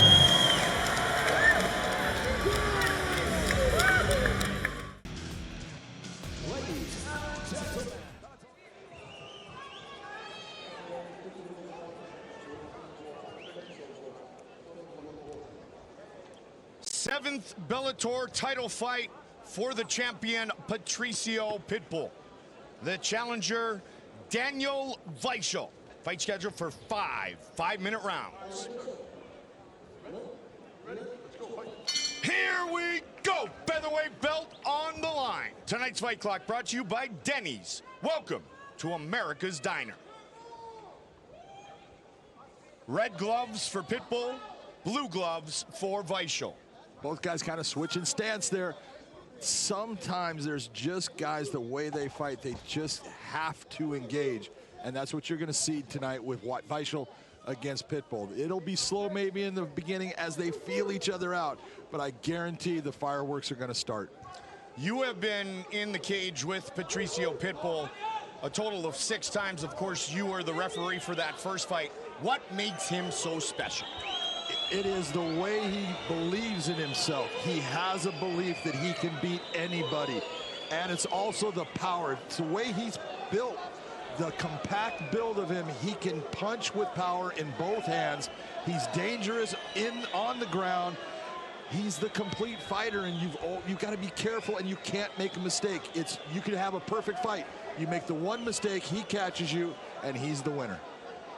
You also were inside the cage in Fresno when Daniel Víchel beat the former champion Pat Curran, which was a really big confidence builder for him at the time. It was, and it was a very technical fight between the two. But Víchel in that fight showed that he could stay composed. That was the big difference. In other fights in the past, just like in his loss to Pitbull, Víchel has overextended and created an opening that his opponent has taken advantage of. And in that fight against Curran, he stayed composed the entire time. No matter what happened, he collected himself, reset, and came back in the technical fashion that makes him the fighter he is. As he did in Budapest against John McKee when he took that heavy shot early. He did. He took a big shot that hurt him and hurt him bad, and he reset and came back. He lost that round, but he came back in those next two and picked McKee apart. Just a couple-hour flight for Daniel Víchel. Lots of family here. His girlfriend, longtime girlfriend, Lisa, staying home with their daughter, who was born on November 24th, 2017. November 24th is a really good day, by the way. And although I know we don't have a lot of action here, I'm actually impressed with Patricio Pitbull that he's not being that guy that says, oh, I got to make something happen. He is taking his time, and he's trying to press Daniel into being the guy that comes at him so he can counter him. That just shows the maturity of Patricio Pitbull as a fighter. Well, the crowd's kind of spoiled at this point, aren't they? After all those quick knockouts, they expect everyone to go the same. So much for all that studying. This also, and it can't be overstated, this is also mutual respect is what it is. It is, man. As a champion or as the challenger, you've got to look and understand, I've got 5 5-minute rounds. I do not have to end this thing in the first 30 seconds. Or the last 30 seconds could be where I end it. If I rush, I can make a mistake. Let me get into a groove and let me start doing what I do best. Which is what Víchel said he will not do again in his career, and that is lose his focus, lose his composure. He was so excited with that late almost finish in round 1 of the first fight. He fought undisciplined in round number 2 and got finished with that counter left hook. And it's so easy to do when you are in a position that you actually think you won the fight, because he doesn't hear the bell. He thinks that I come in and I stop the fight and it's over, and I have to tell him, no, that's the end of the round. Go back to your corner. And he has to collect himself, get himself back into a mindset of going after Pitbull the right way, and he tried to finish the fight too fast. Patricio said of his opponent, he's a complete fighter, doesn't get tired, doesn't get intimidated. He is a true warrior. I think he's right about it. He doesn't get intimidated by anybody. I don't care what fighter it is or what size you are. If you took Fedor Emelianenko and said, Patricio, I want you to fight Fedor, he'd go, okay. Yeah, it's true. So would Patricky, by the way. Yeah, he would. Interesting to note, and let's keep an eye on it later, that spinning kick thrown a moment ago by Patricio, he switched to southpaw and then threw the spinning kick. So let's keep an eye on that as the fight continues. Well, it's unusual that he is switching to the southpaw as much as he is. Normally, he's an orthodox fighter, and he likes to fight from the orthodox stance, but he has seen something that tells him he wants that right hand forward. Just what I said, John. Exactly. He just did it again from the southpaw stance. Exactly.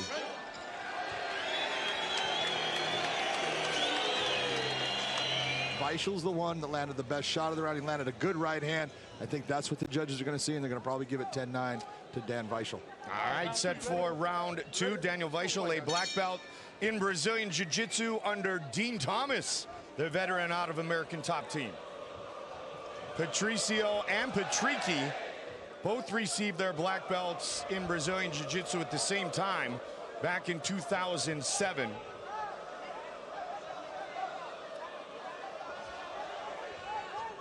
You know, we talked about it, Mike. I really do respect what both fighters are doing, and I respect the way that Daniel Víchel is taking his time.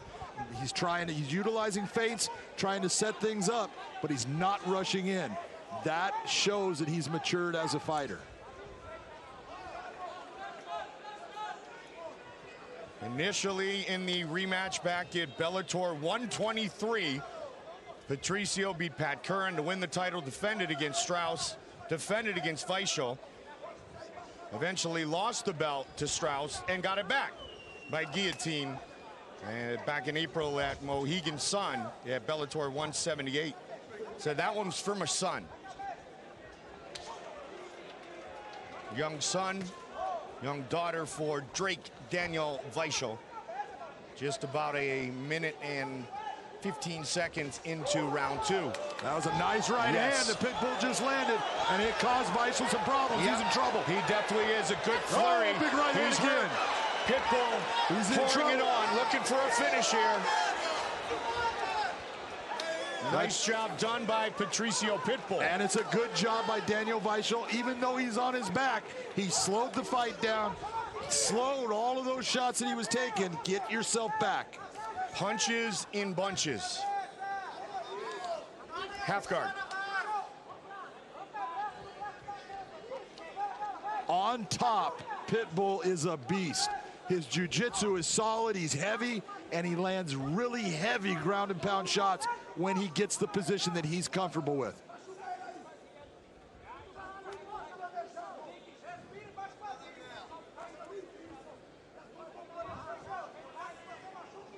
With a victory, Patricio Pitbull would be tied for #1 all time with Michael Chandler with 15. Joe Warren has 14. That has not happened yet, and Daniel Víchel plans on it not happening here tonight in Rome, Italy. Daniel Víchel going to a butterfly guard, which is a great defensive guard, although it's also offensive. And he can, just like what you're seeing right there, by pushing up, elevating on the hips, taking Pitbull out of balance and putting his weight heavy on the front, he's giving him problems, and he's creating time that he's not getting hit by big shots. Pitbull does his wrestling with the captain, Eric Albarracin, who works with Henry Cejudo, the 2008 Olympic gold medalist. He's got a title fight coming up. Title fight here inside the Bellator cage, the rematch. Red gloves for Patricio Pitbull, blue gloves for Daniel Víchel. Mike Goldberg, Big John McCarthy from Rome, Italy. Foro Italica. All that ground gave Daniel Víchel the ability to recoup from those big shots that he took from Pitbull, but Pitbull gained confidence off of landing those shots, and he's looking to start to walk down Daniel Víchel and land another right hand. The finish came in round 2 in the first fight. Just over a minute remaining in round #2 in this rematch.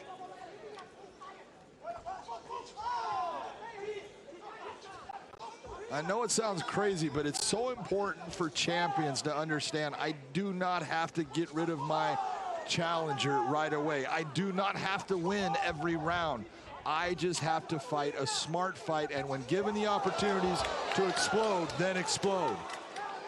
I think a perfect example of that is going the distance in what was a rematch with Curran, and then the rear naked choke against Daniel Strauss came 4:49 into round #4. Exactly, and that's, you know, it's so hard when you're a young fighter, and if you have success early in fights, by winning early in the round, you think, I need to do this all the time. You don't. You just need to take your time and find that spot where you can explode and open up and do damage to your opponent. That's going to get you your win. Final seconds of round #2. Good job of Víchel to control the head and not allow damage in this position.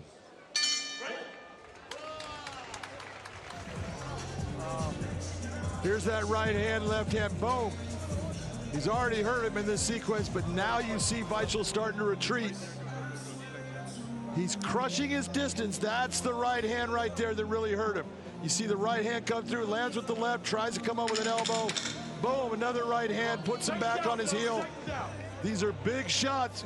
Víchel is opening up, trying to get him off of him, but those shots definitely win Patricio Pitbull. That round, we're now even 1-1. So 10-9 Víchel in round 1, 10-9 Patricio Pitbull in round 2 on Big John McCarthy's scorecard. And the unfortunate part is they were 2 completely different rounds. If you're going to say who's actually winning the fight right now, it's Patricio Pitbull. Round 3. 4th time Víchel has been scheduled for 5 rounds, his second Bellator title fight. He has never fought past the 3rd round. Although, as I mentioned, he has been scheduled on 3 occasions previous to tonight for 25 minutes. Well, he's a cardio monster, so there's no doubt he can make that time. It's just a matter of don't give Patricio Pitbull that big opening. Right there when you're getting hit, you've got to lift that leg. There you go. Check that kick. If you're going to take and eat that kick, you got to make sure that it does not off-balance you so you can get hit by another shot that ends up hurting you. Víchel has fought in Germany, England, Japan, Ireland, Sweden, Bulgaria, the Netherlands, France, the US, and tonight for the first time here in Italy. Special treat, outdoor venue. Maybe next time we come here, we'll be inside the Coliseum. That was good use of catching the kick and putting Patricio back on his butt with that takedown. What can Daniel Víchel do in this position? That's the question. He just moved from guard to half guard, so he's advancing position, and he's showing that he's going after more than just being on the ground here and looking busy. Interesting to note that Pitbull has 11 career wins by submission, but 7 of those were in his first 13 wins. So they came very early in his career. Doesn't mean he cannot finish a fight by submission. The submission that you really see Patricio go after is the choke, be it a guillotine choke, a rear naked choke. And he has learned that he likes to punch. He likes the knockout. So does his brother. And that's what they really train. They train their wrestling. They train their stand-up. They train their jiu-jitsu, but it's more of a defensive jiu-jitsu instead of that offensive jiu-jitsu. Both guys see a neck and they go for it. They do, and when they get the squeeze, especially Patricio, he locks it on, you're in trouble. 7 of his first 13 wins by submission, 22 career wins by submission for Daniel Víchel, who is now on top. That was some really good jiu-jitsu by both players right there. You saw Patricio was utilizing an open guard, using an elevator hook, and Víchel passed it, getting to half guard. Great job by Daniel Víchel to main control and get back to half guard.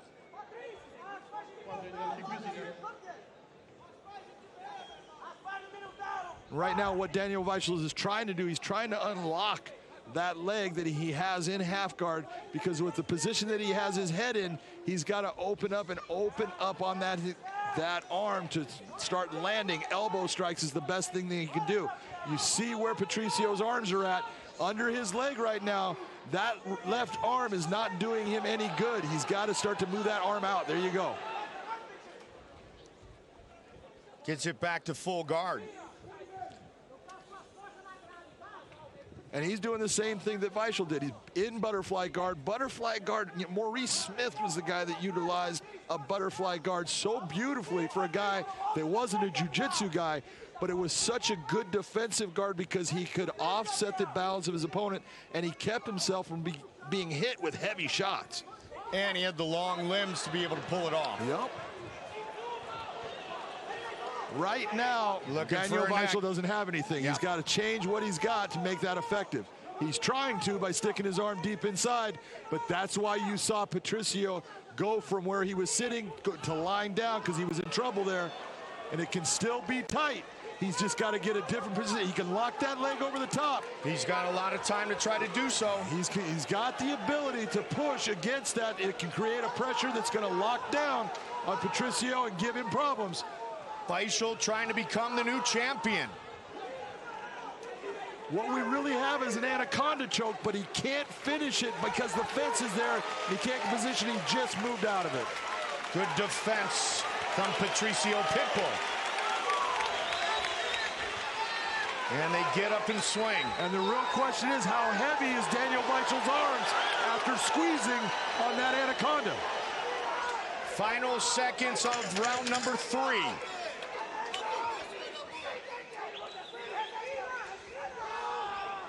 Good knee. And a strong round for the challenger. Here's the choke that he almost had on Patricio Pitbull. This is an anaconda. The difference is he's not able to grab the leg, so he tried to utilize the cage by pushing Pitbull. That leg right there wanted to catch Pitbull's right leg. It didn't work, so he tried to push him against the fence to create that pressure. It almost worked. Championship rounds, first time to round number 4 for Daniel Víchel. 7th time Pitbull has been scheduled for 5 rounds. He is 4-2 in 5-round fights, 1-2 in the 3 fights that have gone the full 25 minutes. We have seen a little bit of everything, which is what we had hoped for here with the featherweight belt on the line. Nice right-left combination by Pitbull. Hit him with good, solid shots, and that rattled Daniel. Pitbull has definitely landed the heavier shots thus far in this fight. And that's what the judges are looking for. They don't care so much about volume unless they see no damaging shots. But when you see heavy damaging shots, they give more priority to those than the volume.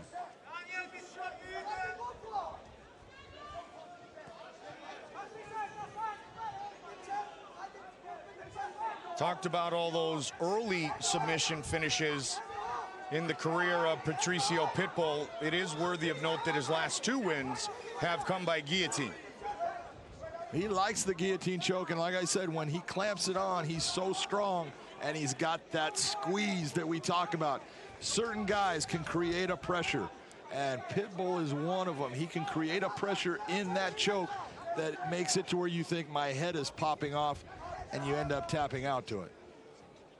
The younger of the Pitbull brothers by 547 days, about a year and a half. Patricky, of course, in the corner of his younger brother Patricio tonight. Víchel has definitely slowed down in his offensive output.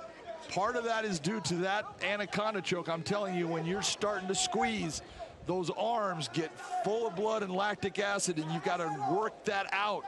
And that's what he's trying to do. He got hit by a couple of good shots at the beginning here, and he hasn't done a whole lot since, except for that right hand he just threw. And let's not forget that we are in an outside venue, and while it is nighttime, it's still a bit warm. Warmer than it would be if we were somewhere inside. Absolutely, it's warm out here, and these guys are feeling it. But again, Pitbull just landed 2 more really hard shots, and it's slowing what Daniel Víchel is doing down. First fight in 456 days for Víchel. That right hand again, Mike. Yep. The right hand is getting through. And that's what the Brazilians were telling you from the locker room before this fight, to watch for the right hand of Patricio Pitbull. Now he's in the southpaw stance. Will we see a spin again? Now he switches back quickly. Yeah, and you know what? He's switching back because he realizes I'm doing better from my orthodox stance. I'm landing my right hand, and I'm going to stay with that. Man, he just ate that kick trying to return with the right hand. Under 2 minutes on the clock here in round 4.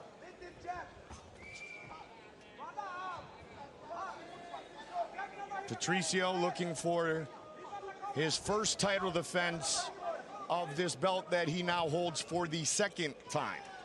Had 2 title defenses the first time he was the champ. That's a good low outside kick that Víchel is landing, but that is not going to make up for the shots that Patricio has landed so far in this round. Oh my. Well, again, that one hurt, and a flurry, and a lot of time on the clock. Flying knee. He's in trouble, Micah. He hit Pitbull back, but it did not affect him. Can he do it right here, right now? Half guard. And again, this is very smart by Víchel. He is slowing down that progression. He's on his back, but he's still not getting hit. Now he's in trouble. Full mount. We got full mount. And Pitbull was able to drag that right leg out pretty easily. Víchel trying to get it back to half guard.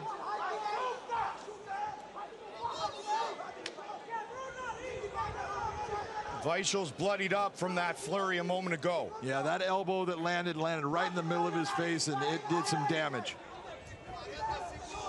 Patricio pushed away and says, all right, let's stand up. 30 seconds. on the clock here in the fourth. And you can see the way that Víchel got up. He's still not steady. 20 seconds.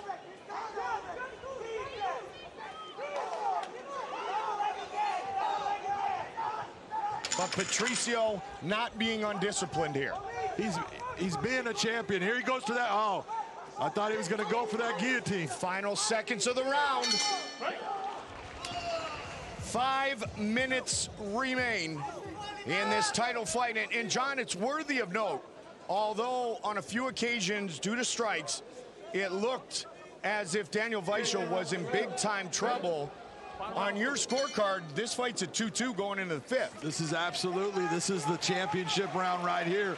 Whoever wins this round is going to win this fight, in my opinion. The big difference is the damage that Daniel Víchel took in that last round. We're going to see how much it affects him, because right now he is not going to be breathing out of his nose. He's going to be breathing out of his mouth. With his mouth open, that's going to cause him problems if he gets hit by Pitbull. First time past the third round for Víchel. Pitbull 1-2 in fights that have gone 25 minutes. And you can see, take a look, Mike, you can see his mouth open already. That is a problem for him. He's not going to be biting down on that mouthpiece. You can't time it with the punches. You want to be biting down on it. Sometimes you'll bite down on it a little bit harder than others, but it's always a pressure. And when you don't have that pressure and you get hit, it can put you out. And your opponent knows. Oh yeah, he sees it. No doubt about it. So look for a potential uppercut here. Good kick. And Pitbull walked right into that one. Nicely done by Víchel. Good right hand by Víchel and a good high kick to follow it up. That's what we talk about. Hide that kick behind your hands. That is going to make you successful. Daniel Víchel said, it's taken me 15 years to get to the position I'm in today. 3.5 minutes on the clock. Will Pitbull win again and defend, or will we have our first Bellator champion from Germany? Pitbull's just pushing him away. He's waiting for that moment that he can strike out with that right hand and hurt Daniel Víchel again. We'll see if that happens, because if Daniel Víchel continues to move, he's going to try to keep that from occurring.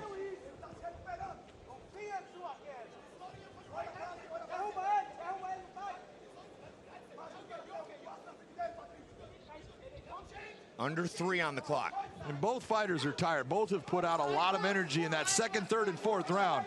There was a lot happening in this fight. That first round was a little slow, but those next 2-3 rounds, they put out a lot of energy, and it is, like you said, oh, he's rattled again. You can see him shaking his head out.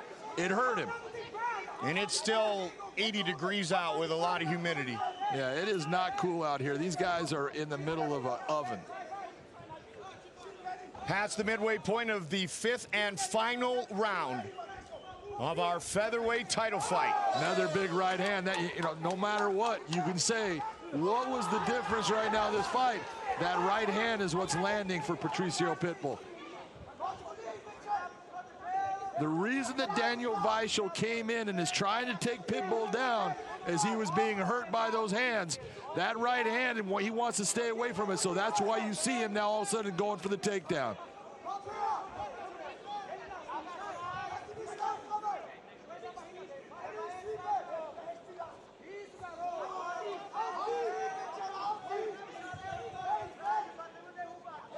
You can look right now, Pitbull's got double underhooks with very high position. That's a strong position in MMA. Does he decide to take this fight to the ground and grind Víchel out, or is he going to let go of this and go back to the stand-up that he feels so comfortable in? Under 90 seconds now. There's your answer, John. And it just answered it right away.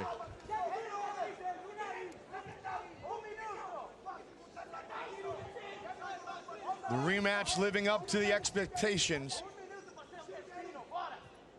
You know, it's been a great fight, but it's different than the first one, and both guys have showed I learned something from it. I can't be that guy that goes after things right away and just lays it all out there. I need to be smart. Well, part of evolving and improving is learning patience and discipline and not making yourself susceptible to damage or knockouts or submission losses because you're always looking for the highlight reel finish. Yeah, that's exactly right, Mike. And look at, this is the best performance I have ever seen out of Daniel Víchel, even in his win against John McKee, which I really was impressed by him.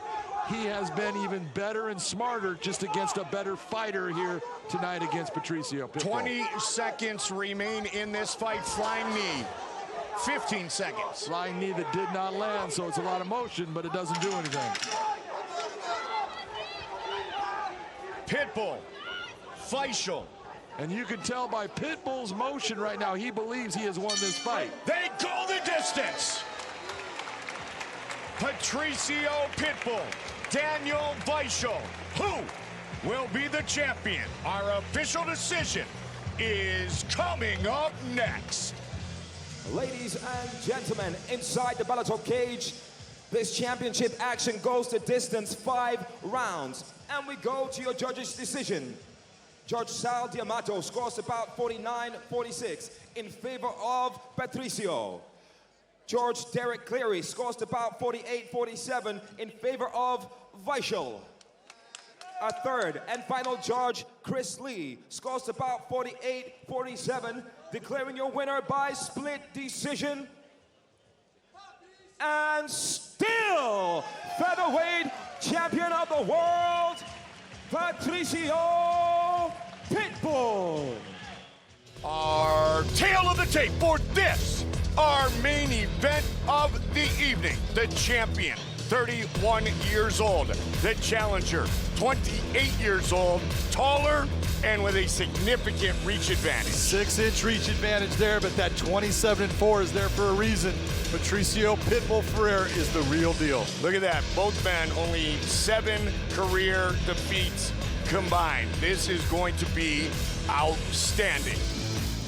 Ready to fight? Ready to fight? Let's go!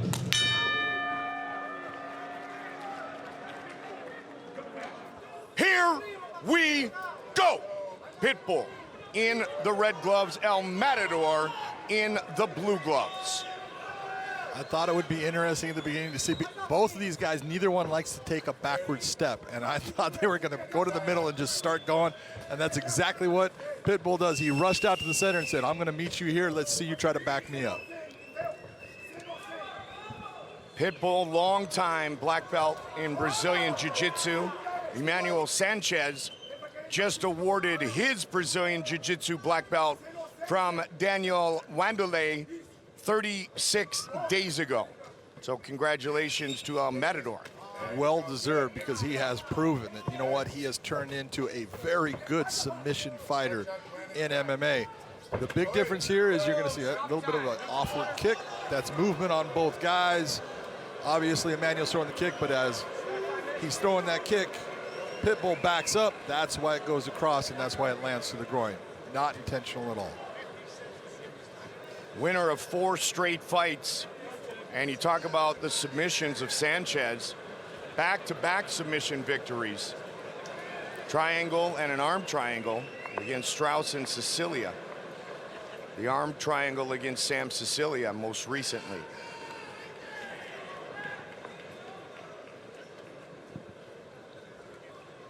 Emmanuel Sanchez has never been stopped.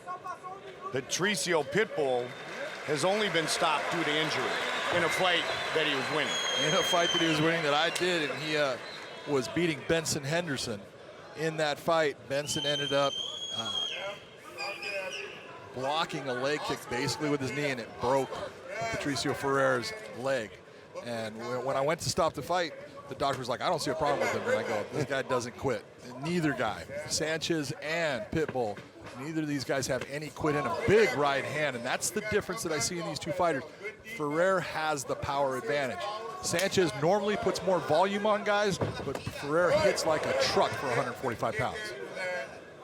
Emmanuel said he's matured. He still has not shown his best inside the Bellator cage, and while many would be very impatient, he said he had to wait for this one. He truly was not ready. He is tonight. Can he pull it off and defeat Patricio Pitbull? who, by the way, did have a broken leg because he spent 45 days in a wheelchair. Yes, he had a broken leg.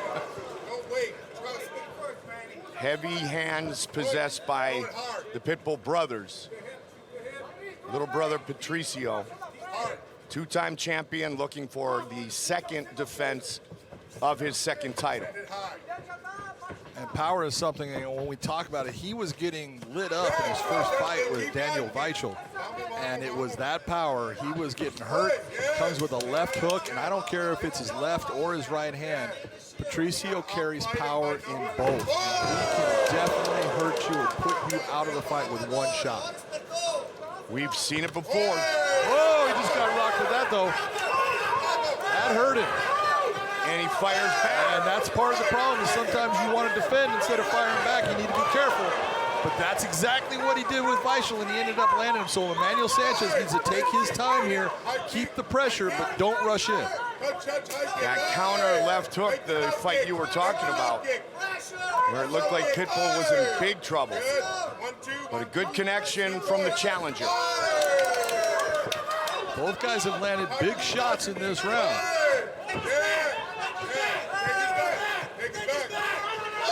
Good balance shown by El Matador. Pitbull in the pocket pushing forward. Sanchez said his life changed drastically when he met and started working with Duke Roufus about 5-6 years ago. You know, they're those guys that come into your life. Sometimes they come in for a very short amount of time. It's almost, it can be, you know, an hour. And there's those guys that are in your life for a long time, but they make a difference in who you are as a person. And Duke Roufus has done that with Emmanuel Sanchez, and he talks about him with a reverence. And you look at that, and you know exactly what Duke has given him through the martial arts.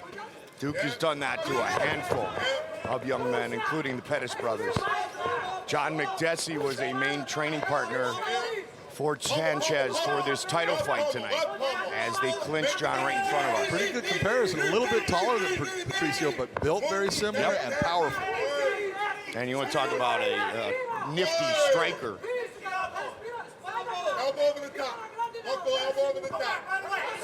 Pressure. Yeah, almost do it. Of course, Coach Cush, Scott Cushman, does a great job with Duke as well. And Duke has always played the role of big brother. and he's a great big brother to these young fighters. He is, you know, he's a leader. Yep. And he doesn't lead, he leads by example. He doesn't sit there and say, hey, follow me, look at me. He just says, hey man, you know, what are we gonna do? And one of the things, you know, I love about Duke is he takes care of his guys. Final seconds of a very entertaining round one. And a back and forth round number one. It absolutely was back and forth. You look at Pitbull had a couple of times he was lighting Emmanuel up. Emmanuel works his way through it. Then Emmanuel came out, hurt him. You can see that shot. It's going to be dependent on who the judges are looking at as far as who did the most damage in that round and who landed the best shots as far as what was it that affected the fight the most. Well, I will tell you that there's a huge mouse under the left eye of the champion.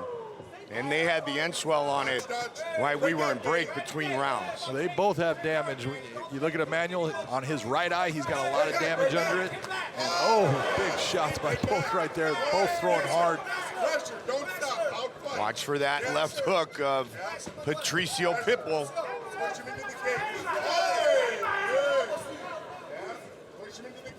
Sanchez doing a nice job with that kick. Patricio moving right into it. Yep.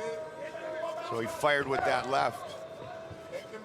Sanchez got a big mark underneath that right eye now. It's definitely, yeah, he's got a good cut underneath it. It should not affect him in the fight because it's all dripping down. It's not going to affect his eye. But that was what happened in that exchange that we saw. Body kick. Keep going, body. Body again. Quick kicks by Emmanuel Sanchez. And you know those kicks, when you're looking at it, they're hitting the arm, but that's okay because those hitting the arm is going to slow that right arm down. And so if I was in Emmanuel's corner, I'd say, hey man, every time you get a chance, I want you to pound that arm. Every time you can, just keep on firing at it. I don't care if it's hitting the arm, I want you to do it because it's going to start to affect him and what he can do offensively. Sanchez, a black belt in kickboxing under Duke Roufus, a world champion. champion, by the way, and you wouldn't know it because he never mentions it. He came from a family that kind of got involved in that a little bit. His brother Rick was a little crazy. It still is. 2 minutes into round 2. Nice shot. One of the things I want to point out here is you're watching. Look at what I'm saying when I say these guys don't back up. Neither guy's backing up. Patricio is using lateral movement. That is smart fighting. That's what you want to do. Emmanuel is trying to cut that lateral movement off, moving forward. This is awesome footwork and display of technical fighting by both guys. Yes, his arm hurts. Yeah, kick the arms, kick the arms, kick the arms, kick the arms. Right kick, middle kick, middle kick, middle kick again. More middle kicks. All kick, middle kicks. High kick. Mike Goldberg, Big John McCarthy in Tel Aviv. This is our main event of the evening. The champion in the red gloves, the challenger in the blue gloves. Both men beaten a little bit, bloodied a little bit. Both men far from beaten. Both guys are fighting exactly the way they're supposed to. That, again, not intentional, going for an inside. You see the hips move back on Ferrer. That's why it lands where it does. But Kevin's going to sit here and he's going to give him time. He's going to start to let things, air out a little bit. But I don't think he's going to be taking a point for that because of it's the movement of both fighters. But he will warn Emmanuel about, hey, you got to be in control of your weapons. It's a warning, right?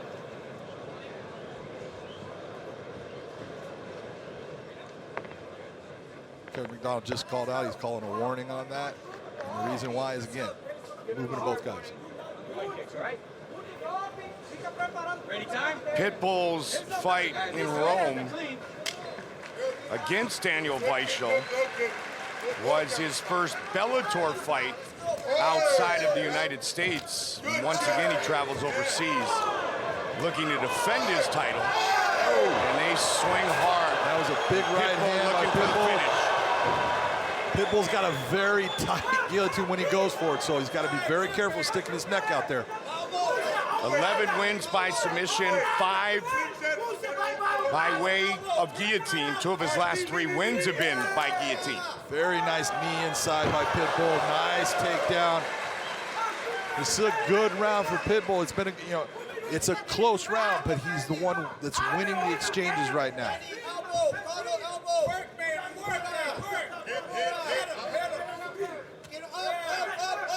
Sanchez utilizing the fence to get himself back to a seated position, get himself back up off the ground, but he's got to be careful of Pitbull being able to close his hands around his waist.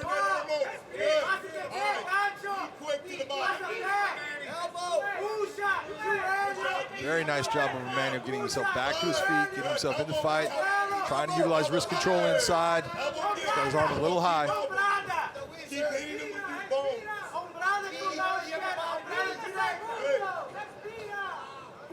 44 combined victories for Pitbull and Sanchez. Beautiful and another takedown. And I'm telling you, there's no doubt in my mind, Pitbull perfected that nice little inside trip with the work of a guy named Henry Cejudo, an Olympic gold medalist that he trains with. And the captain, Eric Albarracin, big part of that as well. Yep.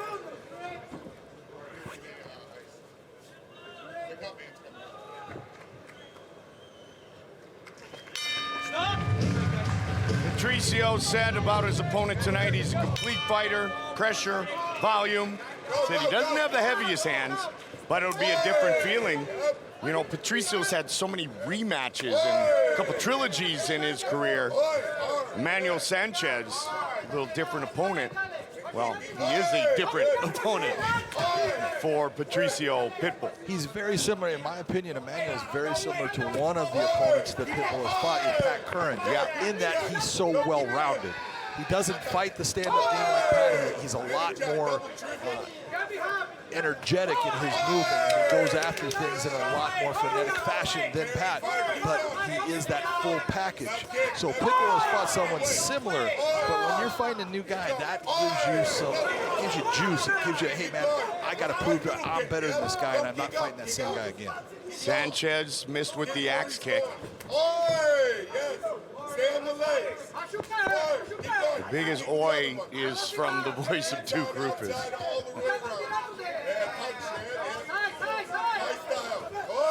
Well, we've talked about, Patricio's been here before. He's been here many times in 5-round fights. Absolutely. So he knows, hey, I got a lot of time in this fight to do what I need to do to win. And you've got to look at what Emmanuel's doing, and Emmanuel is very controlled in what he's doing in the cage, systematically going after the same thing. So what we have is we've got both guys knowing, hey, I don't have to win this fight right away. Oh, good shots by Pitbull. Heavy shots.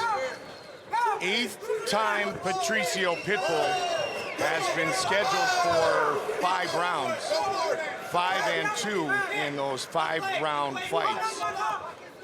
And he's finished 3 of those fights. Right kick, kick out, not up. Kick out. But he's about even 500 in ones that go the distance. Of course, we said right at the top of this main event, first 5-round fight in the career of El Matador Emmanuel Sanchez. Touch kick. Don't touch kick. Don't touch the kick. Hard kick. Yeah, kick. He's running. Hey! The right kick when he moves right. Hey! Keep going. You're going to see that Patricio likes to switch stance a lot. He'll go orthodox and then he'll go southpaw. Got a mouthpiece that's out right now.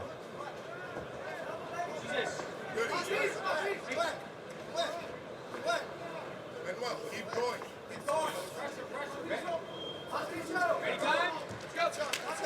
And the fight continues. Just back to it. Yep. But one of the things, when he is southpaw, he likes to throw that straight left hand, but his hook is one of his best shots, so you see him switching back to orthodox a lot because he likes to throw the hook. So he relies on that left hand a lot in his fighting. Even though he knows he's got huge power in his right hand, he loves to bring that left hand. A lot of kicks being utilized in this round by Sanchez. Which is smart. He's got a lot of length on him, and it can keep him at bay, keeps him at distance, and keeps him from responding. Just ate a big one, though.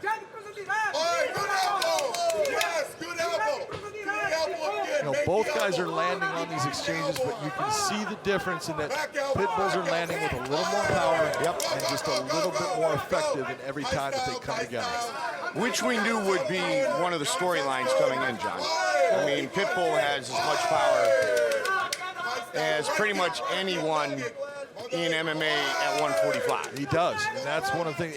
What makes him so difficult is for a guy that doesn't have a big reach, a guy that is not tall. He likes to come inside, and he's good at stepping in and throwing heavy shots. And when you get hit by that power, you go, man, I don't want that to happen again. So you start to back off of him, and that's everything that he needs. That's one of the things I'm so impressed with Emmanuel Sanchez right there. He's not backing off him at all. He's proud to represent Mexican fighters. He's talked about that many times. Henry Cejudo, Cain Velasquez, two of his buddies in this game. Flying knee by Pitbull. Final minute of round 3.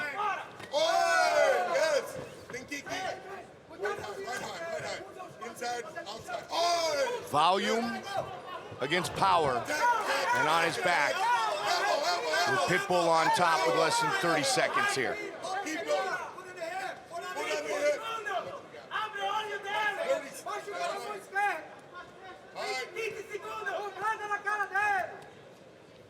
You look at what Pitbull's doing right here, and you're going, well, I think he took him down just to say, you know what, I'm kind of tired of standing up here. I'm a little bit winded. I'm going to catch my breath before the end of the round, so when I come out in the next round, I'm going to feel full and complete. You got to give credit to the cut man, Matt, who's been working on Emmanuel Sanchez. He's done an outstanding job of controlling that cut and keeping Sanchez able to work in this fight.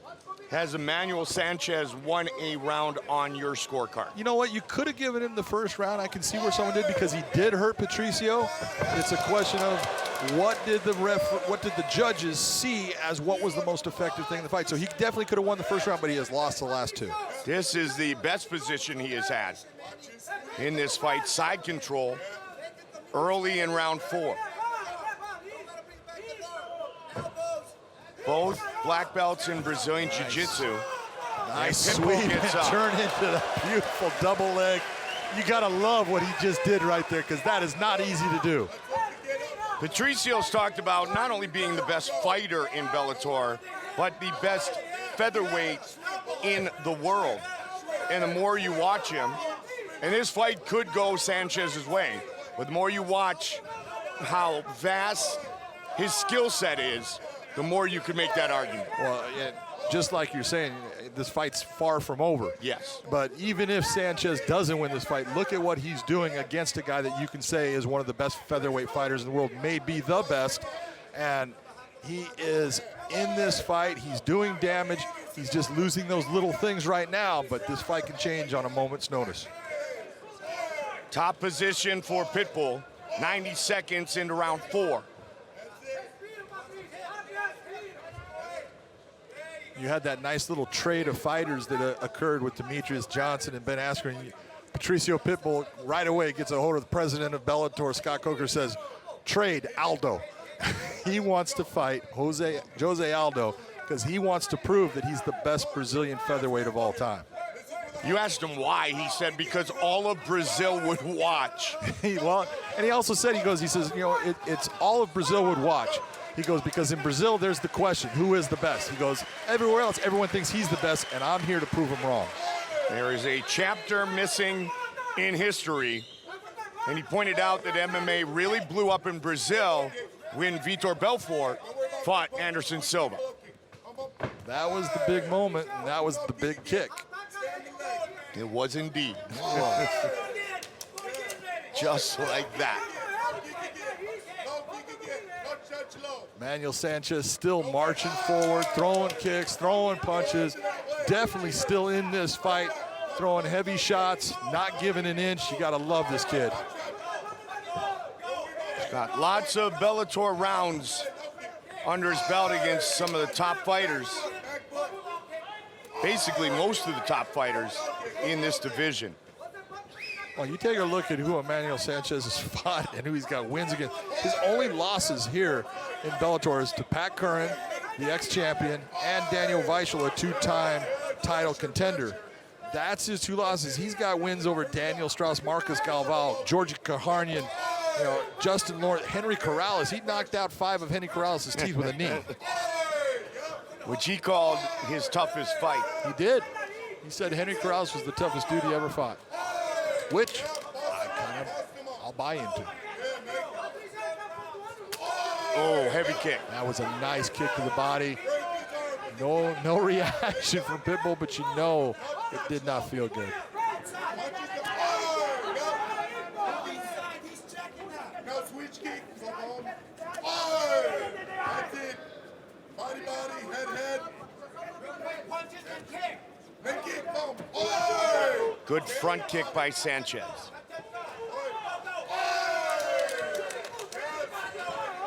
Good pace here in round 4 by El Matador. It is very active. Yep, hasn't slowed down. And this is what we call volume fighting. And look at volume fighting can get him that victory. It can get him these rounds because if Pitbull doesn't land these big shots and he doesn't damage Emmanuel, then the judges are going to say, look at all those shots he landed. He's going to get the round. And John, that's what I was saying earlier. Partner, power against volume. Yep. Power can end it right away, but volume can do continuous damage and score big points in the judge's mind. Well, volume is going to be, this is where you get into the punch stat thing. And, you'll see people talking about, well, he landed more punches. All punches are not the same. All strikes are not the same. There's a big difference in MMA when you're talking about punches, elbows, knees, kicks. They all have different power levels. Final seconds of round 4.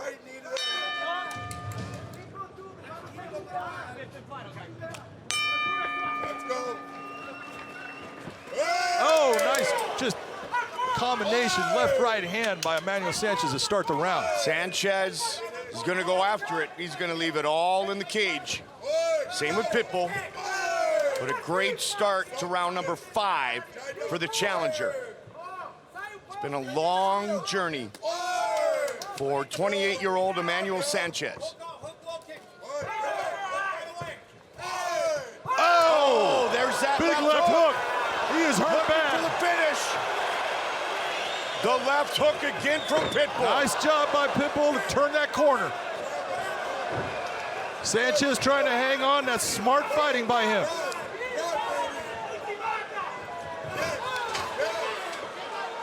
Now Sanchez slips out. Pitbull comes out on top of that. That's still because, you know what, that brain is still not working completely right. Things are a little bit loopy for Sanchez right now, but an outstanding job of slowing the fight down after being hurt. Wow, he took a huge left hook. What a fight. It's been a fantastic fight. Both guys going after it. I wasn't sure in the 4th round if I thought, you know what, I thought Ferrer kind of took a Robbie Lawler and took the round off a little bit, you know, and just trying to get his win back and come out here in the 5th round and give it everything he has. I'm not sure if that's what occurred, but that shot right there just made this a round that Emmanuel Sanchez has got to come back big if he wants to take this title. Work hard. Come on, everything you got, son. Yep. Strong. Strong. Drop your weight. Drop your weight. Head. Head. Head pressure. Head pressure. Drop your weight. Hang hard. Right there. Head. Head. Head. Head. Head.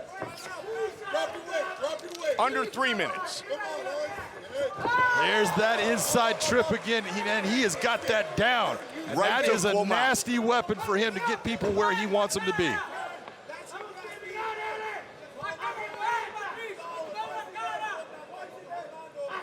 Full mount for Ferrer right now in a fight, 5th round, putting weight on Sanchez, just figuring out what he can do to try to stop this guy. Hooks inside.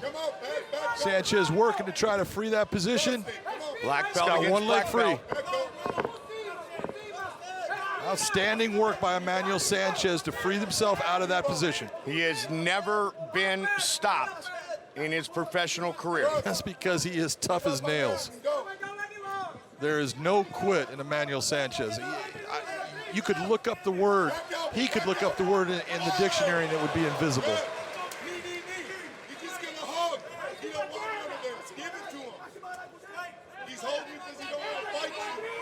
Shots to the body from El Matador, but he's tossed around again by Pitbull. And this is that little extra energy that I was talking about when I said, I think he kind of took a little bit of that 4th round off, saying, you know what, I'm just going to put things in reserve so I can come out and do what I want to do in the 5th, and that's exactly what he's doing, and that's the mark of a champion, a smart fighter, a guy who on the outside, you look at what Ferrer does, and he's so aggressive, and he has to harness that aggression, but when he gets in the cage, he is smart. And he is good at controlling what he does, not letting his emotions get the best of him, and just being a heavy-handed, great champion. Oh, man, look at the eye of Emmanuel Sanchez. That right eye. Big mouse underneath.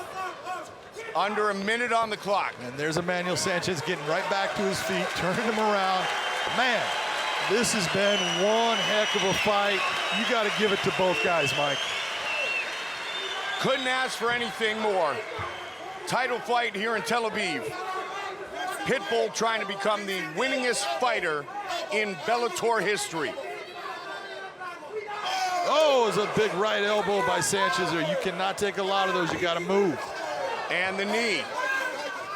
20 seconds. Spin and a miss. Spinning heel kick there. He's still going after it. 15.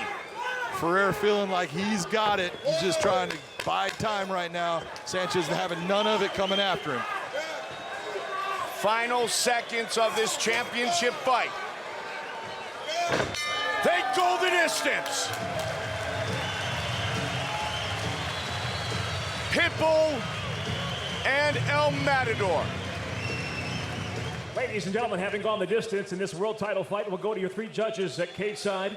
Your first judge, Brian Miner, scores the fight 48-46. Judges Sal D'Amato and David Torelli both see the fight the same, 48-47. All see it for the winner by unanimous decision, and still Bellator Featherweight World Champion, Patricio Pitbull. Here's Michael C. Williams. Fighters gone over the rules in the back. There were no final questions from you, Blue. There were no final questions from you, Red. If you want to touch gloves, do it now. Come out ready to fight.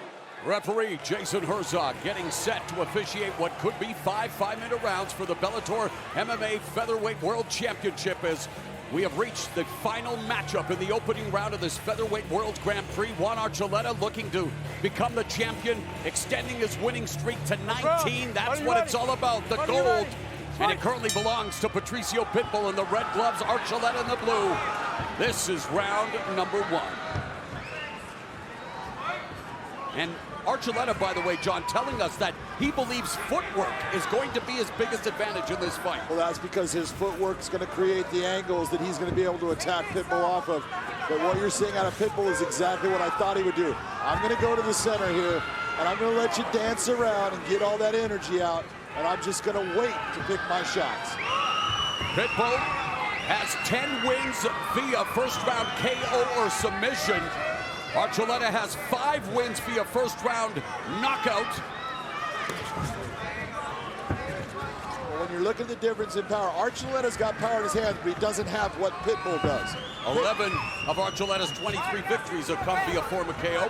Pitbull has that snap, that power that he can knock anybody out. Archuleta, when given the right opportunity and lands the right shot, he can put you out. Hearing from Douglas, the Phenom Lima, of course, he's going to try to get his welterweight title back from the man who took it from him, Rory McDonald, coming up next month in the final of the welterweight World Grand Prix. What a fight that's going to be. Archuleta trying to zigzag his way in, and that was in the garden of good and evil. Right here for me, right here. Not a laughing matter, John. No, I know his action. Right here, please. But thank you. Watch what occurs. That little inside kick is a little off target. That was an accident. Got a little time. Of course, Patricio Pitbull will have up to 5 minutes if he so desires, but he's already saying double thumbs up. Okay. I'm a champion. Be careful with the low blows. More annoyed than hurt. Ready? Yes. As annoying as a robocall. Archuleta back utilizing the footwork. And like you say, Patricio Pitbull staying in the center of the cage. And Pitbull knew this is exactly the way Juan Archuleta is going to come out and fight him. Trying to create angles. Head kick by Archuleta, but loses his balance. Up kick by the challenger. And now it's Pitbull putting all the pressure on, looking for the guillotine. Be careful of that guillotine because Pitbull has a very strong guillotine. 11 of Pitbull's victories have been via form of tap out, looking for the guillotine here in round 1. Smart job. You're seeing Juan Archuleta controlling the hands, just relaxing in the position. Pitbull is just controlling. He's not even trying to really squeeze right now until he feels that he gets that arm in place. By the way, Archuleta's lone loss via Bravo choke, or excuse me, via triangle choke. And that was way back in 2015. And if you see Pitbull engage his hips, bring his hips in towards Archuleta's head, that's when this gets tight. And the referee warning Pitbull about the knee to the head, John, because the knee is down. He's a grounded fighter. You see his knee on the ground. There's no doubt he's grounded. Any part of his body other than his hands and feet that touch the ground, he's a grounded fighter.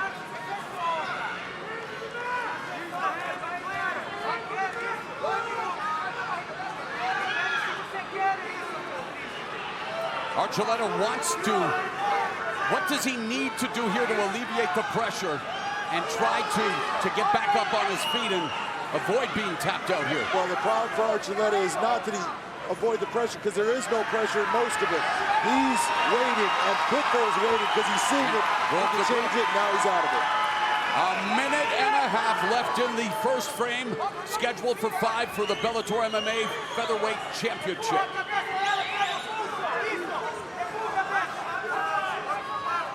Pitbull on top of you is incredibly heavy. He's got a very good pressure.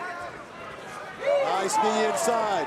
Pitbull has had to survive and endure some personal tragedies, including losing his longtime jiu-jitsu trainer, Alexander Bosco, who unfortunately completed suicide in January of 2018. But that's not all. He also lost his longtime kickboxing trainer, Bruno Gavea, to a car accident 7 years ago. So Pitbull's had to endure his fair share of tragedy. And oh, there's a knee again being warned. That was a good knee. It was to the chest and shoulder area. He can do that. Yes, he can. Obviously, Jason Herzog knows it. He's saying, watch the knee, just because he's telling him, hey, be careful of its placement. Final half minute of the first. And Archuleta just neutralizing the champion, trying to keep him from any offense. But Pitbull scoring with some left hands to the body. Final 15 seconds of the round. And now Pitbull unloading the right hands on Archuleta. Archuleta gets tagged with that right hand. Archuleta, though, feverishly fighting from his back. Full mount, but time's running out. Second round, buddy, you ready? Buddy, you ready? Fight! Bell in round at number 2, the champion Patricio Pitbull, the slight favorite coming into this championship bout. In the red gloves, Juan Archuleta in the blue gloves. After 5 minutes, your unofficial scorecard reads. That's easy, 10-9, Pitbull gets the first round. And why is that, sir? Well, it's pretty simple. He's the guy that landed the shots. He's the guy that did what was, if you're talking about volume shots, the better shots, he gets it. Always trying to educate the masses, John. This is the round that we expect. Archuleta has got to start pushing a pace to make Pitbull work. If he doesn't push that pace to make him work, Pitbull's gone 5 rounds many times. He can do that. You've got to push him at a pace that he's not comfortable with. You told me something interesting as we talked about this fight. You almost said that Archuleta has to lose the first 2 rounds, and he wants to take Pitbull into deep waters. But what did you mean by that? Well, you know, everyone thinks that you have to win. Oh, I have to be winning. You don't always have to be winning every moment of a fight. There's a right hand from Pitbull. But you have to be creating situations to say, well, this is my game plan, and I create the situation that I may be losing, but I'm making you work. A la Frank Shamrock against Tito Ortiz. Oh, no, not another eye poke. We're good. How do we fix the problem? And I am serious, John. Yeah. We need to definitely change the curvature of the gloves to make the hand where if the fighter's got to really work to create it to go straight out. Okay. You're good. He's going for a knee tap, goes up. How is your eye? Not bad at all. You okay here? Not saying he didn't touch his eye, but it's not a bad one. Can you see out of your eye clearly? Can you see out of your eye clearly? Yes, okay. This is an accident. He's just been warned about that, okay? You ready to continue? Yeah? So, Patricio Pitbull getting a little frustrated. Low blow. All right, guys. Eye poke. Well, that's 2. Yep. On Archuleta, though. Bouncing up and down to the balls of his feet, coming in, trying to use angles to close the distance on the champ. Well, when you're walking into a buzzsaw that has the power. And there is the left hand of that buzzsaw. Exactly. You've got to be careful how you do. You've got to create situations where he is off balance. Archuleta looking for the takedown, neutralized by Pitbull looking to pummel. One of the things about Archuleta, when he gets in these situations, generally, normally, usually, if he's going to exit, you're going to see him landing a shot on the exit.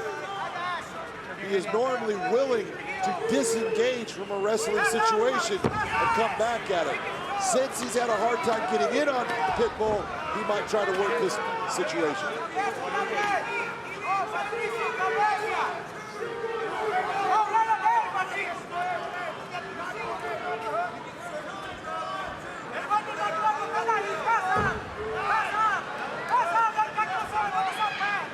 your nice little foot stops a la Marco Puas.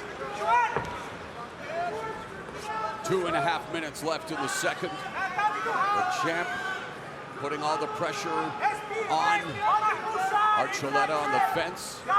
And again, in clinch situations, you can make somebody work. But right now, it's Pitbull making Archuleta work. Bellator MMA president Scott Coker looking on a cage side. Matchmaker Rich Chow as well.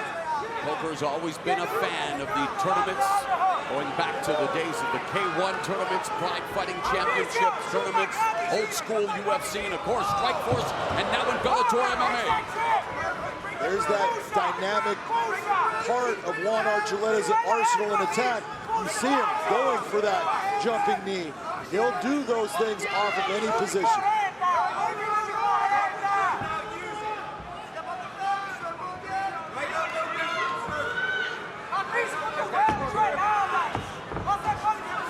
Minute and a half left in the round. Archuleta unable to turn the tables on Pitbull. Now he does. Oh yeah, Ronaldo, watch this. Just when you say it. Of course, always.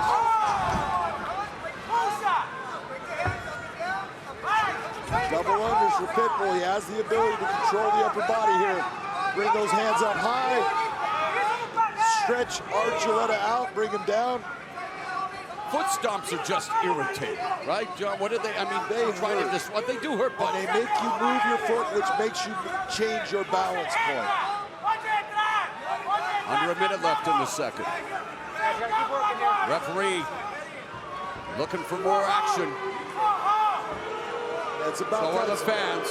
Here you have the do-si-do back and forth. It's time to do need to something create some separation. If someone cannot get that takedown. And the reason that Jason's not is that you saw with the double unders, Pitbull actually has control of the position and is trying not to take away an advantage that he has. Now it's gone.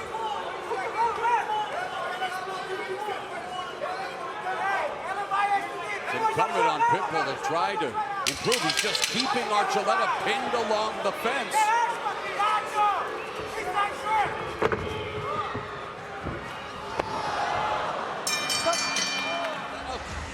Looking to extend his win streak to 19. Patricio Pitbull looking to maintain his hold on the gold.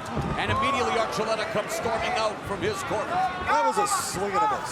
Swing and a miss. But, you know, I like and another kick and a miss.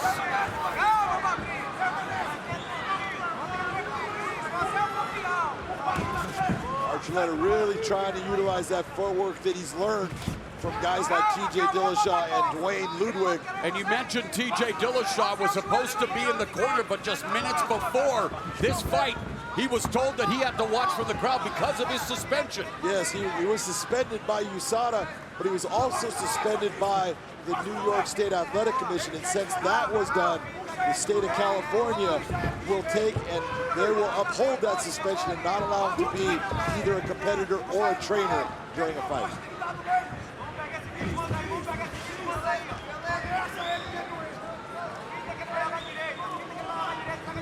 Archuleta from San Bastos just got tagged by that right hand from the champion Pitbull, and Pitbull immediately going across, put side position, side control, but Archuleta got dropped and now trying to avoid the guillotine. He has to be very careful. Pitbull's got a very tight 10-finger guillotine he's good with. He's opened up a big shot. Yep. The plasma is flowing as we've got Archuleta leaking like a political document here with a minute and a half gone in the third. A political document. I love that. And Pitbull does not have anything close to a guillotine set in place. And he's doing the, yeah, he's trying to just, whoa, Archuleta rising. Archuleta sees the blood. Archuleta knows he needs to impose his will and skill with 3 minutes left here in the third. Archuleta is bleeding from a cut on his head, obviously. Body lock by Pitbull. Blood when it gets to the sweat, it's gonna look worse than it is. none of this is something that should stop him right now. I mentioned during the prelims the red wedding reference that Chael P. Sonnen didn't get from the Game of Thrones, and this is literally a Game of Thrones for the Bellator MMA Featherweight Championship, and they continue to jockey for position. And it was one of those elbows on the ground to the side of his head that opened up the count. But again, it's blood, it's no big deal. It's not getting in his eye, it's not affecting his vision. It's MMA, Big John. And a baby. Archuleta misses with that head kick. 2 minutes left in the third. A right hand by Pitbull dropped Archuleta. Archuleta was able to get back to his feet. And hey, when this fight is completed, please join us for the Featherweight World Grand Prix selection show. That is coming up next. Yours truly and Jen Brown will handle the duties, but that should be fun and definitely a twist with a champ's choice. But we are set here to determine who will be the champion for that selection show. Minute and a half left in the third. Again, Archuleta misses with the head kick. And it looks like Archuleta's right eye giving him problems. Oh, you got hit with a shot. You can see that it's got a little bit of swelling there. Archuleta is picking up the pace. This is what he has to do if he wants to come away with a win against Pitbull. He has got to push the pace. He's got to have a high RPM fight. Archuleta switched to southpaw, misses with that right uppercut on the exit. Minute left in the third. Again, Pitbull looking for his moneymaker, that right hand. He also has a very good left hook that he uses. And again scores with the right. 10 of his 29 victories have come due to his punching power. Archuleta unable to close the distance on the champion. Yeah, he is unable to get that. He's staying far to the outside, even outside of kickboxing range. He's trying to close that space. It's a lot of space. He's got to just work his way in. And when he does close the distance, unable to get the takedown there, with now 20 seconds left in the third stanza.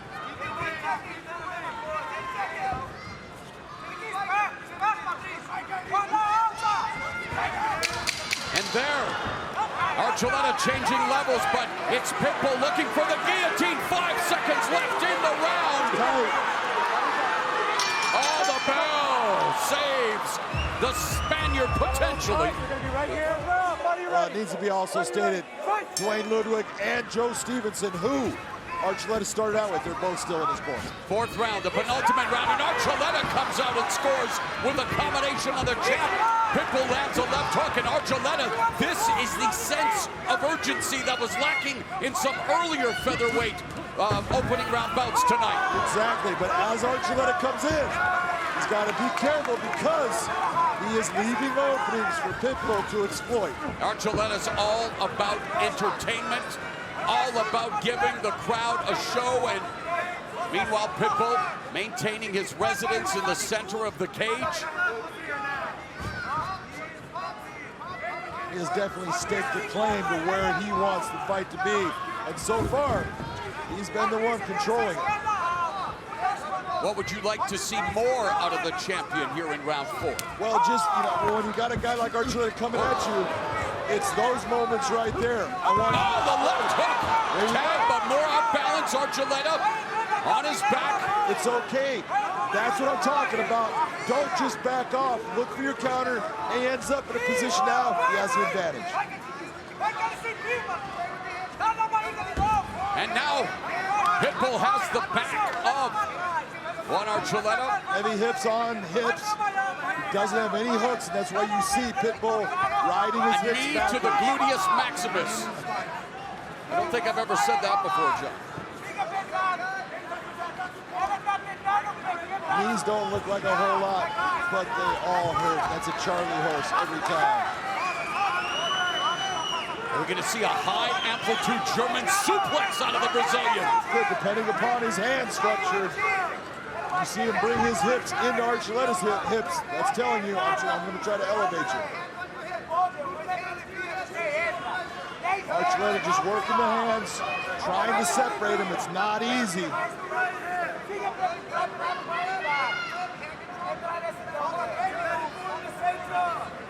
this is where Archuleta does not want to be against the champion, stapled to the fence, although Archuleta doing some damage there with those elbows to the rib cage. And now it's Pitbull just feeding those piston-like knees again to the derriere of Archuleta. Still unable to unlock. Now he's got his hands unlocked. Good switch here by Archuleta, but he's got the guillotine now on Pitbull. Momentarily. Went for the jumping knee. That's what you gotta like about Archuleta. He had the guillotine. He No, takes I'm not risks. gonna get it. He'll take the risk to go for the flying knee.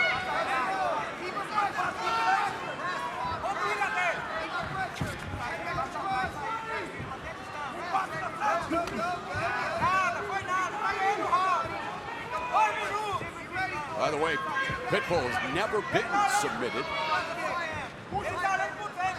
Under 2 minutes left in the fourth. Still to come in the second of our two main events. Lyoto Machida beating Gegard Mousasi in a middleweight rematch. Mousasi looking to avenge a loss 5 years ago, and here we go. You need time or no? Hey, take time. I know he stepped in as it did, completely unintentional. I'm gonna give him the time. Keep your head up. You cannot make any more mistakes like this, okay? He jumped in on that one. I understand. Yes. Hey, John, it's okay. It's okay. Yeah. Look at Pitbull come forward. That's what kind of changes the angle a little bit. Not intentional, but if you're Pitbull, you're starting to go, hey, how many is this going to happen? Because you're the one being hit.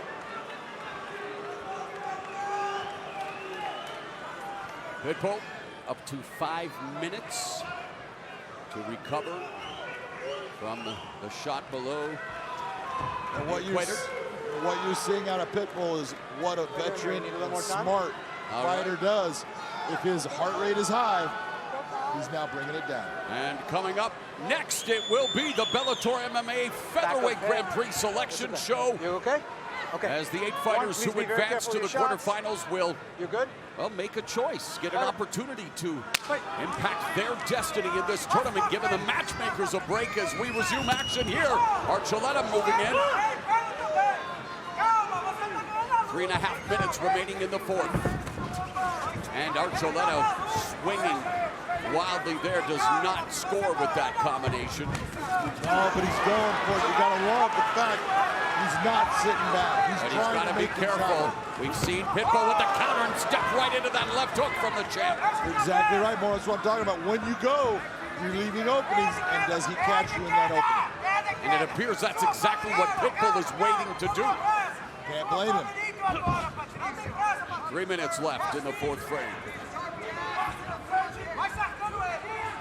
More Ronaldo Big John McCarthy here at cage side, joined by Jay Glazer, Chael Sonnen, Bellator MMA flyweight champion Ali Malay McFarland, and Jen Brown as Archuleta scores with that combo.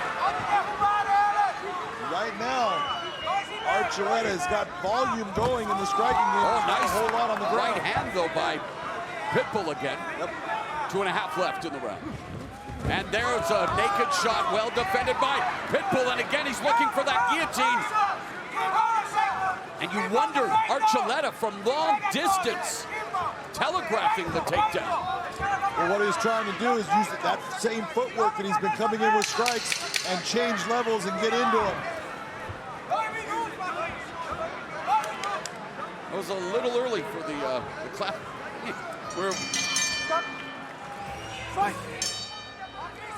Fifth and final round, the two touch gloves, the champion in the red gloves, Patricio Pitbull, the challenger in the blue gloves, the Spaniard Juan Archuleta. Archuleta trying to extend that incredible win streak to 19, and he is coming out aggressively, knowing that this is his final opportunity. And how do you have it after 4 rounds on your unofficial scorecard, John? I have it right now where I have Pitbull. He's got this as far as if it goes to a decision. Archuleta is going to have to take chances. He's got to go after it. If he wants to win this fight, he's got to do something. He got hurt right there. And there's a jumping knee by Patricio Pitbull, looking to close the show in electrifying fashion. And every time I've watched Pitbull in a 5th round, since his loss to Curran, he has always dominated the 5th round of a fight. He has saved himself. He knows he's going to go after a guy, and he's going to try to do damage. And Archuleta, with 1 minute gone in the fifth, knows that he has to take risks. See, they have to be calculated, but he has to find a way to get through the minefield, and there he changes levels, but it's well defended by Patricio Pitbull, who of course has Eric Albarracin in his corner. You watch how Pitbull defends that takedown and how he just digs the underhook, just overpowers Juan Archuleta. And Pitbull's also worked with another pretty good wrestler, Olympic gold medalist, double champion in the UFC, Henry Cejudo, and his brother, you're right.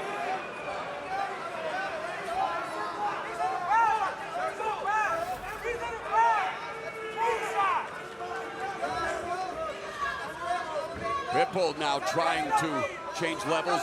It's being stymied by Archuleta, who now pins the champ along the fence, looking for the high crotch note. Pitbull and they are just looking to gain the advantage. Archuleta trying to make something happen, trying to drive him against the cage, looking for a space that he can attack. Sucks the leg up. Pitbull's balance too good. Can't get him down. All these techniques that you use time and time again against other opponents, and then you come in and this guy just stymies all of them. Really, they're expending kilojoules of energy. I mean, the way no doubt about it. This is a fast pace. Fast pace here with the midpoint of the fifth and final round. Exchange jabs.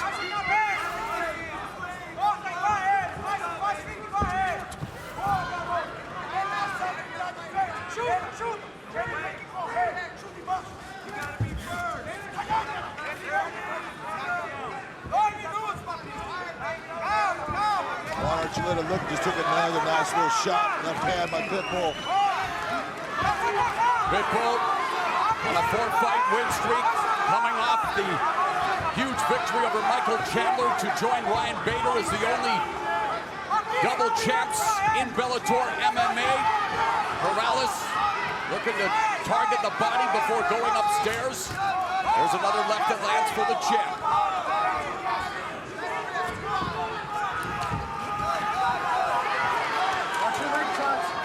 Oh, there is a cut it. Was it from the headbutt? Clash of heads? Clash of heads, I believe.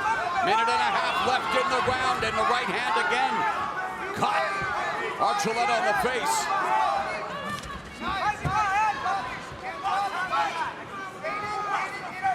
And Archuleta has to be cognizant of the fact that he has to put it all on the line here as we near the final 60 seconds. Pitbull looking for the single leg. Good trip takedown, but immediately countered by Archuleta back to his feet. Final minute of the fight. Nice job to get back to his feet. Pitbull actually made a very technically sound and very effective inside trip to the takedown. Archuleta scrambles back. He's got to make something happen. He's running out of time. 40 seconds. We are closing out the opening round of the Bellator MMA Featherweight World Grand Prix. The 8th and final member of the quarterfinals being determined in this championship fight. 20 seconds left. Elbow strikes from Archuleta, but it appears that Patricio Pitbull is on his way to successfully defending the title and joining the 7 others and putting an exclamation point on the fight with the takedown. Ladies and gentlemen, having gone the distance, will go now to your 3 judges at cage side.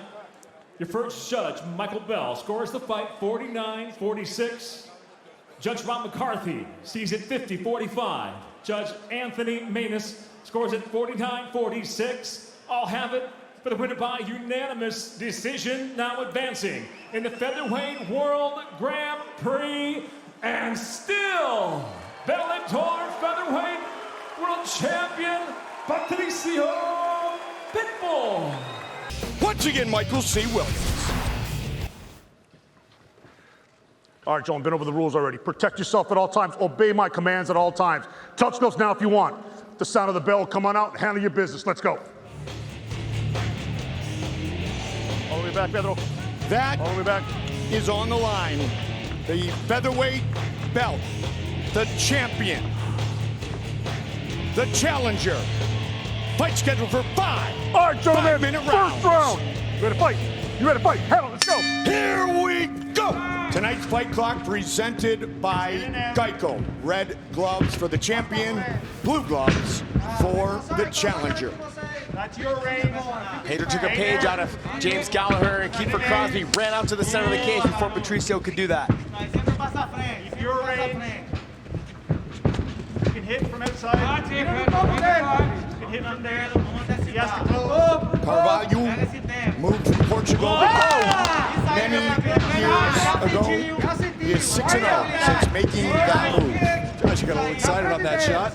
I got excited because you saw Pedro's legs buckle just a tad bit there. Tighten that chin, deep on the hook, get that left shoulder in. Right side and get the left shoulder in. It's good that he probably caught the left hook versus the straight right like Michael Chandler did. Yes, it was. Right hand lock the hip. You saw Pedro come out just like you said, like another guy from SBG at 145 pounds used to come out and dominate the center and keep at length. That's the whole game plan for Pedro Carvalho. But right now, he's in a position where the height works against him against Pitbull. Pitbull likes to get into positions where he's the one dictating off of counter strikes. He's a very good counter strike fighter. Big shot. There's that arming guillotine. It's going to be tight. Can he finish it quickly? The champion has the hook in. Scramble for position early. His grappling is phenomenal, John. Patricio Pitbull is so strong, physically strong in all the areas. He's trying to move his legs and his hips, and he doesn't move. Good start for the champion. He's just got to stay composed like what you're seeing right now. Pick and choose his shots because like we talked about, Pedro leaves himself open by trying to pressure the fight too much. Caught him again. That's the third time he has been hit. And it's all over! Just like that! Patricio Pitbull remains the featherweight world champion. Look at the shot. That big right hand hurt him early. You see him, he collects himself, but it was multiple times. There's that finish right there. You can see as he's hitting, there's nobody home. As he first hits the ground, left hand touches, right hand straight down the pipe. You see the way Carvalho goes down. That is exactly why referee Mike Beltran steps in. But he just settled himself. Look at the composure of Pitbull. Hit him with the left hook. He didn't even need to follow up with the right hand. He was already on his way down, John. The power is there. There's no doubt about it. You've seen it against all of his opponents. He touches them, they go to sleep. Pitbull, and I quote, "He will try to bring the fight to me, and I will make him pay for it." Ladies and gentlemen, as of 2 minutes, 10 seconds, round number 1, he is the winner by knockout. He advances in the Featherweight World Grand Prix, and he is still Bellator Featherweight World Champion, Patricio Pitbull. Gentlemen, we go over the rules in the back. Protect yourself at all times. Obey my commands at all times. If you wish to touch gloves, do so now. Step back. From the Fight Sphere here at the Mohegan Sun Arena, we are set for the main event. It is for the Bellator MMA Featherweight Championship and a spot in the Grand Prix final. The champion, Patricio Pitbull.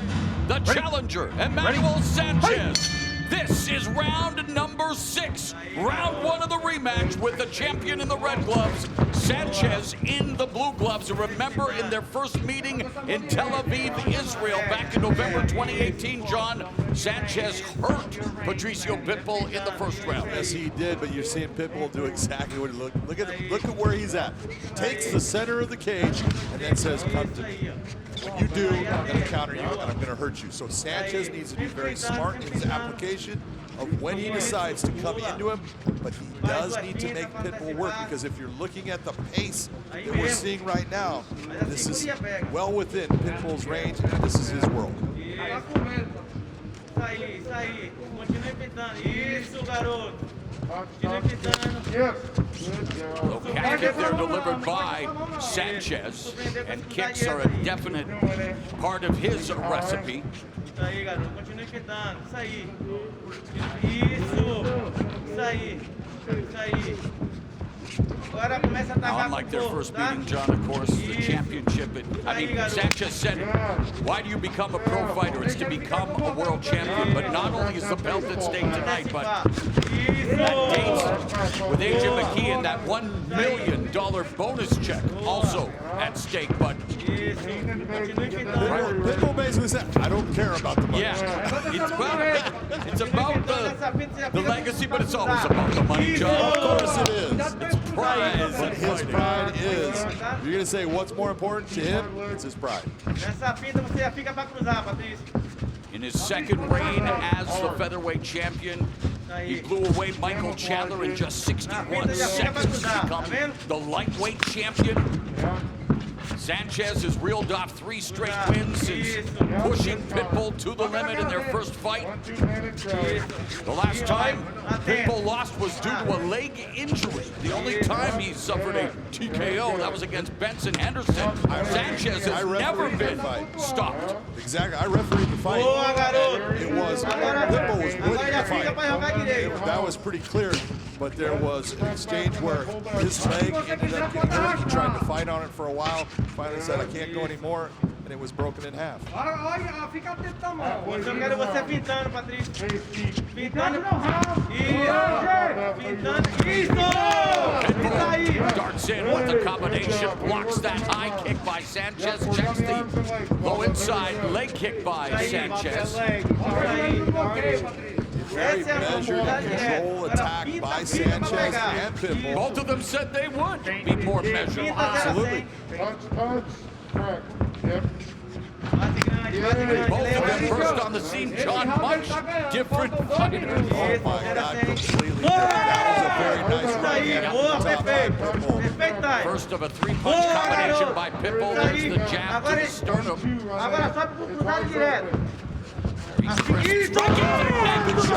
Sanchez with the hook. And Pitbull pounces on Sanchez. Pitbull looking for that trademark guillotine. Jumps into the guard. Pitbull looking for the guillotine choke. He's got that really tight right now. Sanchez is out. He is out. Pitbull becomes the first person to submit Emmanuel Sanchez, putting him to sleep. And Pitbull goes to the tournament final as the featherweight champion. He's come away with a submission victory. Nice left hand, right hand. The right hand doesn't hit the spot based upon the left hand moving Sanchez's body. But Pitbull lands that beautiful left. It puts Sanchez down, and as Sanchez tries to move himself to a position to try to get himself back to his feet, he leaves his neck under attack by Pitbull, and when he gets that arm in place again, it's that squeeze. He knows he has it, and you can see when he goes down and you see that foot of Sanchez being under the body, you know he's in trouble, and you see Pitbull trying to tell him he's out. You can see Sanchez is not responding. He is definitely out at that point. The fight is over. A beautiful submission victory for the champion once again, Mr. Let's go, McKee! Ladies and gentlemen, inside the Bellator cage, it comes to an end officially. 3 minutes, 35 seconds into round number 1 by technical submission. He advances in the Featherweight World Grand Prix, and he is still Bellator Featherweight World Champion, Patricio Pitbull. Hollywood couldn't script this main event any better. Let's go to Michael C. Williams. All right, gentlemen, been over the rules already. Protect yourself at all times. Obey my commands at all times. Touch goes down if you want. At the sound of the bell, come on out, handle your business. Let's go. For 5 5-minute rounds. The World Grand Prix final, $1 million bonus check. And the Bellator Featherweight Championship, the Grand Prix title, all on the line. The #1 contender against the champion. Ready to fight. You ready? Fight. Hey, let's go. The bell in round one. Patricio Pitbull in the red gloves. AJ McKee in the blue. And McKee immediately attacking the lead leg of the champion with an uppercut kick.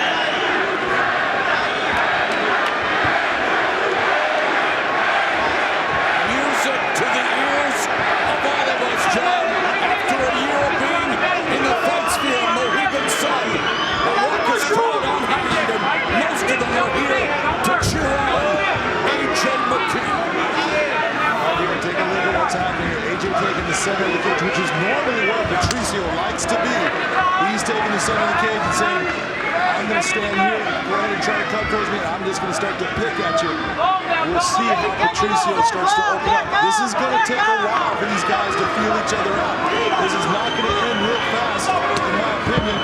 It's going to be that they both are careful in the beginning. Well, McKee said that's not going to be the case. He says he's going to finish him in the first round with a body kick, but you're right, John, it would behoove McKee to be patient and utilize his advantages with the height and the reach. Absolutely, there's no doubt he has an advantage when it comes to physical size. Strength, Patricio is a bull. To be that bull, you got to come into the matador. And of course, Pitbull known for his crisp counterattacks, but who is going to lead this dance?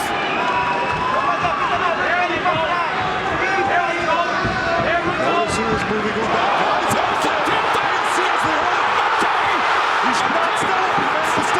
Patricio Pitbull! He said he'd do another kick, and McKee looking to finish the champion in round one. Made a mistake in not going after him. He's out. He's out. AJ McKee has made history! Take a look at this. AJ sets him up, gets him going backwards. Watch the kick come up. Watch the right hand. Comes out. That kick comes up, hits him square across the jaw. That stuns him. You can see he's after him.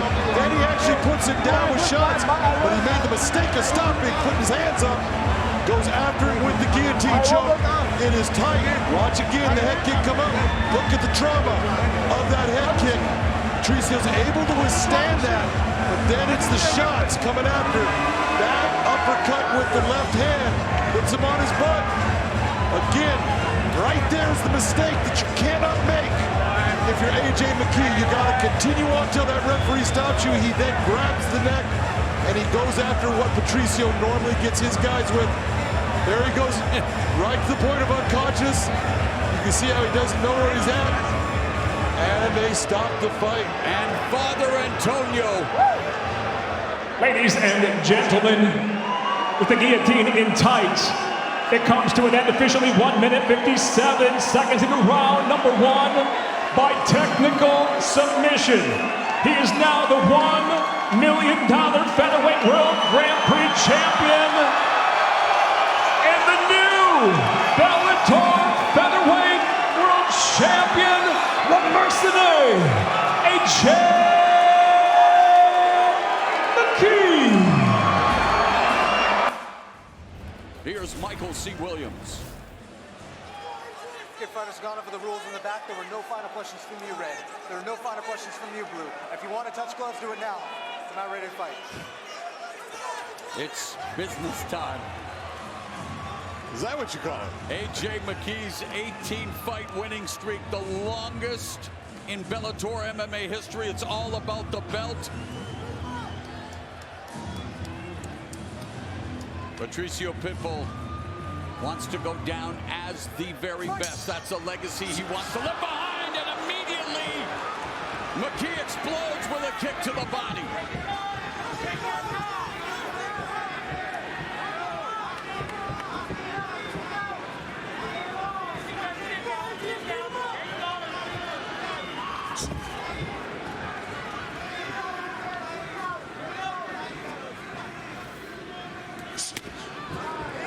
body kick by McKee. He told us before the first fight that a body kick would lead to the finish. There's a right hand, the counter from Patricio Pitbull. Oblique kick by McKee. That is what you need to see from Pitbull. He needs to start throwing that right hand counter. Make AJ feel his power. Make him actually start to hesitate in some of the actions that he'll take in trying to use those side kicks.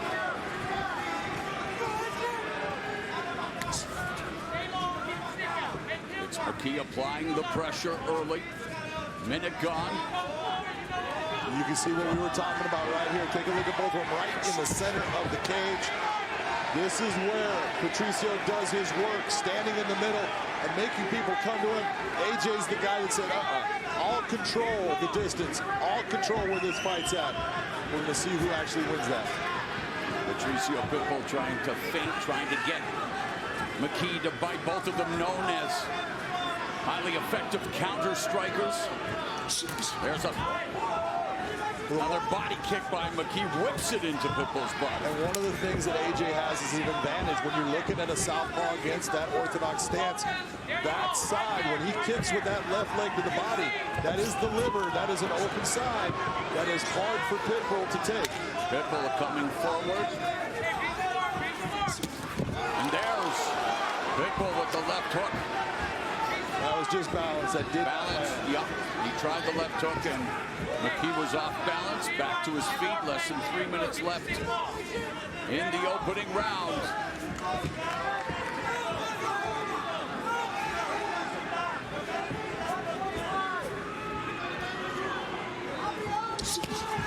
Left hand by McKee. You can see how long that was, Maury. You see how far out he was. Patricio at that moment didn't really think he was going to be able to touch him. That's how AJ can extend and still touch Pitbull while Pitbull cannot do the same thing. He's got to use his feet to come inside. 73.5-inch reach for McKee, 65.5-inch reach for Pitbull. McKee just tagged him with the left hand. Kick caught by Pitbull. Pitbull comes forward right to the body. But you do see a difference between the first fight and this fight. Take a look at Pitbull and where he's at. This is where he normally does his work. He controls the center of the cage and makes you come to him.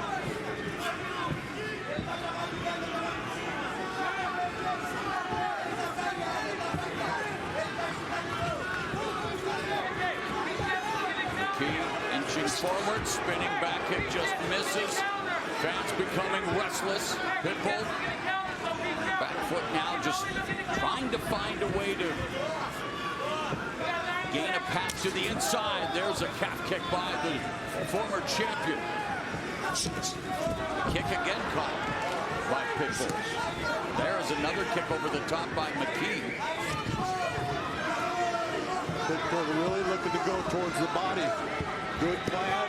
It's a nice attack. Slow AJ down. Inside low kick by Pitbull.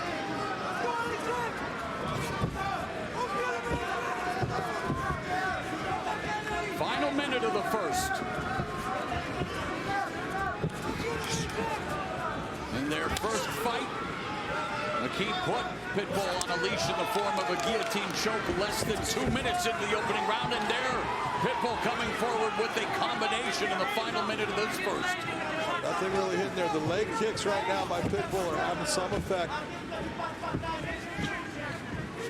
He needs to continue on attacking that lead leg of AJ McKee.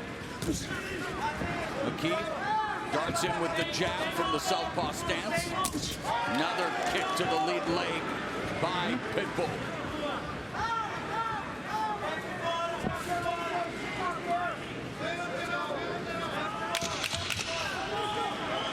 We are through 5 minutes. Tension building as Pitbull explodes forward. In the final seconds, McKee pushes him off with a front kick.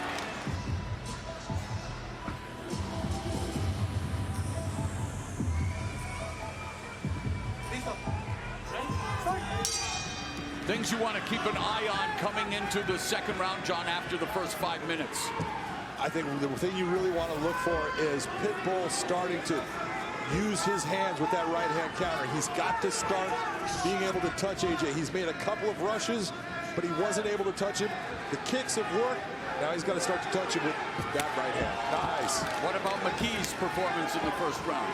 McKee, the big thing McKee that I'm looking at is at times he's dropping his hands, and he needs to always be aware that Pitbull's dangerous. Don't get lazy. Don't get, in a position where you feel it's going to be comfortable. Always be prepared. McKee looking for the takedown, stuffed by Patricio Pitbull, but then delivers a knee on the exit.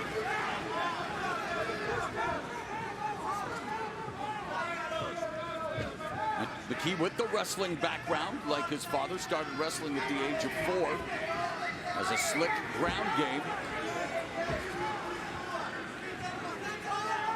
But unable to take the fight to the ground following his first takedown attempt. The Pitbull has stopped AJ from being able to come forward on him. Pitbull has decided, look, I'll plant my feet and I'll stand here and let you come into my range, which AJ doesn't want to do.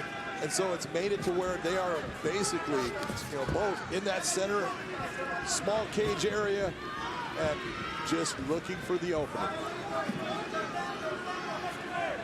I think the quote, and we used it in the feature, who wants to lead the dance? It might be apropos again, as the inside leg kick by Pitbull, but the counter left from the champion. And again, Pitbull's done a good job of catching McKee's kicks at times tonight. Yeah, you're catching it, but you're eating it first. Well, he's caught a couple of them to the body. That mitigated the damage. The shot lands. The catch is on the return.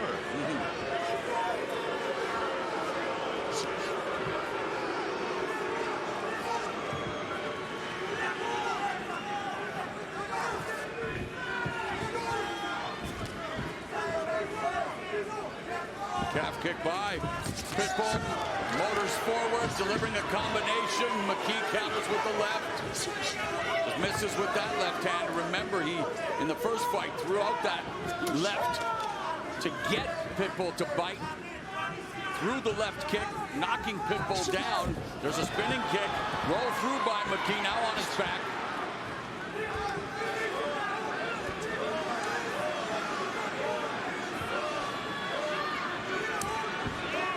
Pitbull, although he's a black belt in Brazilian Jiu-Jitsu, he likes to fight in the stand-up. This is his whole thing of getting going on the ground. Not really where he is most comfortable in the fight. He likes to be on his feet, throwing bombs. Referee going to bring AJ McKee back to his feet. McKee just entering his physical prime, having turned 27 on April 7th. Patricio Pitbull now 34. Knee attempt by AJ.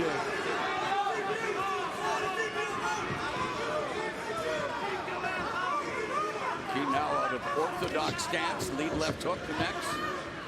Back to southpaw, body kick. Again, that one bouncing off the body of Patricio Pitbull. That was a solid kick. Calf kick by Pitbull. There's a left hand. And Pitbull complaining about it, clash of heads. I didn't see it. Left hand lands for McKee. Pitbull avoiding and dropping a couple of left hands on McKee.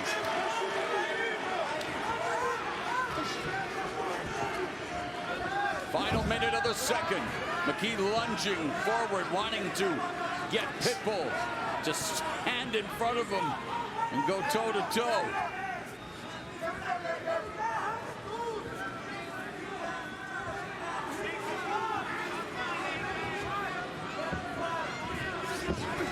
Nice right hand to the body by the challenger. Very clean shot. Jab by McKee. And there's the shot by McKee, long range, well defended by Pitbull. McKee 0 for 2 in the takedown attempts, and Pitbull continues to go to the body, continues to make that investment. 10 seconds left in the second. A much different fight in the rematch, as we anticipated. Absolutely. Little adjustments make big differences. Ready? Fight. Round number 3.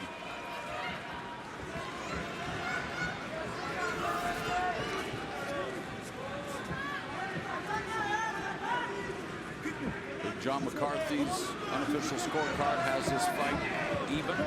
Gave the opening round to McKee. Last round to the former champion, Patricio Pitbull. AJ doing a lot of talking inside. Pitbull not falling for any of it. Pitbull just sticking to his game plan. Taking away the base of AJ McKee. Yep. Very smart tactic, pays off. As the rounds go late, Pitbull get a little amused by the spinning attacks of AJ.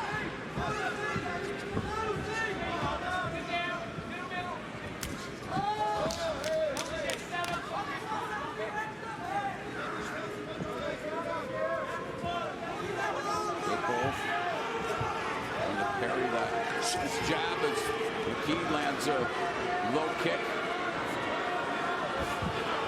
Not what the fans here at the Shark Tank anticipated. A lot on the line right now. People really doing a good job of attacking that lead leg, and you can see that it's starting to have a little bit, it's taking a little bit of the bounce out of AJ's step. Gets a little heavy on it at times.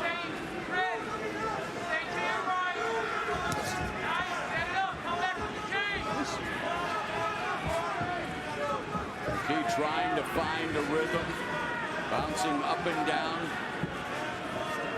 Pitbull moving back now, but then lands a right hand behind the ear. McKee rattles him momentarily. McKee looking for the takedown, and Pitbull defending it until he does get taken down, but he tagged McKee. He did tag McKee, and that hurt McKee, and that's why you're seeing McKee go towards that takedown, keep himself safe, get to this position right now. It's a smart move by AJ McKee. The question is, can he keep Pitbull on his back? Most guys that have tried to keep Pitbull here have not been able to be successful with doing it. He ends up working himself up to his feet. We'll see if AJ can do some work here. McKee, first man to submit Patricio Pitbull in their first fight in the final of the Featherweight World Grand Prix, and McKee trying to administer ground and pound now with Pitbull on his back against the fence. Pitbull controlling the champion's posture. Beautiful short elbow strike by AJ McKee there. Right hand to the body, another one. Pitbull looking to get back to his feet. Pressure being put on by McKee. Notice that. He's got that ankle with the right hand. That's what kept Pitbull on the ground. Little things make big differences. AJ using. Now he's reaching towards that lacing of it. Oh, there's a couple of solid left hands by McKee. He needs to be careful where he puts his neck. We've seen a lot of people end up in trouble with Pitbull's guillotine. Both of them need to heed the words of the Wu-Tang Clan.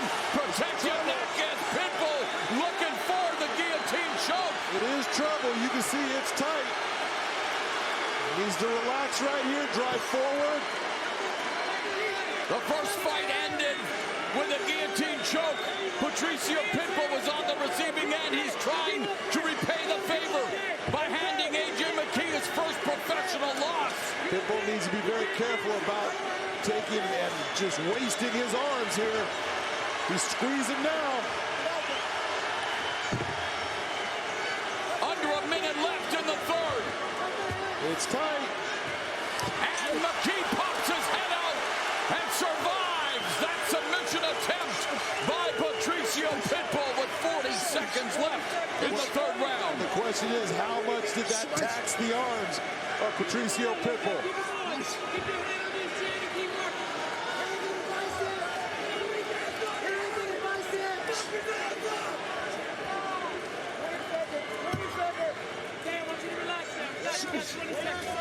Do not grab the cage.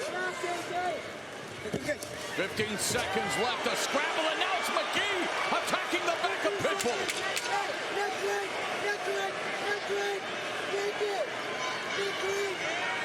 Protect your neck as we go to round 4. Patricio Pitbull trying to force a rubber match. AJ McKee looking to extend the longest winning streak in Bellator history. Unofficial scorecard belongs to Big John McCarthy.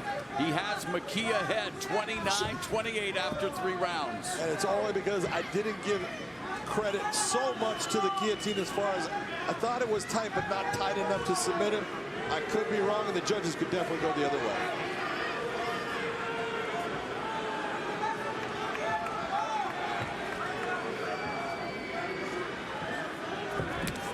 Another inside kick by Patricio Pitbull.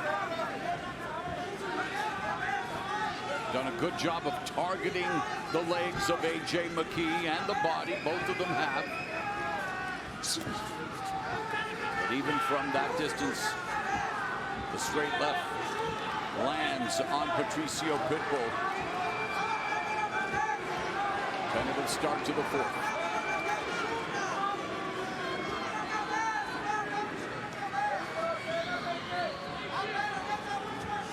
Just with the way I'm seeing Patricio as far as the way he's starting this round, it's telling me that, you know what, that guillotine, he did tax his arms a little bit.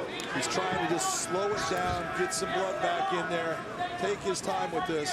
Not a bad thing to do as long as AJ is going to sit on the outside and not really present any problem for him.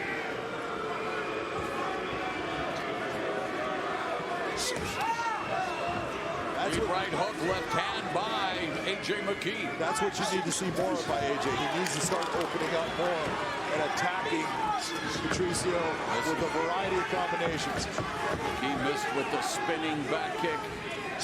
Coming up on 2 minutes gone here in the 4th. Pitbull going downstairs again and again, attacking the lead leg.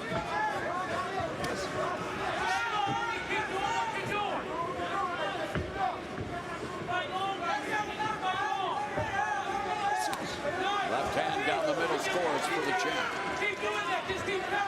And that's exactly what AJ needs to keep doing.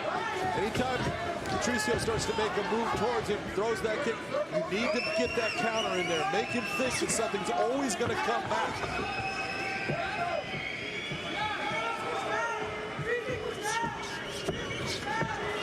Nice left hook to the body by Patricio Pitbull. Yeah, the right hand did not hit, but the left one did connect. And the left hand connects for McKee and an elbow. AJ starting to split the guard of Pitbull.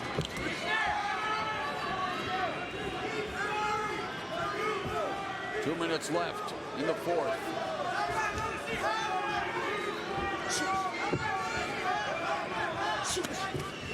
Counter left hook lands for Pitbull. Very nice counter. You saw that nice little slight movement of Pitbull's head as he just off-centered his head, making AJ miss. Oh, straight left by McKee. But lots of just single shots, no combinations, no ratcheting up of the offense here in the 4th round. Straight left hand to the body by the champion AJ McKee. 1.5 minutes remaining in the penultimate round. And there's a right hand by Pitbull. AJ felt like he got poked in the eye. Not sure exactly what Jason Herzog saw. He might have thought it was a punch. Nice body attack. Diligent work to the body by Patricio Pitbull. There's no doubt AJ was right. He got poked to the eye. On the ISO, we can see that left hand came out and it poked him right in the eye. Final minute in the 4th. That right hand splits AJ McKee's guard.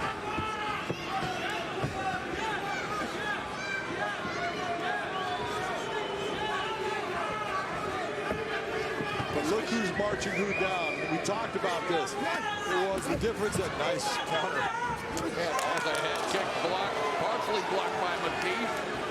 30 seconds left here in the 4th. And it's Pitbull initiating the attack, but McKee comes back with a combination. So this main event, this championship fight could very well hang in the balance as we head into the 5th and final round. A takedown attempt, the shot, the sprawl by Patricio Pitbull. And this is how the 4th round will end.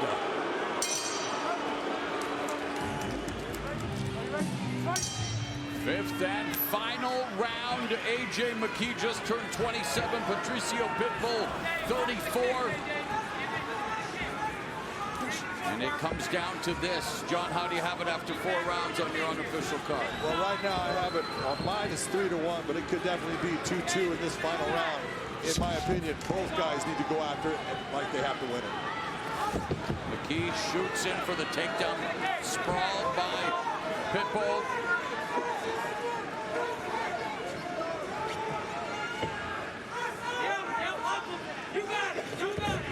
Nice job by A.J. McKee. Taking him off his feet. He needs to lace those legs, make sure that he can't get him back underneath him. That's what he's trying to do right now. Pitbull doing a great job getting back to that position, using the fence as a balance point.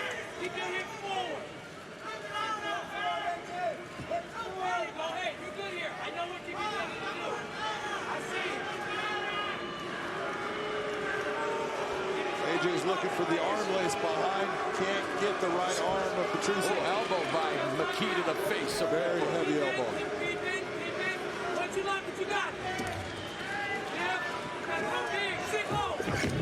Takedown by A.J. McKee. And look, after 4 rounds, when you're tired, your arms are heavy. This is not where you want to be if you're Patricio. There you go. There you go. Keep it pinched against the cage. Thrust your hips forward, and you're okay. Okay. Keep it tight. Keep it tight. Pitbull so strong, just able to physically stand himself up out of there. Flashing elbow by McKee. Back and forth.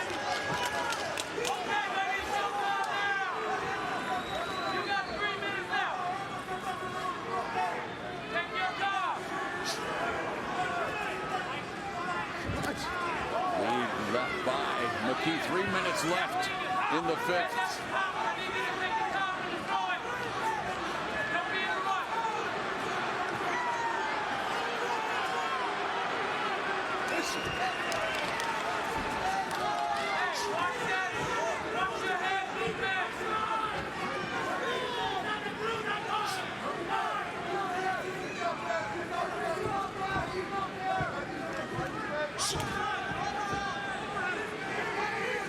Halfway point of the final round. Both guys slowing down a lot. Both are tired right now. Their arms are heavy. Just that little bit of grappling for AJ. Squeezing hard and everything. Arms got a little bit heavier. He's trying to slow things down. Pitbull, same thing. Both need to start opening up. You got half of a round left. And this fight could definitely be determined by this round. 2 minutes remaining. McKee goes for the shot, defended again, and Pitbull with the lead right. But not a lot of sustained offense, not a lot of combinations being put together in 1:45 remaining.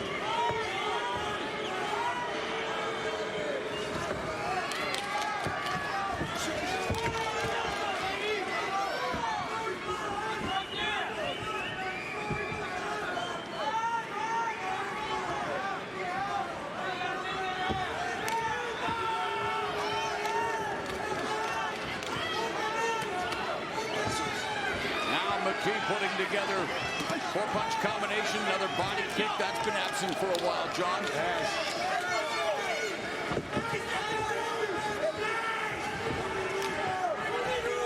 Overhand right by Pitbull. I'm just not seeing a whole lot of output. That was a nice uppercut by Pitbull. And then 1-2 by Pitbull. A final minute of the fight.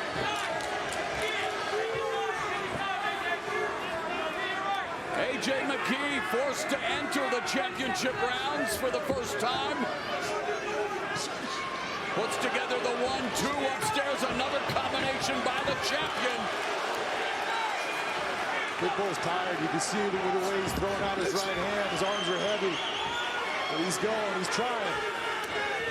A.J. throws some good shots. Pitbull getting after him. Let's see if he gets a takedown here. And McKee secures the takedown. Will that be enough for the longest winning streak in Bellator MMA history to continue? Will A.J. McKee improve to 19-0, or does Patricio Pitbull improve to 6-0 in rematches and become a 3-time featherweight champion?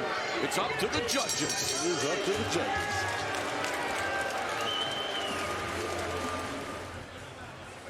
Ladies and gentlemen, for the decision, we're going now to your 3 judges at cage side. Your first judge, Michael Bell, scores the fight 49-46, while judges Ron McCarthy and Derek Cleary both see it the same, 48-47. All 3 have it for the winner by unanimous decision. He is the new and now 3-time Bellator Featherweight World Champion, Pitbull.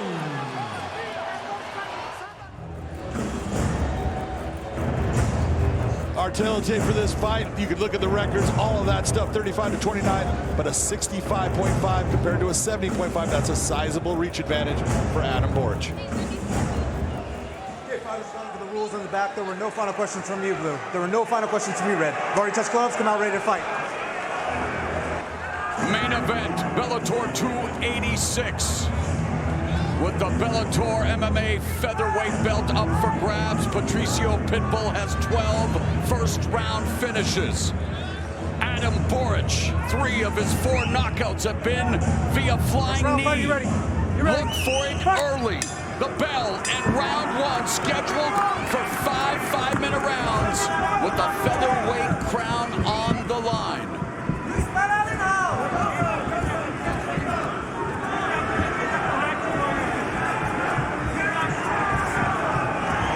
About Patricio that is so impressive is you'll see that he likes to control the center of the cage, but he manages distance very well. For a guy that doesn't have a big reach, he moves his feet very well to get out of the range and to get himself in the range. That long left hand that scored for Adam Borch.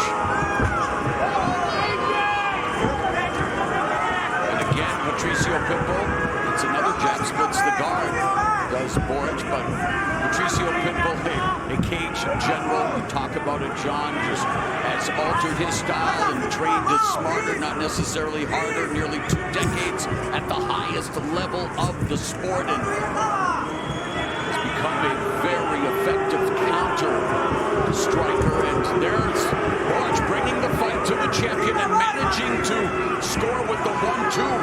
He's very quick, is Adam Borch. Well, after that last fight with how fast he started, all the fans want this one to start as fast. These guys got to go 5 rounds. And it's also Patricio Pitbull in the Long Beach Arena, the home of McKee. They're not going to be cheering him regardless. Patricio knows how to fight a 5-round fight. He starts off very smart. He gets his tells. He sees what his opponent's going to do, and he slowly starts to break down what the opponent's done. Borch needs to really get on his game and start to make Patricio have to think a lot. Give him a lot of different looks and a lot of things that he has to deal with. The more that he has to deal with, the better the fight's going to go for Adam. Both very effective kickers, a good exchange between them, and there's that jumping knee countered by Pitbull. And Pitbull immediately pounces on Adam Borch. High risk, high reward, but the risk not paying off for Borch there, and in fact, it may be Pitbull not looking for the reward. This is what I was talking about with those keys to victory. When he does those flying attacks, make him pay. This is one of those instances right here. But it speaks to Borch's confidence that he's able to continue to try to land these dynamic strikes, just missing that knee. Well, and very similar to Andrei Arlovsky fighting Fedor Emelianenko. When he went swimming upstream, Patricio Pitbull landed that shot right on the jawline of Borch when he was up in the air. Didn't Arlovsky look like he was a swimming upstream when he got knocked out by Fedor? And there Pitbull ends up with Borch again on his back, and quickly. That's one thing about Pitbull. When he smells blood in the water, when he lands a scoring blow, he immediately tries to go for the finish. Absolutely, he is a finisher. There's no doubt. If he can get somebody hurt, he does not let them off the line. 23 of his 33 victories have come inside the distance. 11 knockouts, 12 submissions. And Borch now on his back, trying to control the posture of the champion. Pitbull wide base, looking to try to break the guard. Pitbull looking to slice through that guard right there. Wants to go to slow him out, but well defended by Borch. But this has started out very well for Pitbull. This is exactly the kind of start that he does, and it just starts to snowball on his opponents.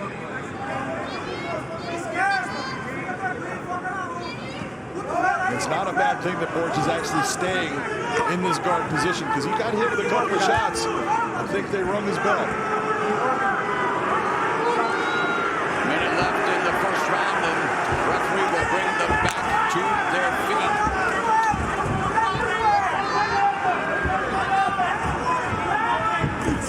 There's the distance. There's that jab that Borch put on display very effectively against Mads Burnell in his last fight.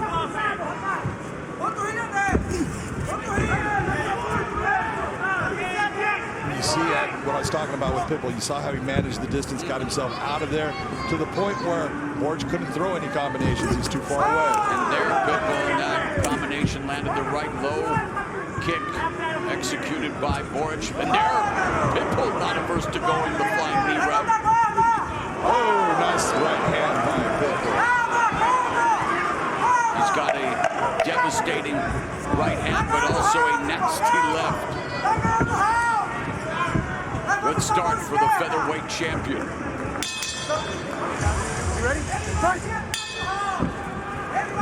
Second round underway.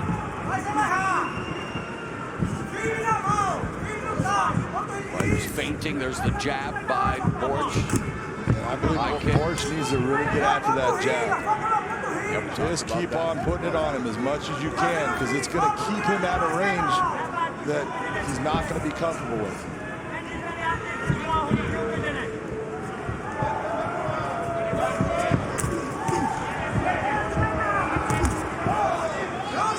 Pitbull attacking the lead leg.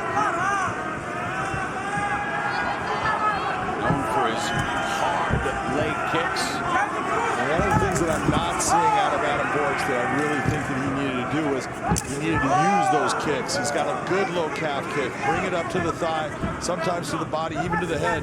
He has not gone and used his kicks at all. He's more of a boxer here against Pitbull. Right hand that lands for the champion. A minute gone here in the second stanza. And that's where Pitbull's so good. Those counter strikes. He sees his opponent with the attack, moves himself off the center line, and lands the big counter. Great vision. Pitbull's corner, including his brother, Patricky, behind Patricky, Eric Albarracin, who's really helped Patricio Pitbull in the wrestling department. There's a jab, good counter by Borch, right, and then flashes the jab. But already blood on the side of Borch's face, maybe cut. Might be a small cut, he's been smeared a little bit.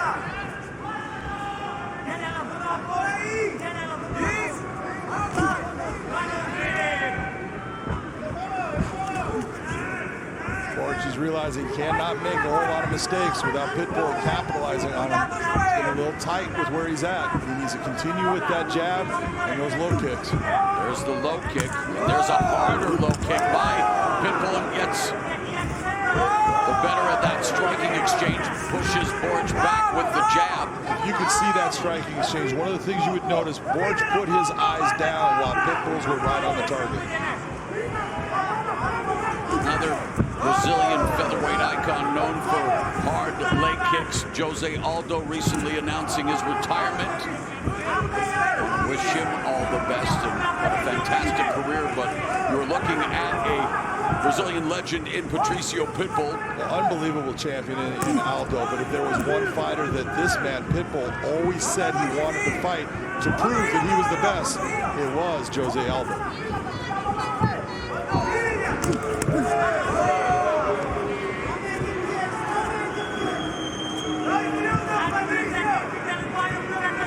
Fainting by Patricio, walking down, and there's Borch going for the low kick that was checked by Pitbull, and then Pitbull returns a hard leg kick.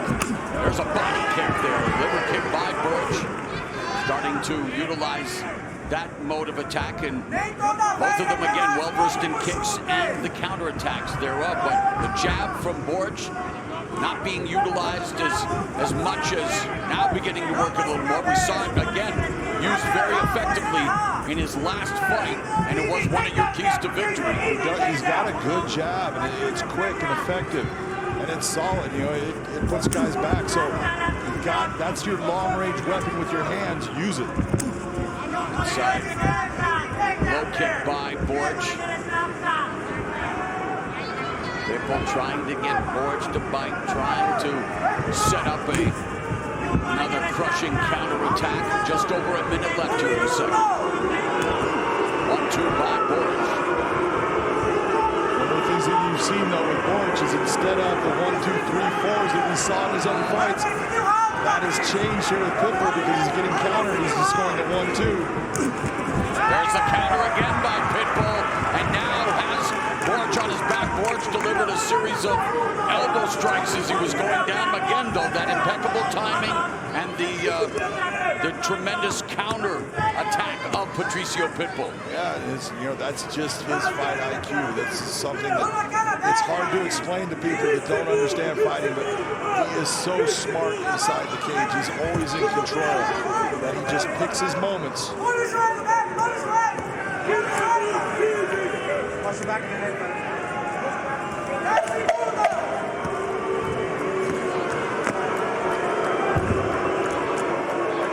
Into the ear, Adam. Stop. You're round. Are you ready? You ready? Fight. As we begin round 3, John, you have the unofficial scorecard. What does it read after 10 minutes of action? Unofficially, I have Pitbull up 2 rounds to 9, 10-9 in both rounds. I thought Adam Borch did better in that second round, but it wasn't enough. And just because he did better than he did in the first round, that's not enough for him to win that round. It was close, but I give it to Pitbull looking for the takedown and then utilizing that fight IQ, seeing that it's not there, backing away immediately. Nice attempt at the elbow coming across by Borch on that clinch.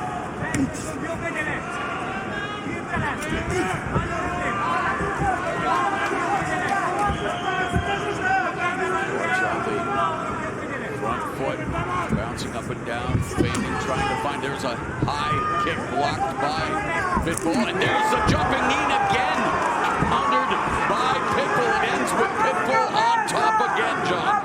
This is exactly what we were talking about. Look, he's got those flying attacks, but those can sometimes work against you if the opponent is smart. We know Pitbull's smart, and that is a beautiful takedown by him.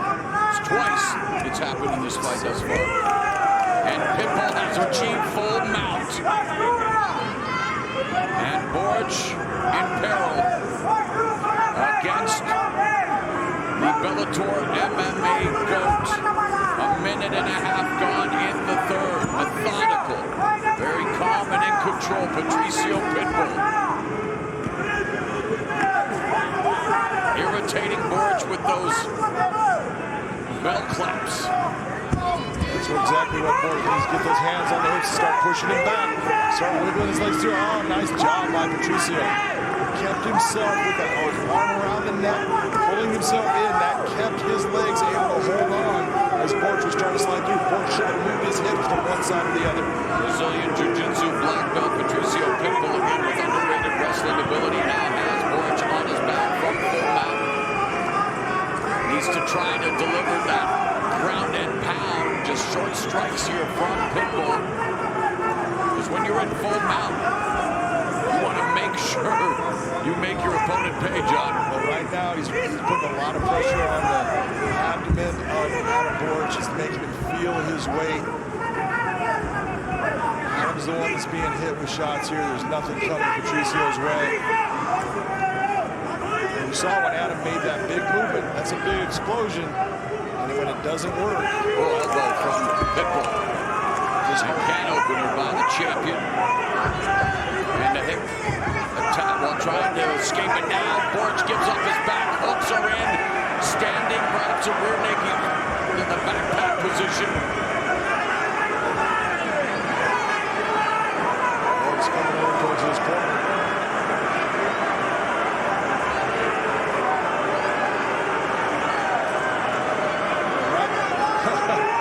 Borch with a little bit of a head strike there.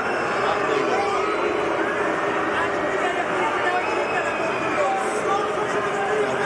position right here. He's holding on to all the weight of Patricio, so that's tough on his legs, but it's also difficult on Patricio to hold that position with his legs. Pitbull looking for the choke, but his right arm being controlled by Adam Borch. Pitbull now back to the mat, looking to take Borch down. Nice takedown by Pitbull. And he has his back again. Pitbull now 3 for 4 in the takedown department, and again, it's Borch wearing the champion like a backpack. Trying to defend here. Pitbull. The only thing I would say with Pitbull, he's winning the round, but he's not doing any type of damage when he's got the ability in the position he's at to possibly do that damage. So mouthpiece coming out of Pitbull's mouth. Pitbull was looking for the takedown, defended by Borch. Borch now fighting for position, has the champion along the fence, delivers a knee to the midsection, one to the inner thigh, another one to the other thigh. Borch known for his flying knees, just looking to try to break down the champion along the fence with these knee strikes.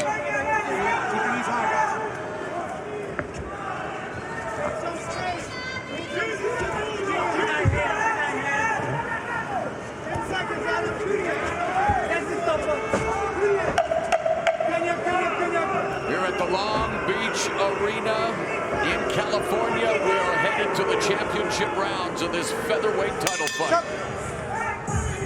Fourth round, buddy, ready? Buddy, ready? Fight! Son, as we begin the championship rounds, I want to get your input on the adjustments that Borch needs to make, because he has to be behind on the scorecards, at least on your unofficial scorecard. Pitbull's pitching a shutout. So what does he have to do here in these championship rounds? You know, he needs to turn up the heat as far as, but he needs to be very basic in what he's doing. That's what Pitbull's so good. You're not going to catch him in those areas where those flying knees are going to work well for you. So hit that leg, make him start to make the mistake. Hit that leg with the low kick, jab, jab, jab. Go to the body at times when you can, but you cannot sit there and think that he's going to fall for a flying knee. He's ready. He sees everything. He sees your body position, and he sees when you start to... That distance management is amazing by Pitbull. And then for Pitbull needs to still stick with what he's doing. He's countering very well, and he feels comfortable in there. The one thing that you do see out of Pitbull, his arms are getting heavy. You can see him shaking his arms out all the time, which is telling you the lactic acid is starting to get in there. That might mean that his punch is going to come a little slower, not quite so much on it. It's a little heavy. And now Borch finally starting to put a little pressure on the champion, walking for it, but not launching an attack yet. Delivers an inside leg kick, but just single shot. Bellator featherweight champion Patricio Pitbull in the red gloves, the challenger Adam Borch in the blue gloves. Borch with a 4-fight win streak.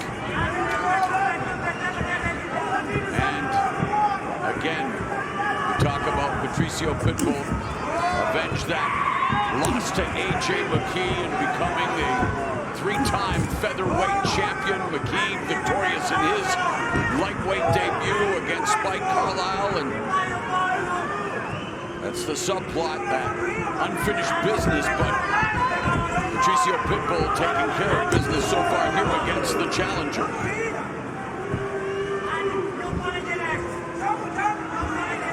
I've always said one of the things that I believe you need to do if you're going to beat Pitbull is you've got to back him up. You've got to make him start moving backwards. And you'll notice that Adam Borch in no moment of this fight has had Pitbull really going backwards.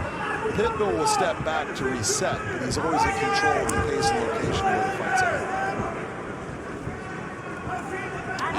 It is seldom that we have seen Borch put together combinations. A lot of single shots just like that.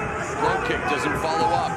And again, completely different fight. And maybe the respect too much being shown to the champion against Burnell. And we saw Burnell have success as well. But when we just watched the fight again this week, John, the fluidity, the amount of punches, the way he went up and down, low to high, that's not the case here tonight. No, that's a different opponent. You know, Josh Thompson was the first one to say it. Because look, you know, I love what he did against Mads Burnell. And that was fantastic. But he ain't fighting Mads Burnell. He's fighting Patricio Pitbull. And yet he needs that kind of offensive output if he wants to get into this fight.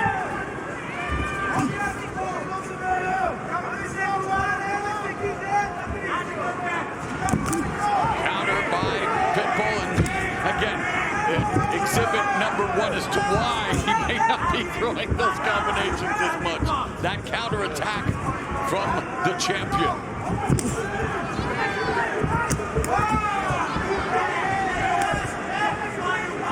See, the one thing when you're watching Pitbull, especially defensively, he doesn't make mistakes as far as dropping his hands. He brings the punches back on the same line that they put him out most of the time unless it's an overhand. He just does everything very technically right.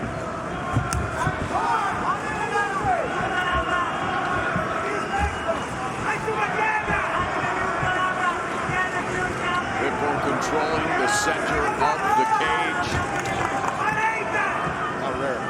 Yeah, exactly, but impenetrable defense for the most part, and Borch again also, let's talk about it. He has tried two flying knee attacks both times. Pitbull's taking him down. Right there is exactly what I want to see Adam Borch do. He threw the 1-2, and then he came back with the straight jab. That's what he's got to do. That jab landed. It's because Pitbull was not waiting on it. He was waiting on the 1-2. And now Borch having a little success, countering of his own, looking to change levels. Pitbull defends. Fifth and final round on deck. Or shares that would well, maybe take me the duration of the fifth and final round to go through all of those records. As his first title defense of his third reign going according to plan, and for Adam Borch looking to make history, he is going to have to deliver something memorable, and well, for him again, has memorable highlight reel finishes on his resume, but unable to take off thus far in this fight. And Adam Borch is really going to have to open up here, which puts him in a position to be hurt. But if he wants to win this fight, he's going to have to hit Pitbull with a shot that Pitbull does not see coming. That puts him in a position where he's hurt, and Borch can go after him. Clinical effort thus far by Patricio Pitbull Fede.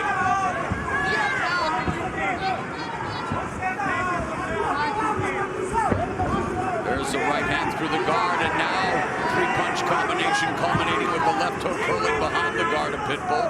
This is what I'm talking about. If you notice, this is the first time during this fight Pitbull's gone backwards. Yeah, and yet counters with the right.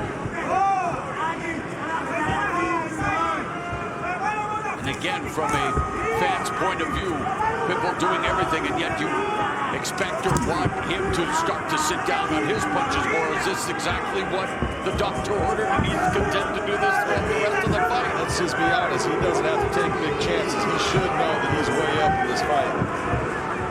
Or believe it, you would hope. Yeah. Oh, nice three-punch combination that culminated with a left uppercut that caught Pitbull. And there's a right hand by Borch that landed. That was what I was talking about when I said he's got to do more than that 1-2. And look at what's happening as he does. It's landing. I'm not hurting. Borch coming in and again going for the knee. And now it's Pitbull attacking the back. So despite the fact that the flying knee strike has been his calling card and one of the reasons he's in this championship fight, it has been anything but successful tonight, and it's costing him dearly against Pitbull. Absolutely. Every time Pitbull has made him pay for it. Borch needs to take that arm, stick it on the right side of his head. Bring it over his head. Tick-tock goes the clock.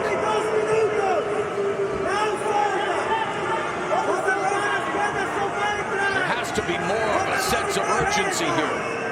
You would think.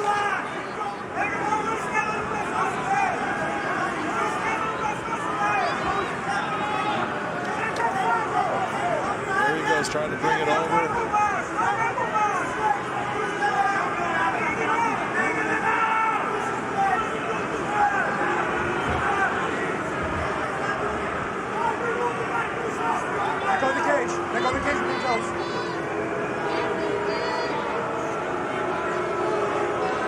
Right now, this is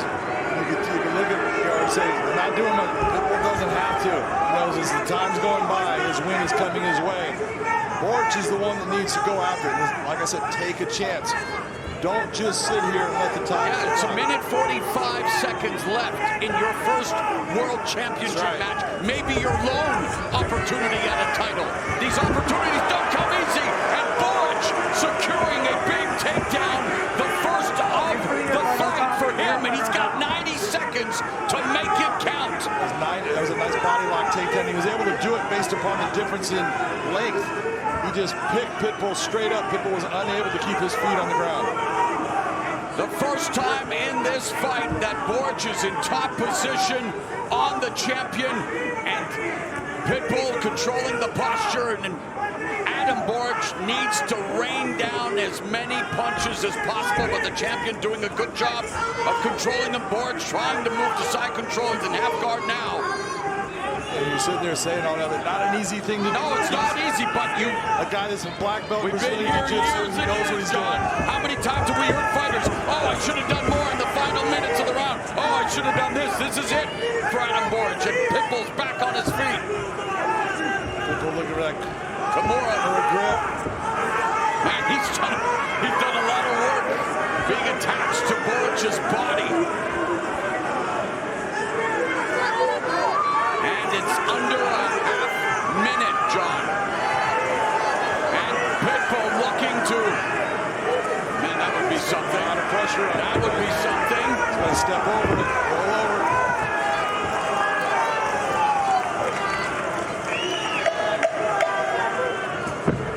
Adam Borch's dreams have been dashed by the best to do it in Bellator MMA, Patricio Pitbull.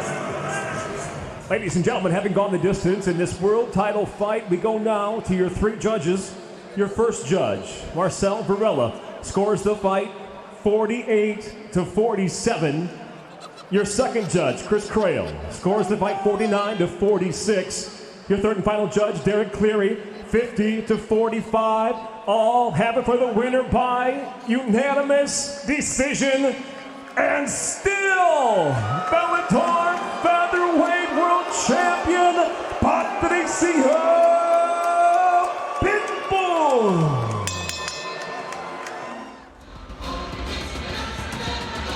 Tail of the tape for this featherweight title bout. Patricio Pitbull is 36 years of age. Jeremy Kennedy is 31. Kennedy, the taller fighter here, as we have observed many times. Reach advantage on the arms is significant for Kennedy. 1 inch advantage on the legs as well.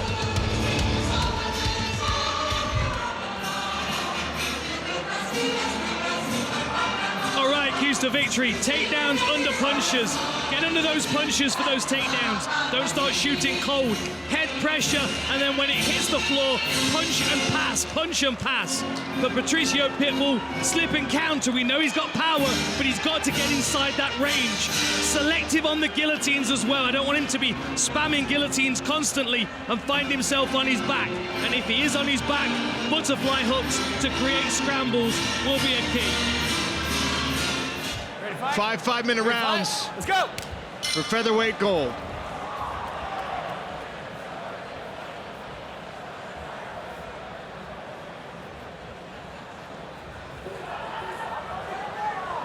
Fully expect Pitbull to just stand his ground as much as he can here.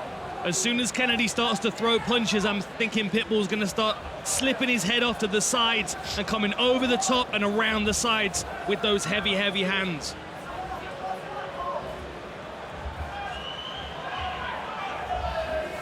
There it is. Oh. You can just see both of these guys. They're wound so tightly, waiting for the fight to start. Good low kick from Patricio. That was right above the ankle. That was really low. A good line of attack, though, for Pitbull to damage that lead leg. You can see how wide the stance of Kennedy is. There's another. Yeah, it leaves that lead leg vulnerable. You can't move it away as quickly as, say, we were seeing Gallagher dragging his lead leg back. Very difficult to do with a long stance. Ouch. Third in a row there for Patricio. Haven't seen those calf kicks really employed on the card so far tonight, but Patricio Pitbull has been the weapon of choice early. And ideal for him as well. You know, the other benefit to deadening the lead leg is that when your opponent steps into range to strike, they can't get out of range quite as quickly. If you're looking to slip and counter, you want someone, oh, there it is. You want someone to land heavy on that lead leg and not be able to get out of the way of the counter punch that you've thrown. Inside kick there from Kennedy. Once again, Pitbull goes back to the lead leg, this time more towards the knee.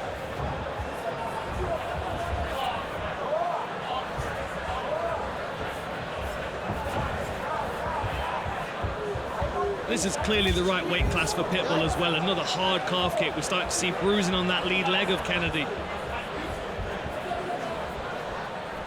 If you've been paying attention to the sport the last few years, you know that anywhere from 4 to 10 of those can really be the difference maker in a fight, and he's already landed 4.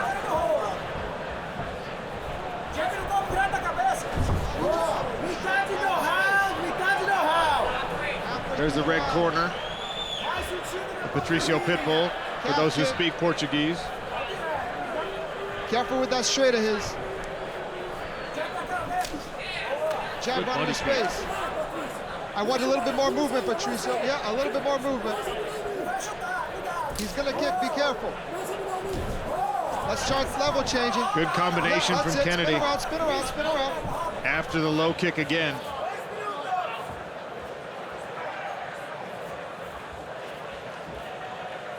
Kennedy has to find a solution to that calf kick problem. He can't just keep eating them. As you said, you know, 2, 3, 4 of those kicks, and it can change the face of the fight entirely, as we've seen many times in the past. Returns a calf kick there, not a bad idea. You can see now he's already reacting to it differently. Starting to lift his lead leg. He's checking or move out of the way of those lead leg kicks. Interesting. Pitbull got him to retreat all the way back towards the fence, but then pulled back. Now Kennedy. Stop! Head clash. Head clash. Inadvertent headbutt. Neutral. Over here. Like it hit him right in the mouth. Hey, over here. Not in your corner. Not in your corner. Time, all right? Hey, with me. You see him on? Yeah, I'm just looking. Let me see your mouth if there's any damage. Okay, I don't see any cuts. I don't see anything like that. Oh, it was just a small bump. Stay there for me. You ready? The bulk of the impact went to the chest. Listen, be careful when you come in. Came in with a head clash, all right? Okay? Ready, time? All right, guys, let's keep it clean, all right? Come on. Back to the action with just over a minute in round 1.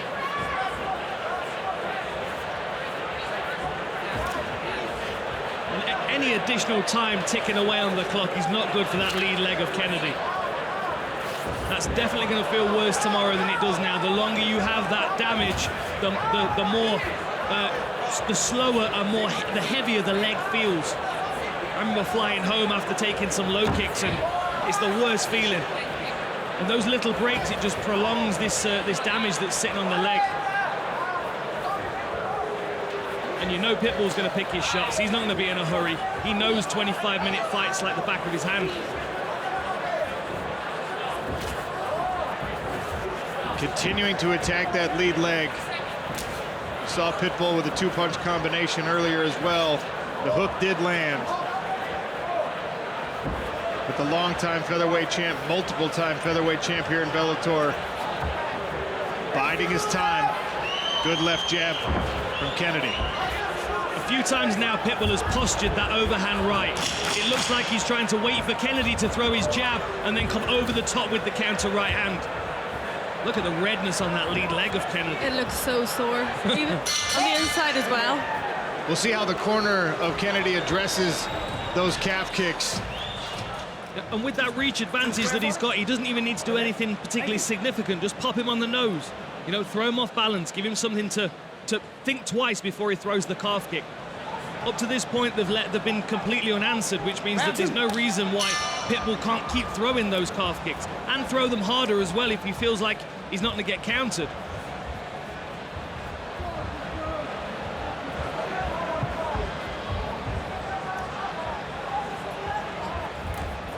Another calf kick to open the action in round 2 from Pitbull. Big John, you heard the way that Nick Sick was cornering Kennedy there. He eats another calf kick. Round one is over. What do you think's happening here in round two? You know, the first round was slow, and you got to figure in a championship fight it's going to be like that. But that was a classic Patricio Pitbull opening round. He kept the center of the cage most of the time. Kennedy needs to figure out, I have to move him backwards. That was Patricio's round, so Kennedy is down 1 round now.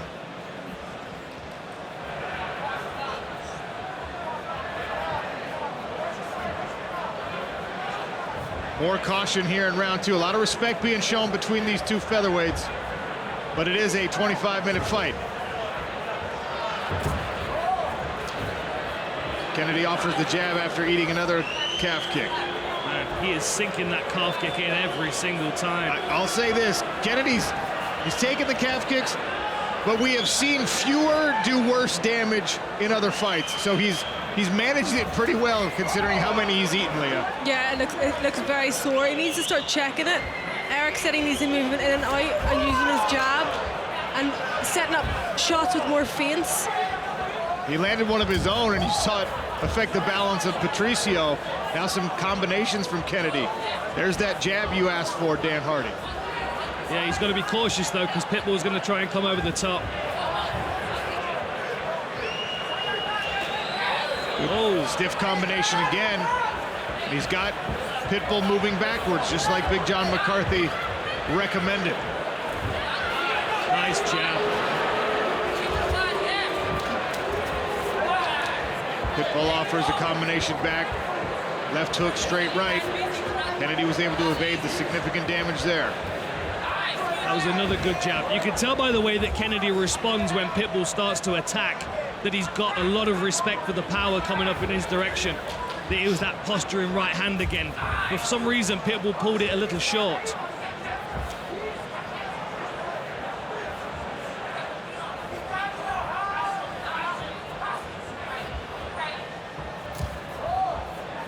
AJ McKee still watching on with us. Right hand just landed for Pitbull. We're halfway through round number two. What do you think so far, AJ? I think it's a great fight thus far. Patricio's tearing that lead leg up, which is going to really affect him in the later rounds. So Kennedy needs to start capitalizing on countering while taking those leg kicks and really throwing and letting his hands go. If not, he's got to start checking.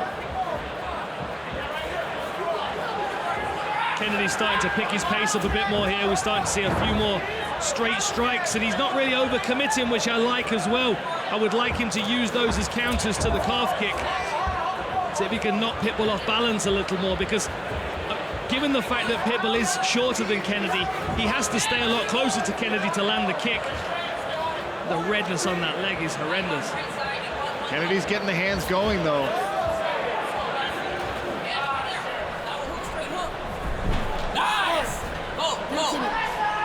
Hit that takedown attempt behind a jab, and here's the guillotine posture from Pitbull. Takedown successful for Kennedy. 1 minute left to work in round two. Good work by Pitbull getting his knee back underneath him. You can see he's rapid on this guillotine here as well, but he has to be cautious when he's choosing to attack the guillotine because he may end up on his back without a submission. Good control here by Kennedy. He'll try and remove that base leg. Pitbull keeping his knuckles on the floor so there are no kicks or knees to the head. Back to his feet. Jeremy's definitely picked up the pace in this round. Lovely knee. So last 20 seconds coming up here. First 2 rounds of a world title fight. Low blow. Brief pause.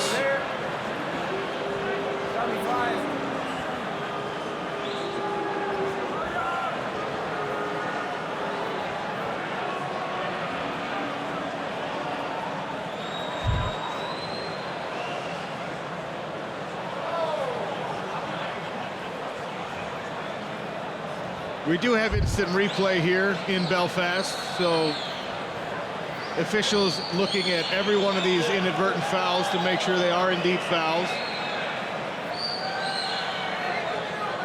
thing with the cup shot, as you know, Dan, is even if it doesn't land direct, the grazing of the lower leg or the shin portion of the leg still does impact the cup.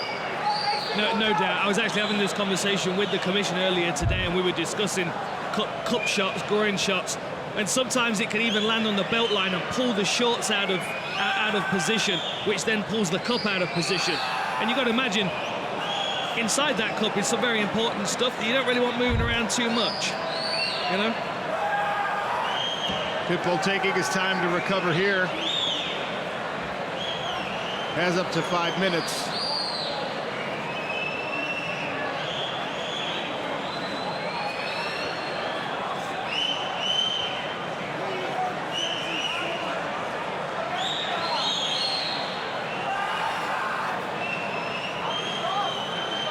So we got what, 10-12 seconds left in this round.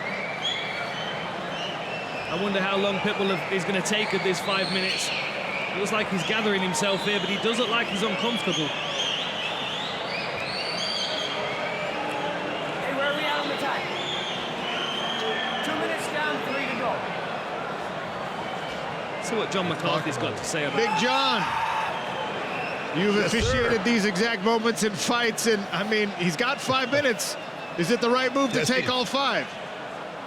If you're Patricio Pitbull, you're doing the right thing, because let's be honest about this round, Jeremy Kennedy is winning this round. The momentum has switched.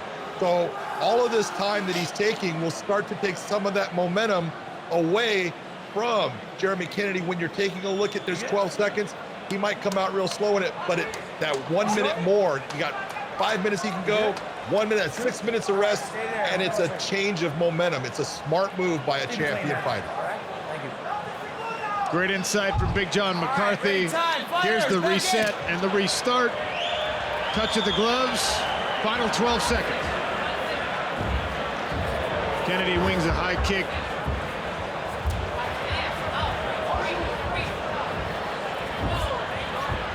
He was ready with that spinning attack. You saw his arm postured ready in case Pitbull closed distance. Target maybe by 4 or 5 inches, he would have hit that perennial nerve. And that would be very difficult. I agree. There's nothing worse than that nerve right at the knee. It is very low. Start of round 3, possible 5. Featherweight title fight, Bellator Champion Series, Belfast. Patricio Pitbull's in the black. Sorry, Dan. I was just about to say, the other thing that you mentioned a little earlier, Sean, is that he's not responding to those low kicks. It may potentially be because it's not damaging him as much as we potentially think it is. It looks bad, but we can't feel the leg of Kennedy, and he might feel confident that he can keep taking those kicks. There was another low kick, very low on the target area, the strike zone, so to speak. Overhand right, finally sneaks around the guard partially for Pitbull. Kennedy has now started to bank some calf kicks of his own. Yeah, he's getting more confidence now. I think it would probably make Pitbull's life a little easier if Kennedy opened up a bit more as well. It seems like Pitbull is waiting for Kennedy. And given the fact that Kennedy's being very tentative, at least in the first round and at the opening of this third round, it's meaning that Pitbull's having to really kind of search for his individual shots to land. Yeah, Pitbull's waiting for Jeremy to throw the counter, but Jeremy hasn't given him too much. I think Kennedy knows that a counter's coming if he lunges in too hard. Case in point right there. Good jab, though, from Kennedy. Oh! Stumbles Pitbull, and here's the combination. Kennedy smothers his own punches, goes chest to chest. And we have a cut on the forehead of Pitbull as well. Seeing some blood on the shoulder. Looks like it's in the hairline. Maybe not problematic, but certainly a confidence booster for the challenger.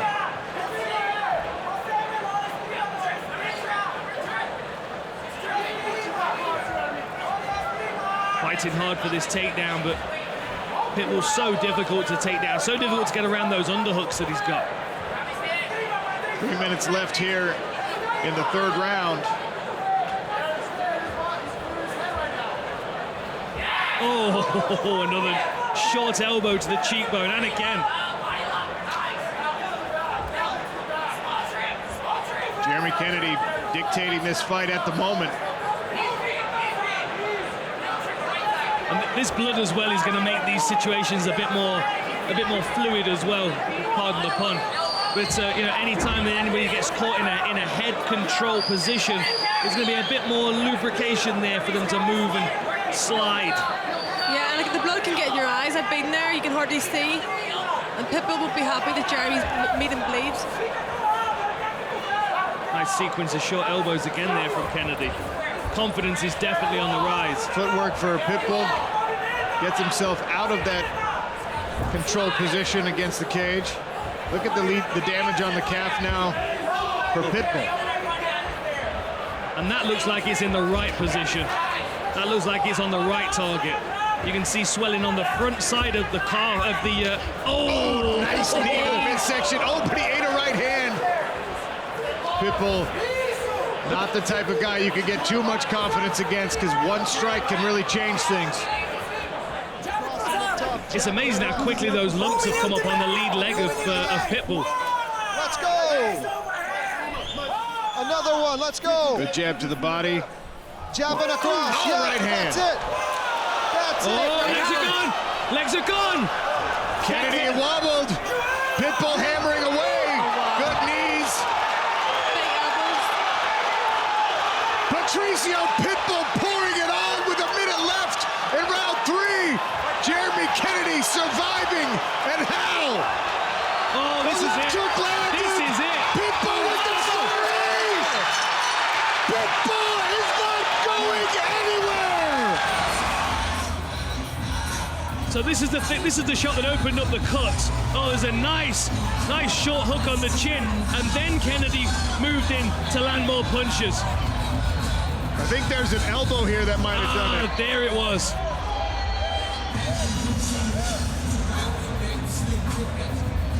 This was a great moment in the fight for Kennedy. Confidence building. He smothers himself. He goes chest to chest. He starts to wrestle.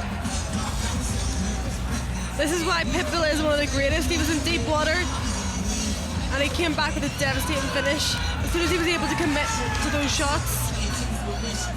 Look at those body shots. It just seems like Kennedy's prioritizing covering his body in this exchange. It was after the hook. He goes right hook, left hook to the body, and there it goes. Patricio Pitbull.